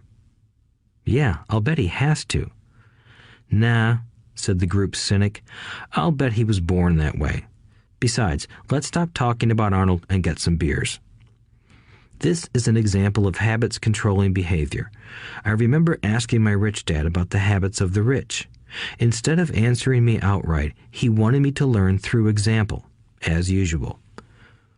"When does your dad pay his bills?" Rich Dad asked. "The first of the month," I said. "Does he have anything left over?" he asked. "Very little," I said. "That's the main reason he struggles," said Rich Dad. "He has bad habits. Your dad pays everyone else first. He pays himself last, but only if he has anything left over." "Which he usually doesn't," I said. "But he has to pay his bills, doesn't he? You're saying he shouldn't pay his bills?" "Of course not," said Rich Dad. "I firmly believe in paying my bills on time. I just pay myself first, before I pay even the government." "But what happens if you don't have enough money?" I asked. "What do you do then?" "The same," said Rich Dad. "I still pay myself first, even if I'm short of money. My asset column is far more important to me than the government." "But," I said, "don't they come after you?" "Yes, if you don't pay," said Rich Dad. "Look, I did not say not to pay. I just said I pay myself first, even if I'm short of money." "But," I replied, "how do you do that?" "It's not how. The question is why," Rich Dad said. "Okay, why?" "Motivation," said Rich Dad. "Who do you think will complain louder if I don't pay them? Me or my creditors?" "Your creditors will definitely scream louder than you," I said, responding to the obvious. "You wouldn't say anything if you didn't pay yourself." So you see, after paying myself, the pressure to pay my taxes and the other creditors is so great that it forces me to seek other forms of income. The pressure to pay becomes my motivation. I've worked extra jobs, started other companies, traded in the stock market, anything just to make sure those guys don't start yelling at me. That pressure made me work harder, forced me to think, and all in all, made me smarter and more active when it comes to money. If I had paid myself last, I would have felt no pressure, but I'd be broke. So it is the fear of the government or other people you owe money to that motivates you? "That's right," said Rich Dad. You see, government bill collectors are big bullies. So are bill collectors in general. Most people give in to those bullies. They pay them and never pay themselves. You know the story of the 98-pound weakling who gets sand kicked in his face? I nodded. I see that ad for weightlifting and bodybuilding lessons in the comic books all the time. Well, most people let the bullies kick sand in their faces. I decided to use the fear of the bully to make me stronger. Others got weaker. Forcing myself to think about how to make extra money is like going to the gym and working out with weights. The more I work my mental money muscles out, the stronger I get. Now I'm not afraid of those bullies. I liked what Rich Dad was saying, so if I pay myself first, I get financially stronger mentally and fiscally. Rich Dad nodded. And if I pay myself last, or not at all, I get weaker. So people like bosses, managers, tax collectors, bill collectors, and landlords push me around all my life just because I don't have good money habits. Rich Dad nodded, just like the 98-pound weakling. Overcoming arrogance. What I know makes me money. What I don't know loses me money. Every time I have been arrogant, I have lost money. Because when I'm arrogant, I truly believe that what I don't know is not important, Rich Dad would often tell me. I have found that many people use arrogance to try to hide their own ignorance. It often happens when I am discussing financial statements with accountants or even other investors. They try to bluster their way through the discussion. It is clear to me that they don't know what they're talking about. They're not lying, but they are not telling the truth.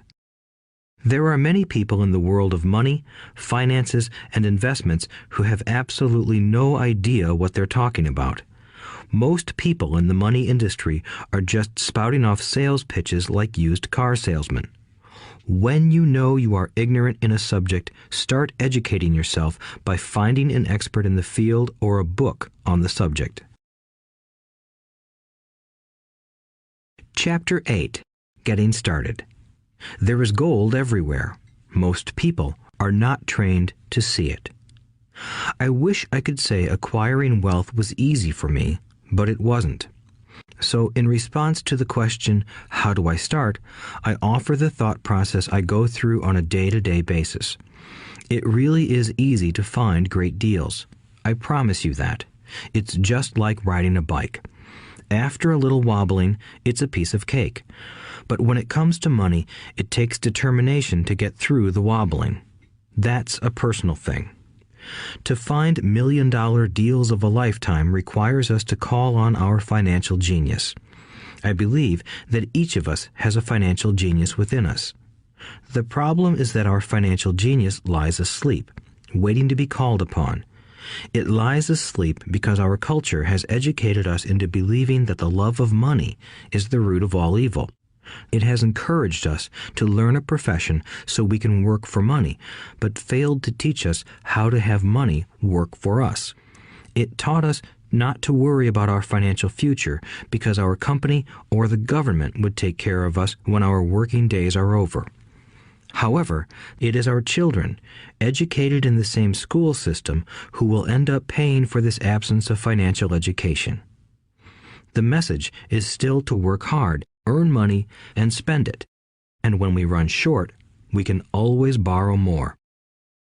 Unfortunately, 90% of the Western world subscribes to the above dogma, simply because it's easier to find a job and work for money. If you are not one of the masses, I offer you the following 10 steps to awaken your financial genius. I simply offer you the steps I have personally followed. If you want to follow some of them, great. If you don't, make up your own. Your financial genius is smart enough to develop its own list. While in Peru, I asked a gold miner of 45 years how he was so confident about finding a gold mine. He replied, "There is gold everywhere. Most people are not trained to see it." And I would say that is true. In real estate, I can go out and in a day come up with 4 or 5 great potential deals. while the average person will go out and find nothing, even looking in the same neighborhood. The reason is that they have not taken the time to develop their financial genius. I offer you the following 10 steps as a process to develop your God-given powers, powers over which only you have control. 1. Find a reason greater than reality, the power of spirit. If you ask most people if they would like to be rich or financially free, they would say yes. But then reality sets in. The road seems too long with too many hills to climb. It's easier to just work for money and hand the excess over to your broker. I once met a young woman who had dreams of swimming for the U.S. Olympic team. The reality was that she had to get up every morning at 4 o'clock to swim for 3 hours before going to school. She did not party with her friends on Saturday night. She had to study and keep her grades up, just like everyone else. When I asked her what fueled her superhuman ambition and sacrifice, she simply said, "I do it for myself and the people I love. It's love that gets me over the hurdles and sacrifices." A reason or a purpose is a combination of wants and don't wants. When people ask me what my reason for wanting to be rich is, I tell them that it is a combination of deep emotional wants and don't wants. I will list a few. First, the don't wants, for they create the wants. I don't want to work all my life. I don't want what my parents aspired for, which was job security and a house in the suburbs. I don't like being an employee. I hated that my dad always missed my football games because he was so busy working on his career. I hated it when my dad worked hard all his life and the government took most of what he worked for at his death. He could not even pass on what he worked so hard for when he died. The rich don't do that. They work hard and pass it on to their children. Now, the wants. I want to be free to travel the world and live in the lifestyle I love. I want to be young when I do this. I want to simply be free. I want control over my time and my life. I want money to work for me. Those are my deep-seated emotional reasons. What are yours? If they are not strong enough, then the reality of the road ahead may be greater than your reasons. I have lost money and been set back many times, but it was the deep emotional reasons that kept me standing up and going forward.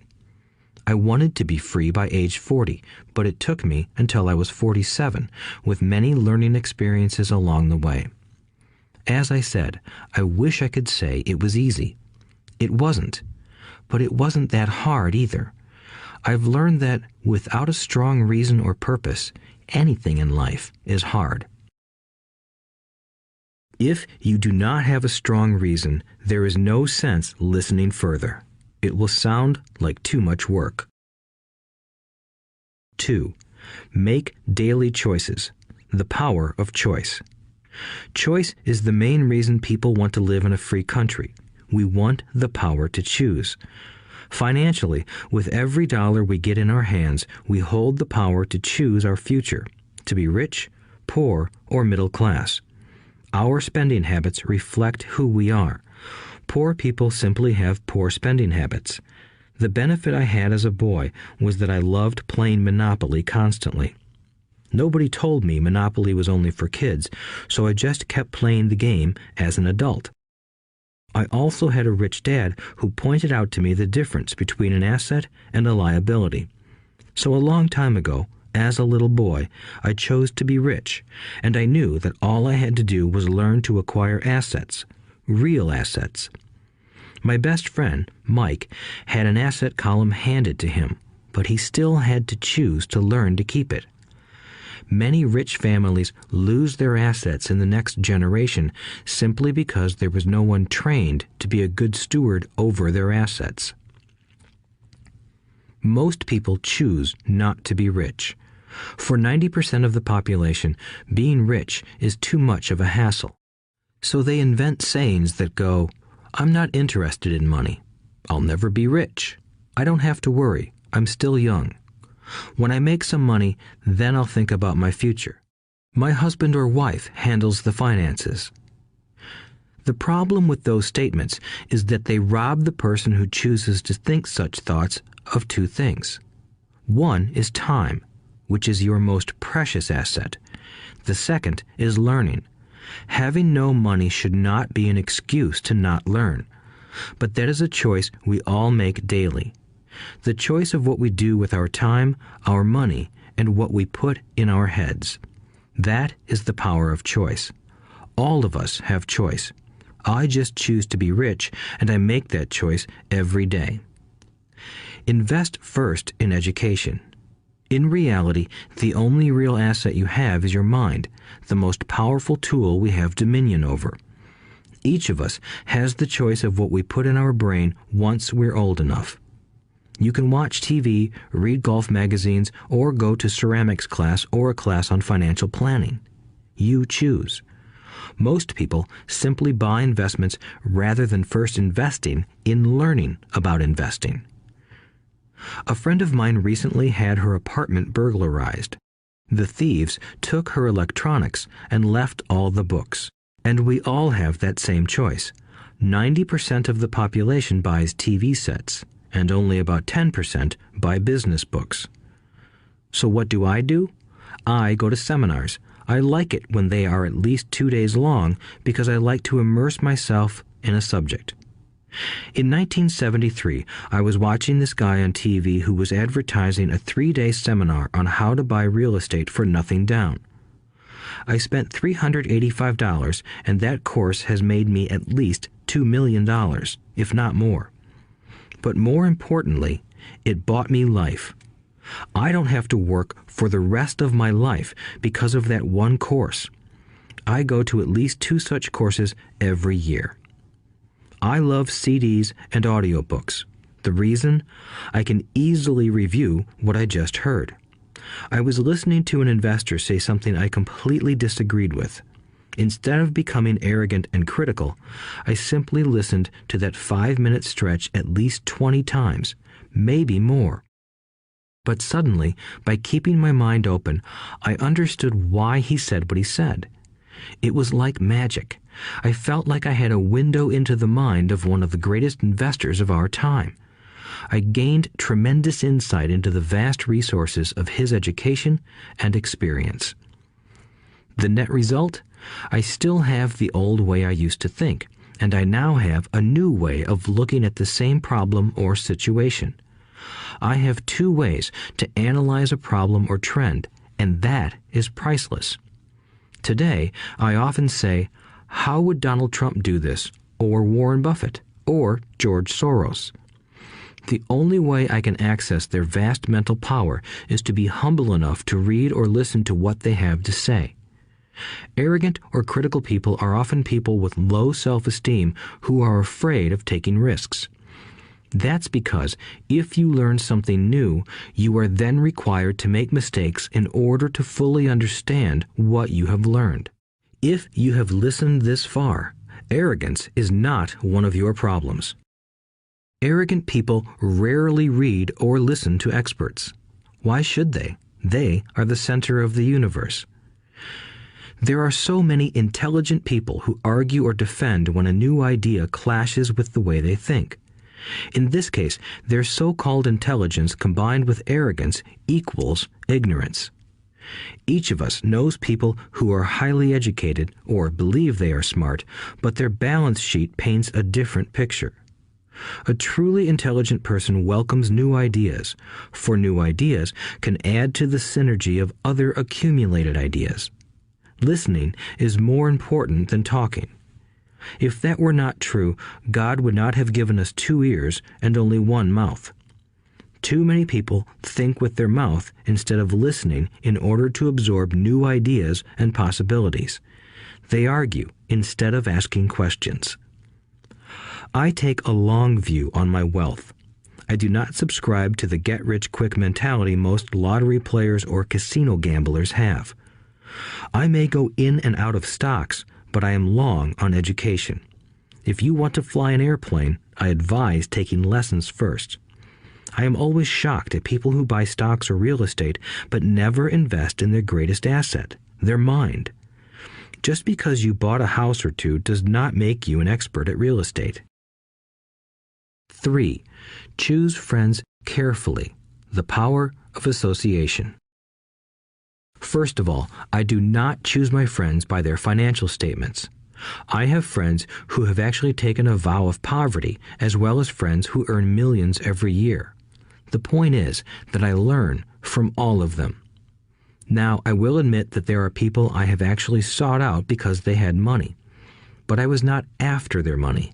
I was seeking their knowledge. In some cases, these people who had money have become dear friends.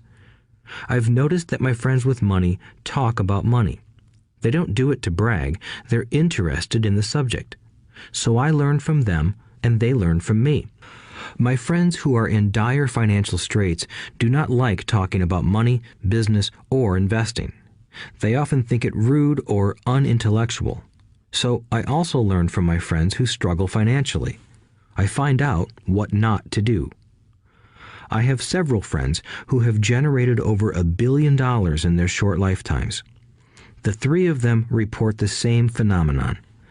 Their friends who have no money have never come to them to ask them how they did it, but they do come asking for one of 2 things, or both, a loan or a job. Warning: don't listen to poor or frightened people. I have such friends, and while I love them dearly, they are the Chicken Littles of life. To them, when it comes to money, especially investments, it's always the sky is falling, the sky is falling. They can always tell you why something won't work. The problem is that people listen to them. But people who blindly accept doom and gloom information are also Chicken Littles. As that old saying goes, birds of a feather flock together. If you watch business channels on TV, they often have a panel of so-called experts. One expert will say the market is going to crash, and the other will say it's going to boom. If you're smart, you listen to both. Keep your mind open, because both have valid points. Unfortunately, most poor people listen to Chicken Little. I have had many close friends try to talk me out of a deal or an investment. Not long ago, a friend told me he was excited because he found a 6% certificate of deposit. I told him I earned 16% from the state government. The next day, he sent me an article about why my investment was dangerous. I have received 16% for years now, and he still receives 6%. I would say that one of the hardest things about wealth building is to be true to yourself and to be willing to not go along with the crowd. This is because, in the market, it is usually the crowd that shows up late that is slaughtered. If a great deal is on the front page, it's too late in most instances. Look for a new deal. As we used to say as surfers, there is always another wave. People who hurry and catch a wave late usually are the ones who wipe out. Smart investors don't time the markets. If they miss a wave, they search for the next one and get themselves in position. This is hard for most investors because buying what is not popular is frightening. Timid investors are like sheep going along with the crowd.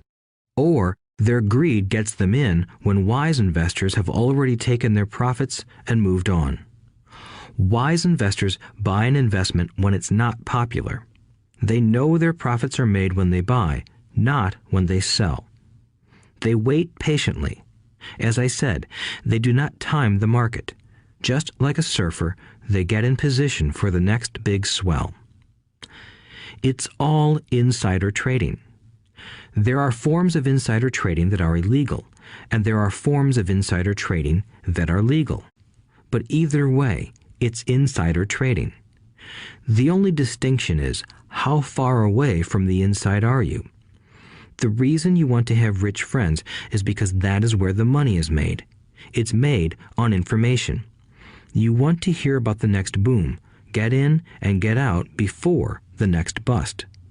I'm not saying do it illegally, but the sooner you know, the better your chances are for profits with minimal risk. That is what friends are for, and that is financial intelligence. 4. Master a formula and then learn a new one. The power of learning quickly. In order to make bread, every baker follows a recipe, even if it's only held in their head. The same is true for making money. Most of us have heard the saying, "You are what you eat." I have a different slant. I say, "You become what you study." In other words, be careful what you learn, because your mind is so powerful that you become what you put in your head. For example, if you study cooking, you then tend to cook. If you don't want to be a cook anymore, then you need to study something else. When it comes to money, the masses generally have one basic formula they learned in school, and it's this: work for money. The predominant formula I see in the world is that every day millions of people get up, go to work, earn money, pay bills, balance checkbooks, buy some mutual funds, and go back to work. That is the basic formula, or recipe. If you're tired of what you're doing, or you're not making enough, it's simply a case of changing the formula via which you make money. Years ago, when I was 26, I took a weekend class called How to Buy Real Estate Foreclosures. I learned a formula. The next trick was to have the discipline to actually put into action what I had learned. That is where most people stop. For 3 years, while working for Xerox, I spent my spare time learning to master the art of buying foreclosures. I've made several $million using that formula. So, after I mastered that formula, I went in search of other formulas. For many of the classes, I did not directly use the information I learned, but I always learned something new. I have attended classes designed for derivative traders, commodity option traders, and chaologists. I was way out of my league, being in a room full of people with doctorates in nuclear physics and space science. Yet, I learned a lot that made my stock and real estate investing more meaningful and lucrative. Most junior colleges and community colleges have classes on financial planning and buying traditional investments. They are good places to start, but I always search for a faster formula. That is why, on a fairly regular basis, I make more in a day than many people will make in their lifetime. Another side note, in today's fast-changing world, it's not so much what you know anymore that counts, because often what you know is old. It is how fast you learn. That skill is priceless. It's priceless in finding faster formulas, recipes, if you will, for making dough. Working hard for money is an old formula born in the day of cavemen. 5. Pay yourself first. The power of self-discipline. If you cannot get control of yourself, do not try to get rich. It makes no sense to invest, make money, and blow it. It is the lack of self-discipline that causes most lottery winners to go broke soon after winning millions. It is the lack of self-discipline that causes people who get a raise to immediately go out and buy a new car or take a cruise. It is difficult to say which of the 10 steps is the most important, but of all the steps, this step is probably the most difficult to master if it is not already a part of your makeup. I would venture to say that personal self-discipline is the number one delineating factor between the rich, the poor, and the middle class. Simply put, people who have low self-esteem and low tolerance for financial pressure can never be rich. As I have said, a lesson learned from my rich dad was that the world will push you around. The world pushes people around, not because other people are bullies, but because the individual lacks internal control and discipline. People who lack internal fortitude often become victims of those who have self-discipline. In the entrepreneur classes I teach, I constantly remind people to not focus on their product, service, or widget, but to focus on developing management skills. The 3 most important management skills necessary to start your own business are management of 1. Cash flow, 2. People, 3. Personal time. I would say the skills to manage these three apply to anything, not just entrepreneurs. The three matter in the way you live your life as an individual or as part of a family, a business, a charitable organization, a city, or a nation. Each of these skills is enhanced by the mastery of self-discipline. I do not take the saying, "pay yourself first," lightly. The statement, "pay yourself first," comes from George Clason's book, The Richest Man in Babylon. Millions of copies have been sold. But while millions of people freely repeat that powerful statement, few follow the advice. As I said, financial literacy allows one to read numbers, and numbers tell the story. By looking at a person's income statement and balance sheet, I can readily see if people who spout the words, "pay yourself first," actually practice what they preach. In reality, each month, many allocate money to their asset column before they pay their monthly expenses. Although millions of people have read Clason's book and understand the words, "pay yourself first," in reality, they pay themselves last. Now, I can hear the howls from those of you who sincerely believe in paying your bills first, and I can hear all the responsible people who pay their bills on time.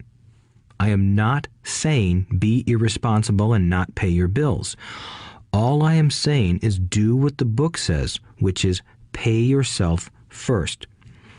If you can truly begin to understand the power of cash flow, you will soon realize why 90% of people work hard all their lives and need government support like Social Security when they are no longer able to work. Kim and I have had many bookkeepers, accountants, and bankers who have had a major problem with this way of looking at pay yourself first. The reason is that these financial professionals actually do what the masses do. They pay themselves last. There have been times in my life when, for whatever reason, cash flow was far less than my bills. I still paid myself first. My accountant and bookkeeper screamed in panic. "They're going to come after you. The IRS is going to put you in jail. You're going to ruin your credit rating. They'll cut off the electricity." I still paid myself first. Why, you ask? Because that's what the story, The Richest Man in Babylon, was all about. The power of self-discipline and the power of internal fortitude. As my rich dad taught me the first month I worked for him, most people allow the world to push them around. A bill collector calls and you pay or else. A sales clerk says, "Oh, just put it on your charge card."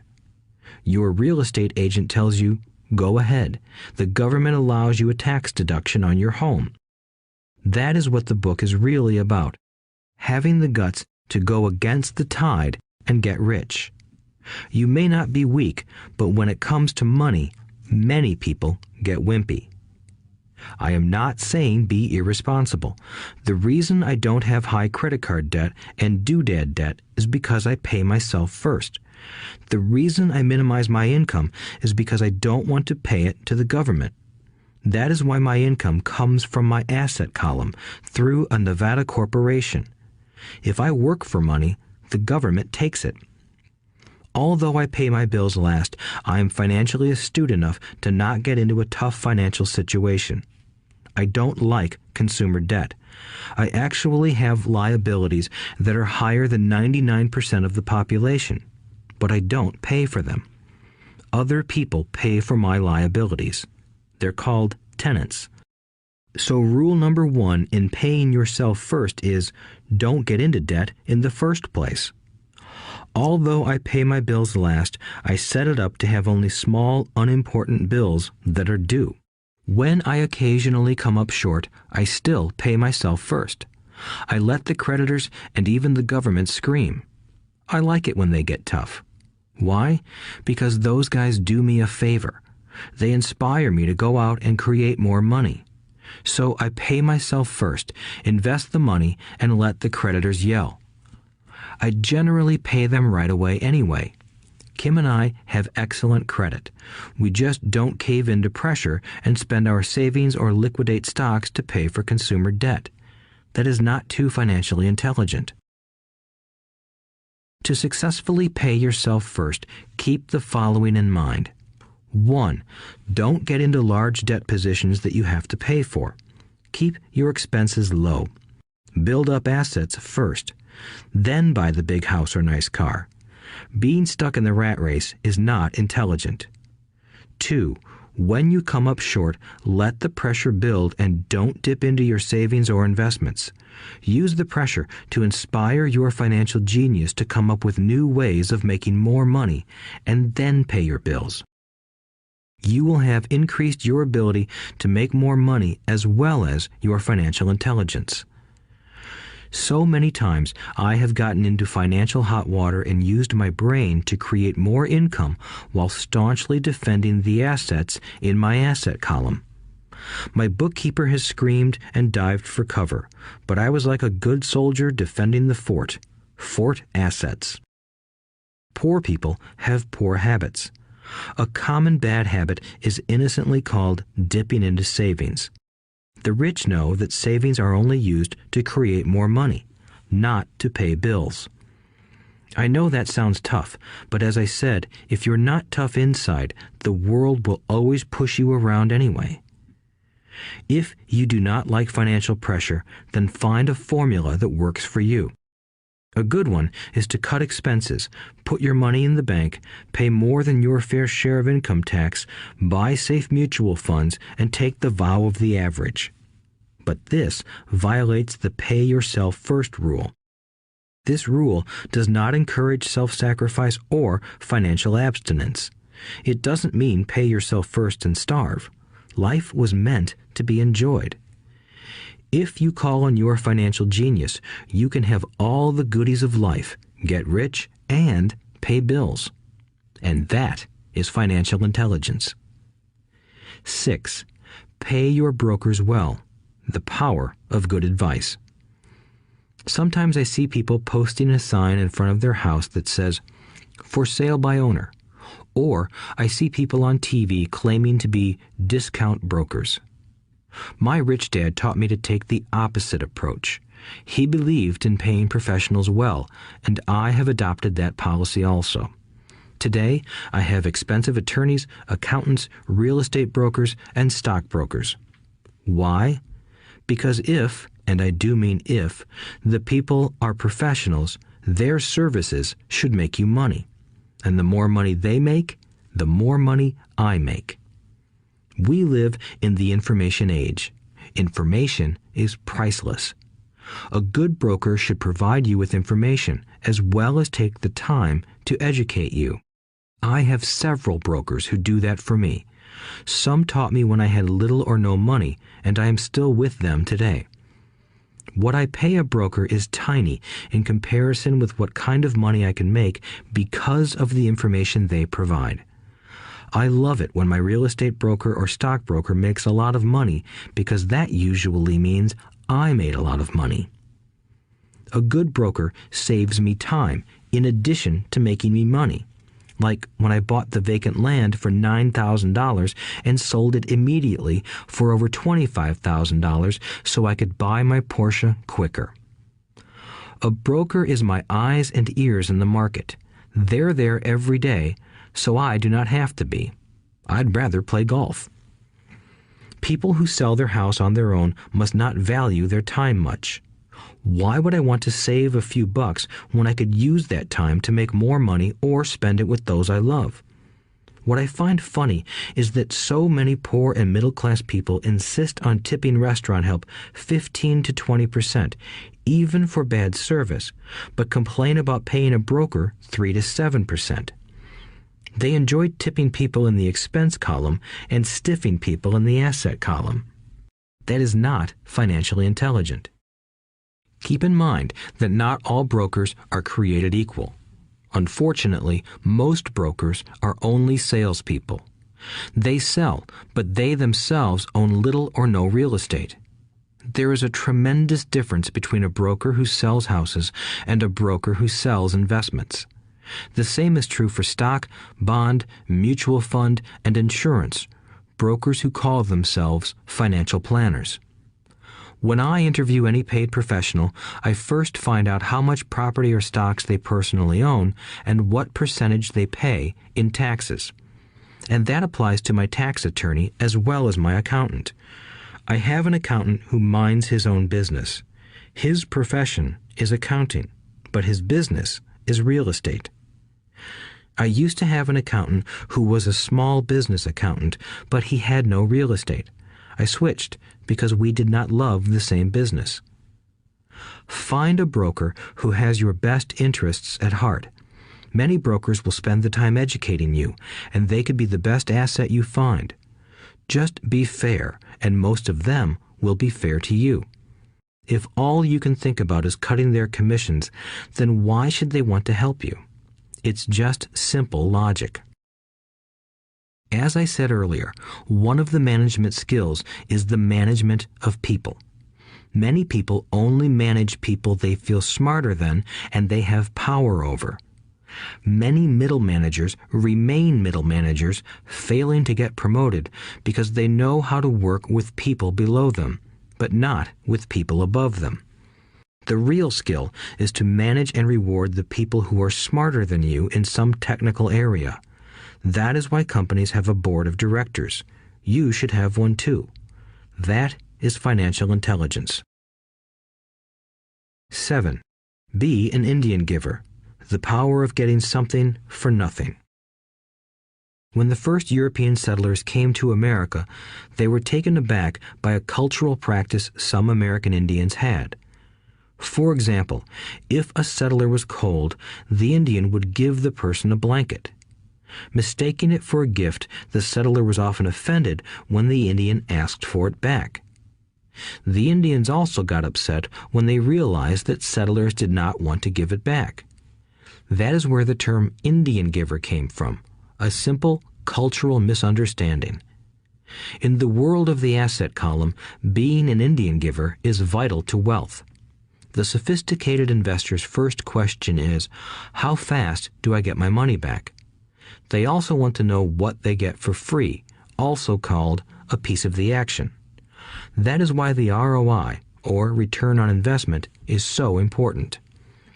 For example, I found a small condominium that was in foreclosure a few blocks from where I lived. The bank wanted $60,000 and I submitted a bid for $50,000, which they took simply because, along with my bid, was a cashier's check for $50,000. They realized I was serious. Most investors would say, "Aren't you tying up a lot of cash? Would it not be better to get a loan on it?" The answer is, not in this case. My investment company uses this condominium as a vacation rental in the winter months when the snowbirds come to Arizona. It rents for $2,500 a month for 4 months out of the year. For rental during the off-season, it rents for only $1,000 a month. I had my money back in about 3 years. Now I own this asset, which pumps money out for me, month in and month out. The same is done with stocks. Frequently, my broker calls and recommends I move a sizable amount of money into the stock of a company that he feels is just about to make a move that will add value to the stock, like announcing a new product. I will move my money in for a week to a month while the stock moves up. Then I pull my initial dollar amount out and stop worrying about the fluctuations of the market because my initial money is back and ready to work on another asset. So my money goes in, and then it comes out, and I own an asset that was technically free. True, I have lost money on many occasions, but I only play with money I can afford to lose. I would say, on an average 10 investments, I hit home runs on 2 or 3, while 5 or 6 do nothing, and I lose on 2 or 3. But I limit my losses to only the money I have in at that time. People who hate risk put their money in the bank. In the long run, safe savings are better than no savings. But it takes a long time to get your money back, and, in most instances, you don't get anything for free with it. On every one of my investments, there must be an upside, something for free, like a condominium, a mini storage, a piece of free land, a house, stock shares, or an office building. and there must be limited risk or a low-risk idea. There are books devoted entirely to this subject, so I will not talk about it here. Ray Kroc of McDonald's fame sold hamburger franchises, not because he loved hamburgers, but because he wanted the real estate under the franchise for free. So wise investors must look at more than ROI. They look at the assets they get for free once they get their money back. That is financial intelligence. 8. Use assets to buy luxuries. The power of focus. A friend's child has been developing a nasty habit of burning a hole in his pocket. Just 16, he wanted his own car. The excuse? All his friends' parents gave their kids cars. The child wanted to go into his savings and use it for a down payment. That was when his father called me and then came to see me. Do you think I should let him do it, or should I just buy him a car? I answered, it might relieve the pressure in the short term, but what have you taught him in the long term? Can you use this desire to own a car and inspire your son to learn something? Suddenly, the lights went on and he hurried home. 2 months later, I ran into my friend again. Does your son have his new car? I asked. No, he doesn't, but I gave him $3,000 for the car. I told him to use my money instead of his college money. Well, that's generous of you, I said. Not really. The money came with a hitch. So what was the hitch? I asked. Well, first we played your cash flow game. We then had a long discussion about the wise use of money. After that, I gave him a subscription to the Wall Street Journal and a few books on the stock market. Then what? I asked. What was the catch? I told him that $3,000 was his, but he could not directly buy a car with it. He could use it to find a stockbroker and buy and sell stocks. Once he had made $6,000 with the $3,000, the money would be his for the car, and the $3,000 would go into his college fund. And what are the results? I asked. Well, he got lucky early in his trading, but lost everything a few days later. Then he really got interested. Today, I would say he is down $2,000, but his interest is up. He has read all the books I bought him, and he's gone to the library to get more. He reads the Wall Street Journal voraciously, watching for indicators. He's only got $1,000 left, but his interest and learning are sky high. He knows that if he loses that money, he walks for 2 more years. But he does not seem to care. He even seems uninterested in getting a car because he's found a game that is more fun. What happens if he loses all the money? I asked. We'll cross that bridge when we get to it. I'd rather have him lose everything now than wait till he's our age to risk losing everything. And besides, that is the best $3,000 I've ever spent on his education. What he is learning will serve him for life, and he seems to have gained a new respect for the power of money. As I said earlier, if a person cannot master the power of self-discipline, it is best not to try to get rich. I say this because although the process of developing cash flow from an asset column is easy in theory, what's hard is the mental fortitude to direct money to the correct use. Due to external temptations, it is much easier in today's consumer world to simply blow money out the expense column. With weak mental fortitude, that money flows into the paths of least resistance. That is the cause of poverty and financial struggle. The following example illustrates the financial intelligence needed to direct money to make more money. If we give 100 people $10,000 at the start of the year, I believe that at the end of the year, 80 would have nothing left. In fact, many would have created greater debt by making a down payment on a new car, refrigerator, electronics, or a holiday. 16 would have increased that $10,000 by 5 to 10%. 4 would have increased it to $20,000 or into the millions. We go to school to learn a profession so we can work for money. It is my opinion that it's just as important to learn how to have money work for you. I love my luxuries as much as anyone else. The difference is I don't buy them on credit. It's the keep up with the Joneses trap. When I wanted to buy a Porsche, the easy road would have been to call my banker and get a loan. Instead of choosing to focus in the liability column, I chose to focus in the asset column. As a habit, I use my desire to consume to inspire and motivate my financial genius to invest. Too often today, we focus on borrowing money to get the things we want instead of focusing on creating money. One is easier in the short term, but harder in the long term. It's a bad habit that we as individuals and as a nation have gotten into. Remember, the easy road often becomes hard, and the hard road often becomes easy. The earlier you can train yourself and those you love to be masters of money, the better. Money is a powerful force. Unfortunately, people use the power of money against themselves.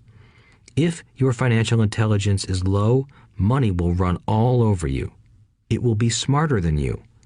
If money is smarter than you, you will work for it all your life. To be the master of money, you need to be smarter than it. Then money will do as it is told. It will obey you. Instead of being a slave to it, you will be the master of it. That is financial intelligence. 9. Choose heroes. The power of myth. When I was a kid, I greatly admired Willie Mays, Hank Aaron, and Yogi Berra. They were my heroes, and I wanted to be just like them. I treasured their baseball cards. I knew their stats, the RBIs, the ERAs, their batting averages, how much they got paid, and how they came up from the minor leagues. As a 9-year-old kid, when I stepped up to bat or played first base or catcher, I wasn't me. I pretended I was a famous baseball player. It's one of the most powerful ways we learn, and we often lose that as adults. We lose our heroes. Today, I watch young kids playing basketball near my home. On the court, they're not little Johnny. They're pretending to be their favorite basketball hero. Copying or emulating heroes is true power learning. I have new heroes as I grow older. I have golf heroes, and I copy their swings and do my best to read everything I can about them. I also have heroes such as Donald Trump, Warren Buffett, Peter Lynch, George Soros, and Jim Rogers. I know their stats just like I knew the ERAs and RBIs of my childhood baseball heroes. I follow what Warren Buffett invests in, and I read anything I can about his point of view on the market and how he chooses stocks. And I read about Donald Trump, trying to find out how he negotiates and puts deals together. Just as I was not me when I was up to bat, when I'm in the market or I'm negotiating a deal, I am subconsciously acting with the bravado of Trump.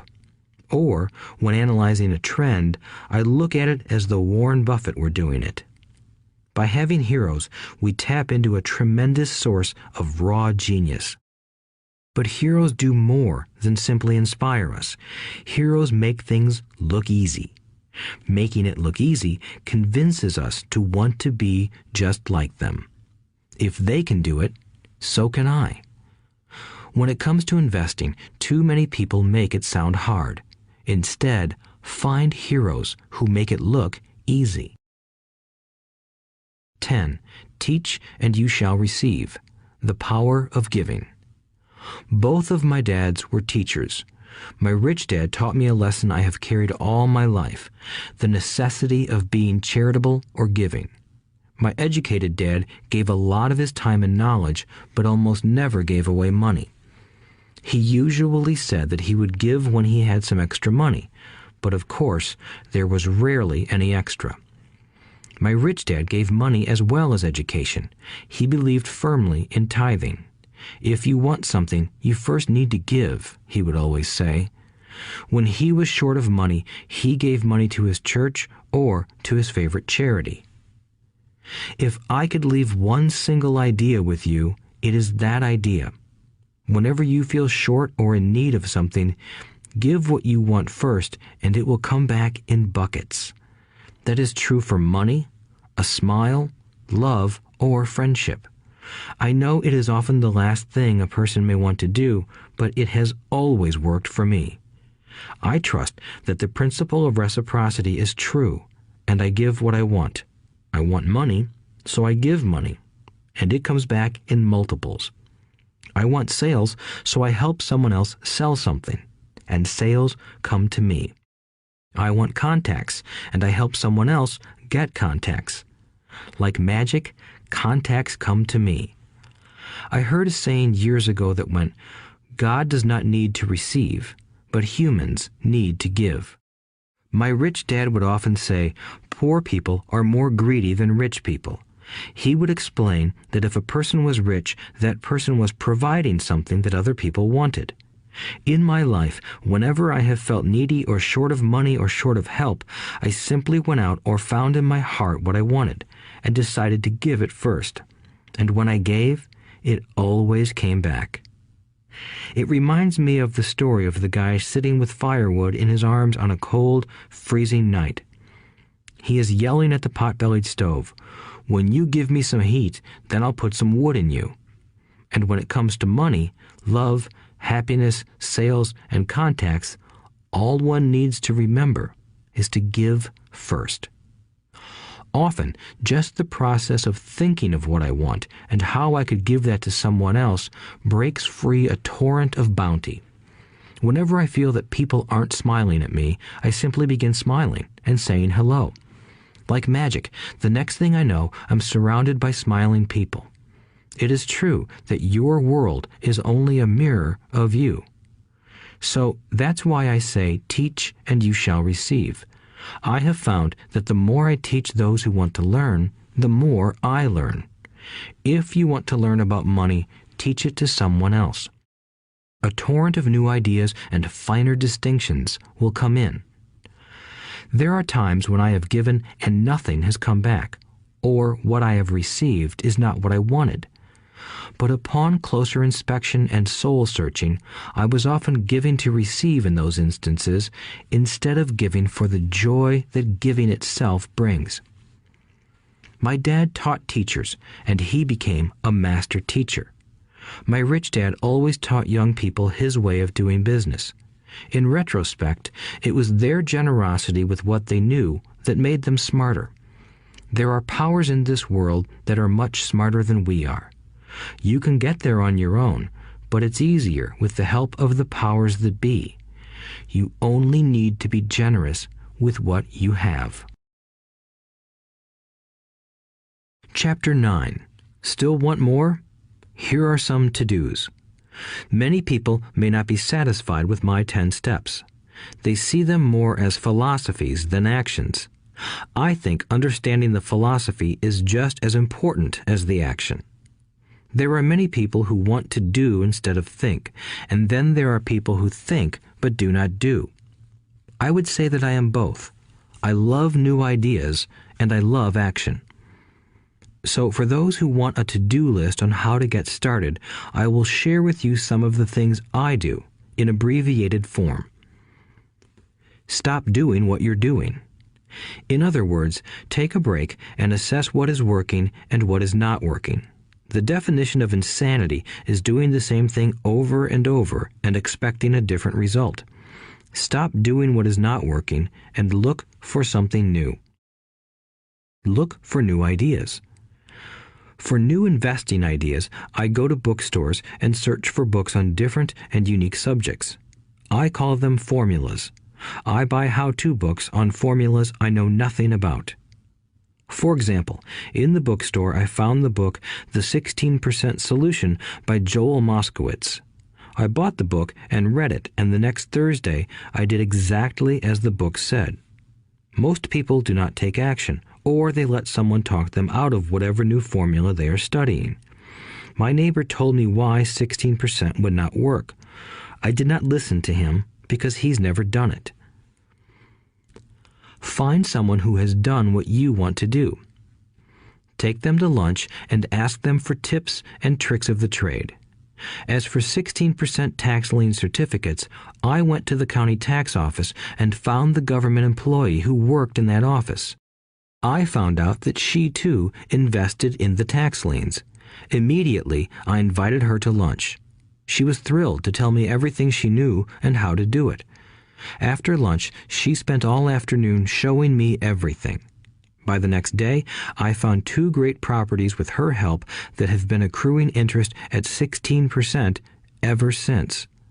It took a day to read the book, a day to take action, an hour for lunch, and a day to acquire 2 great deals. Take classes, read, and attend seminars. I search newspapers and the internet for new and interesting classes, many of which are free or inexpensive. I also attend and pay for expensive seminars on what I want to learn. I am wealthy and free from needing a job simply because of the courses I took. I have friends who did not take those classes who told me I was wasting my money, and yet they're still at the same job. Make lots of offers.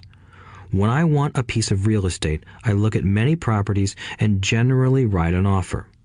If you don't know what the right offer is, neither do I. That is the job of the real estate agent. They make the offers. I do as little work as possible.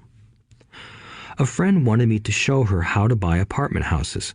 So one Saturday, she, her agent, and I went and looked at 6 apartment houses. 4 were dogs, but 2 were good. I said to write offers on all 6, offering half of what the owners asked for. She and the agent nearly had heart attacks. They thought it was rude and would offend the sellers, but I really don't think the agent wanted to work that hard. So they did nothing and went on looking for a better deal. No offers were ever made, and that person is still looking for the right deal at the right price. Well, you don't know what the right price is until you have a second party who wants to deal. Most sellers ask too much. It is rare that a seller asks a price that is less than something is worth. Moral of the story: make offers. People who are not investors have no idea what it feels like to try to sell something. I have had a piece of real estate that I wanted to sell for months. I would have welcomed any offer. They could have offered me 10 pigs and I would have been happy. Not at the offer, but just because someone was interested. I would have countered, maybe for a pig farm in exchange. But that's how the game works. The game of buying and selling is fun. Keep that in mind. It's fun and only a game. Make offers. Someone might say yes. I always make offers with escape clauses. In real estate, I make an offer with language that details subject to contingencies, such as the approval of a business partner. Never specify who the business partner is. Most people don't know that my partner is my cat. If they accept the offer and I don't want the deal, I call home and speak to my cat. I make this ridiculous statement to illustrate how absurdly easy and simple the game is. So many people make things too difficult and take it too seriously.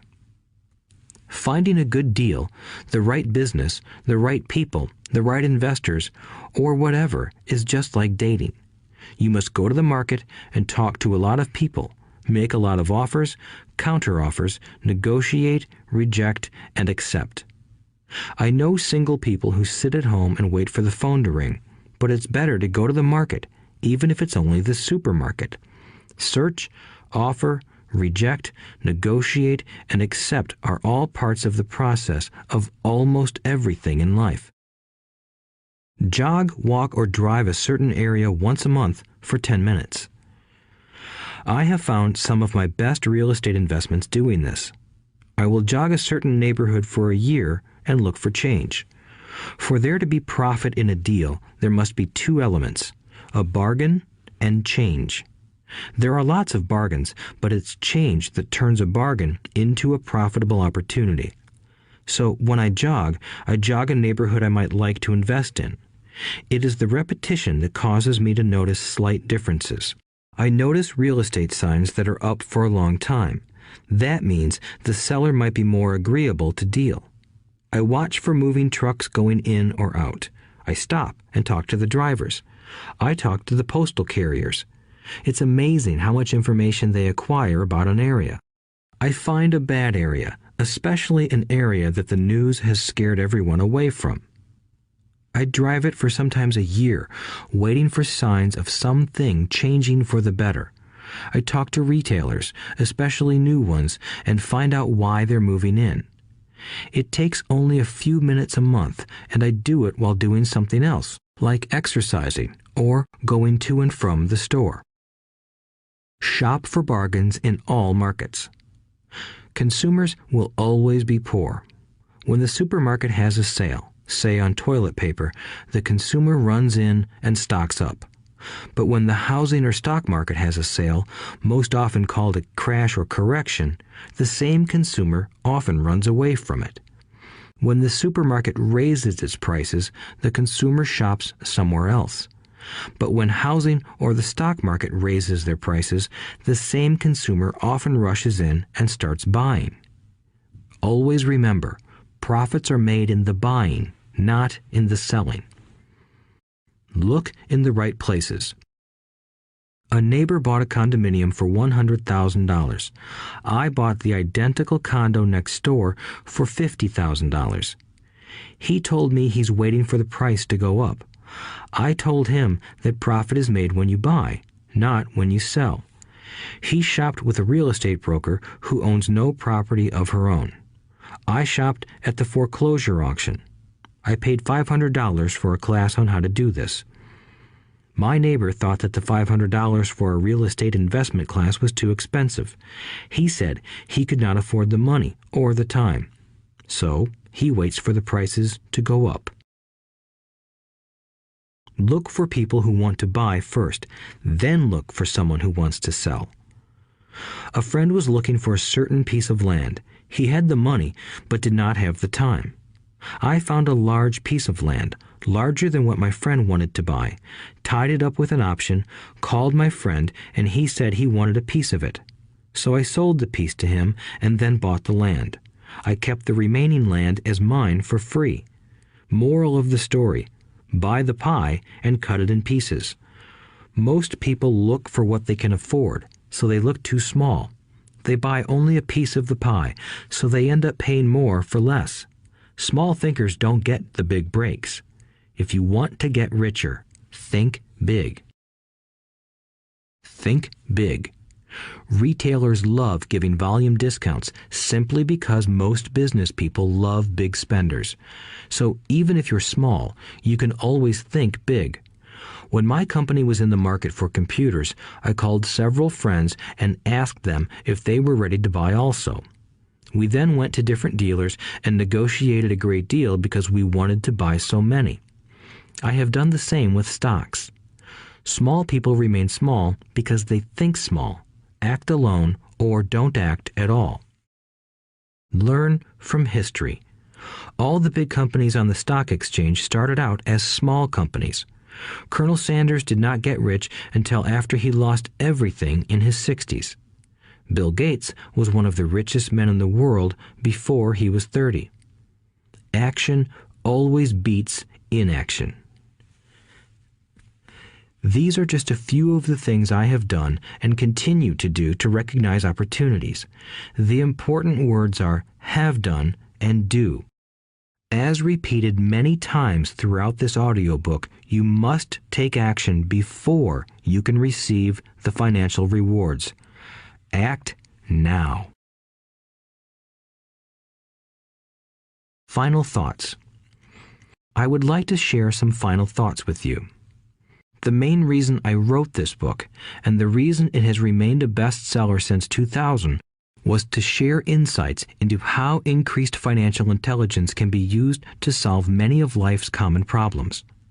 Without financial training, we all too often use the standard formulas to get through life. Work hard, save, borrow, and pay excessive taxes. Today, more than ever, we need better information.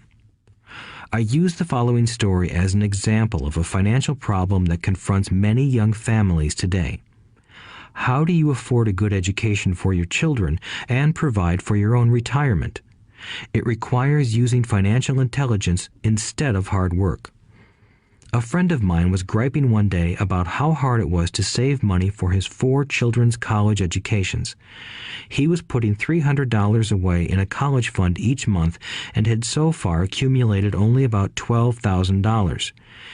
He had about 12 more years to save for college since his oldest child was then 6 years old. At the time, the real estate market in Phoenix was terrible. People were giving houses away. I suggested to my friend that he buy a house with some of the money in his college fund. The idea intrigued him, and we began to discuss the possibility. His primary concern was that he did not have credit with the bank to buy another house since he was so overextended. I assured him that there were other ways to finance a property rather than through the bank. We looked for a house for 2 weeks, a house that would fit all our criteria. There were plenty to choose from, so shopping was fun. Finally, we found a 3-bedroom, 2-bath home in a prime neighborhood. The owner had been downsized and needed to sell that day because he and his family were moving to California where another job waited. The owner wanted $102,000, but we offered only $79,000. He took it immediately and agreed to carry back the loan with a 10% down payment. All my friend had to come up with was $7,900. As soon as the owner moved, my friend put the house up for rent. After all expenses were paid, including the mortgage, he put $125 in his pocket each month. His plan was to keep the house for 12 years and let the mortgage get paid down faster by applying the extra $125 to the principal each month. We figured that in 12 years, a large portion of the mortgage would be paid off and he could possibly be clearing $800 a month by the time his first child went to college. He could also sell the house if it had appreciated in value. 3 years later, the real estate market greatly improved in Phoenix, and he was offered $156,000 for the same house by the tenant who lived in it. Again, he asked me what I thought. I advised that he sell it, using a 1031 tax-deferred exchange. Suddenly, he had nearly $80,000 to operate with. I called another friend in Austin, Texas, who then moved this tax-deferred capital gain into a mini storage facility. Within 3 months, he began receiving checks for a little less than $1,000 a month, which he then poured back into the college fund. A couple of years later, the mini warehouse sold, and he received a check for nearly $330,000 as proceeds from the sale. He rolled those funds into a new project that would now generate over $3,000 a month in income, again going into the college fund. He is now very confident that his goal will be met easily. It only took $7,900 to start and a little financial intelligence. His children will be able to afford the education they want, and he will then use the underlying asset, wrapped in his legal entity, to pay for his retirement. As a result of this successful investment strategy, he will be able to retire early. Thank you for listening to this audiobook. I hope it has provided some insights into utilizing the power of money to work for you. Today, we need greater financial intelligence to simply survive. The idea that it takes money to make money is the thinking of financially unsophisticated people. It does not mean that they're not intelligent. They have simply not learned the science of making money. Money is only an idea. If you want more money, simply change your thinking. Every self-made person started small with an idea and then turned it into something big. The same applies to investing. It takes only a few dollars to start and grow it into something big. I meet so many people who spend their lives chasing the big deal or trying to amass a lot of money to get into a big deal. But to me, that is foolish. Too often, I have seen unsophisticated investors put their large nest egg into one deal and lose most of it rapidly. They may have been good workers, but they were not good investors. Education and wisdom about money are important. Start early. Buy a book, go to a seminar, practice. Start small. I turned $5,000 cash into a $1 million asset, producing $5,000 a month cash flow in less than 6 years. But I started learning as a kid. I encourage you to learn because it's not that hard. In fact, it's pretty easy once you get the hang of it. I think I have made my message clear. It's what is in your head that determines what is in your hands. Money is only an idea. There is a great book called Think and Grow Rich. The title is not Work Hard and Grow Rich. Learn to have money work hard for you, and your life will be easier and happier. Today, don't play it safe. Play it smart. The 3 incomes. In the world of accounting, there are 3 different types of income. 1, ordinary earned. 2, portfolio. 3, passive. When my poor dad said to me, "Go to school, get good grades, and find a safe, secure job," he was recommending I work for earned income. When my rich dad said, "The rich don't work for money, they have their money work for them," he was talking about passive income and portfolio income. Passive income, in most cases, is income derived from real estate investments. Portfolio income is income derived from paper assets such as stocks and bonds. Portfolio income is the income that makes Bill Gates the richest man in the world, not earned income. Rich Dad used to say, the key to becoming wealthy is the ability to convert earned income into passive income or portfolio income as quickly as possible. He would say, taxes are highest on earned income. The least taxed income is passive income. That is another reason why you want your money working hard for you. The government taxes the income you work hard for more than the income your money works hard for. In my second book, Rich Dad's Cash Flow Quadrant, I explain the 4 different types of people who make up the world of business. They are E, employee, S, self-employed, B, business owner, and I, investor. Most people go to school to learn to be an E or an S. The cash flow quadrant is written about the core differences of these 4 types and how people can change their quadrant. In fact, most of our products are created for people in the B and I quadrants. In Rich Dad's Guide to Investing, book number 3 in the Rich Dad series, I go into more detail on the importance of converting earned income into passive and portfolio income. Rich Dad used to say, all a real investor does is convert earned income into passive and portfolio income. If you know what you're doing, investing is not risky. It's just common sense. The key to financial freedom. The key to financial freedom and great wealth is a person's ability to convert earned income into passive and/or portfolio income. My rich dad spent a lot of time teaching Mike and me this skill. Having this ability is the reason my wife Kim and I are financially free, never needing to work again. We continue to work because we choose to. Today, we own a real estate investment company for passive income and participate in private placements and initial public offerings of stock for portfolio income. We also went back to work to build a financial education company so that we can continue to create and publish books and games. All of our educational products are created to teach the same skills my rich dad taught me, the skills of converting earned income into passive and portfolio income.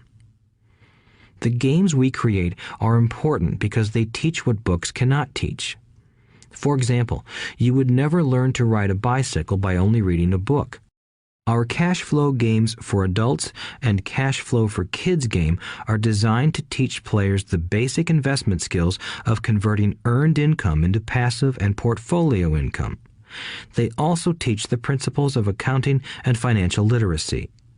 These games are the only educational products in the world that teach people all of these skills simultaneously. Cash Flow 202 is the advanced version of Cash Flow 101 and requires the game board from 101 as well as a full understanding of 101 before it can be played. Cash Flow 101 and Cash Flow for Kids teach the principles of fundamental investing. Cash Flow 202 teaches the principles of technical investing. Technical investing involves advanced trading techniques such as short selling, call options, put options, and straddles. A person who understands these advanced techniques is able to make money when the market goes up, as well as when the market comes down. As my rich dad would say, a real investor makes money in an up market and a down market. That is why they make so much money. One of the reasons they make more money is simply because they have more self-confidence. Rich Dad would say they have more self-confidence because they are less afraid of losing. In other words, the average investor does not make as much money because they are so afraid of losing money. The average investor does not know how to protect themselves from losses, and that is what Cash Flow 202 teaches. Average investors think investing is risky because they have not been formally trained to be professional investors. As Warren Buffett, America's richest investor, says, risk comes from not knowing what you're doing. My board games teach the simple basics of fundamental investing and technical investing while people are having fun. I occasionally hear someone say, your educational games are expensive, which poses the question of ROI, the return on investment, or the value returned for the price paid. I nod my head and reply, yes, they may be expensive, especially when compared to entertainment board games. But my games are not as expensive as a college education, working hard all your life for earned income, paying excessive taxes, and then living in terror of losing all of your money in the investment markets. When someone walks away mumbling about the price, I can hear my rich dad saying, if you want to be rich, you must know what kind of income to work hard for, how to keep it, and how to protect it from loss. That is the key to great wealth. Rich Dad would also say, if you do not understand the differences in those three incomes and do not learn the skills on how to acquire and protect those incomes, you will probably spend your life earning less than you could and working harder than you should. My poor dad thought a good education, a good job, and years of hard work were all you needed to be successful. My rich dad also thought a good education was important. But to him, it was also important that Mike and I know the differences in the three incomes and what kind of income to work hard for. To him, that was basic financial education. Knowing the differences in the three incomes and learning the investment skills of how to acquire the different incomes is basic education for anyone who strives to acquire great wealth and achieve financial freedom, a special kind of freedom that only a few will ever know. As Rich Dad states in lesson number 1, the rich do not work for money. They know how to have money work hard for them. Rich Dad said, earned income is money you work for, and passive and portfolio income is money working for you. Knowing that little difference has been significant in my life. Or, as Robert Frost ends his poem, and that has made all the difference. Take action. All of you were given two great gifts, your mind and your time. It is up to you to do what you please with both. With each dollar bill that enters your hand, you and only you have the power to determine your destiny. Spend it foolishly, and you choose to be poor. Spend it on liabilities, and you join the middle class. Invest it in your mind and learn how to acquire assets, and you will be choosing wealth as your goal and your future. The choice is yours, and only yours. Every day, with every dollar, you decide to be rich, poor, or middle class. Choose to share this knowledge with your children, and you choose to prepare them for the world that awaits. No one else will. You and your children's future will be determined by choices you make today, not tomorrow. I wish you great wealth and much happiness with this fabulous gift called life. Robert Kiyosaki.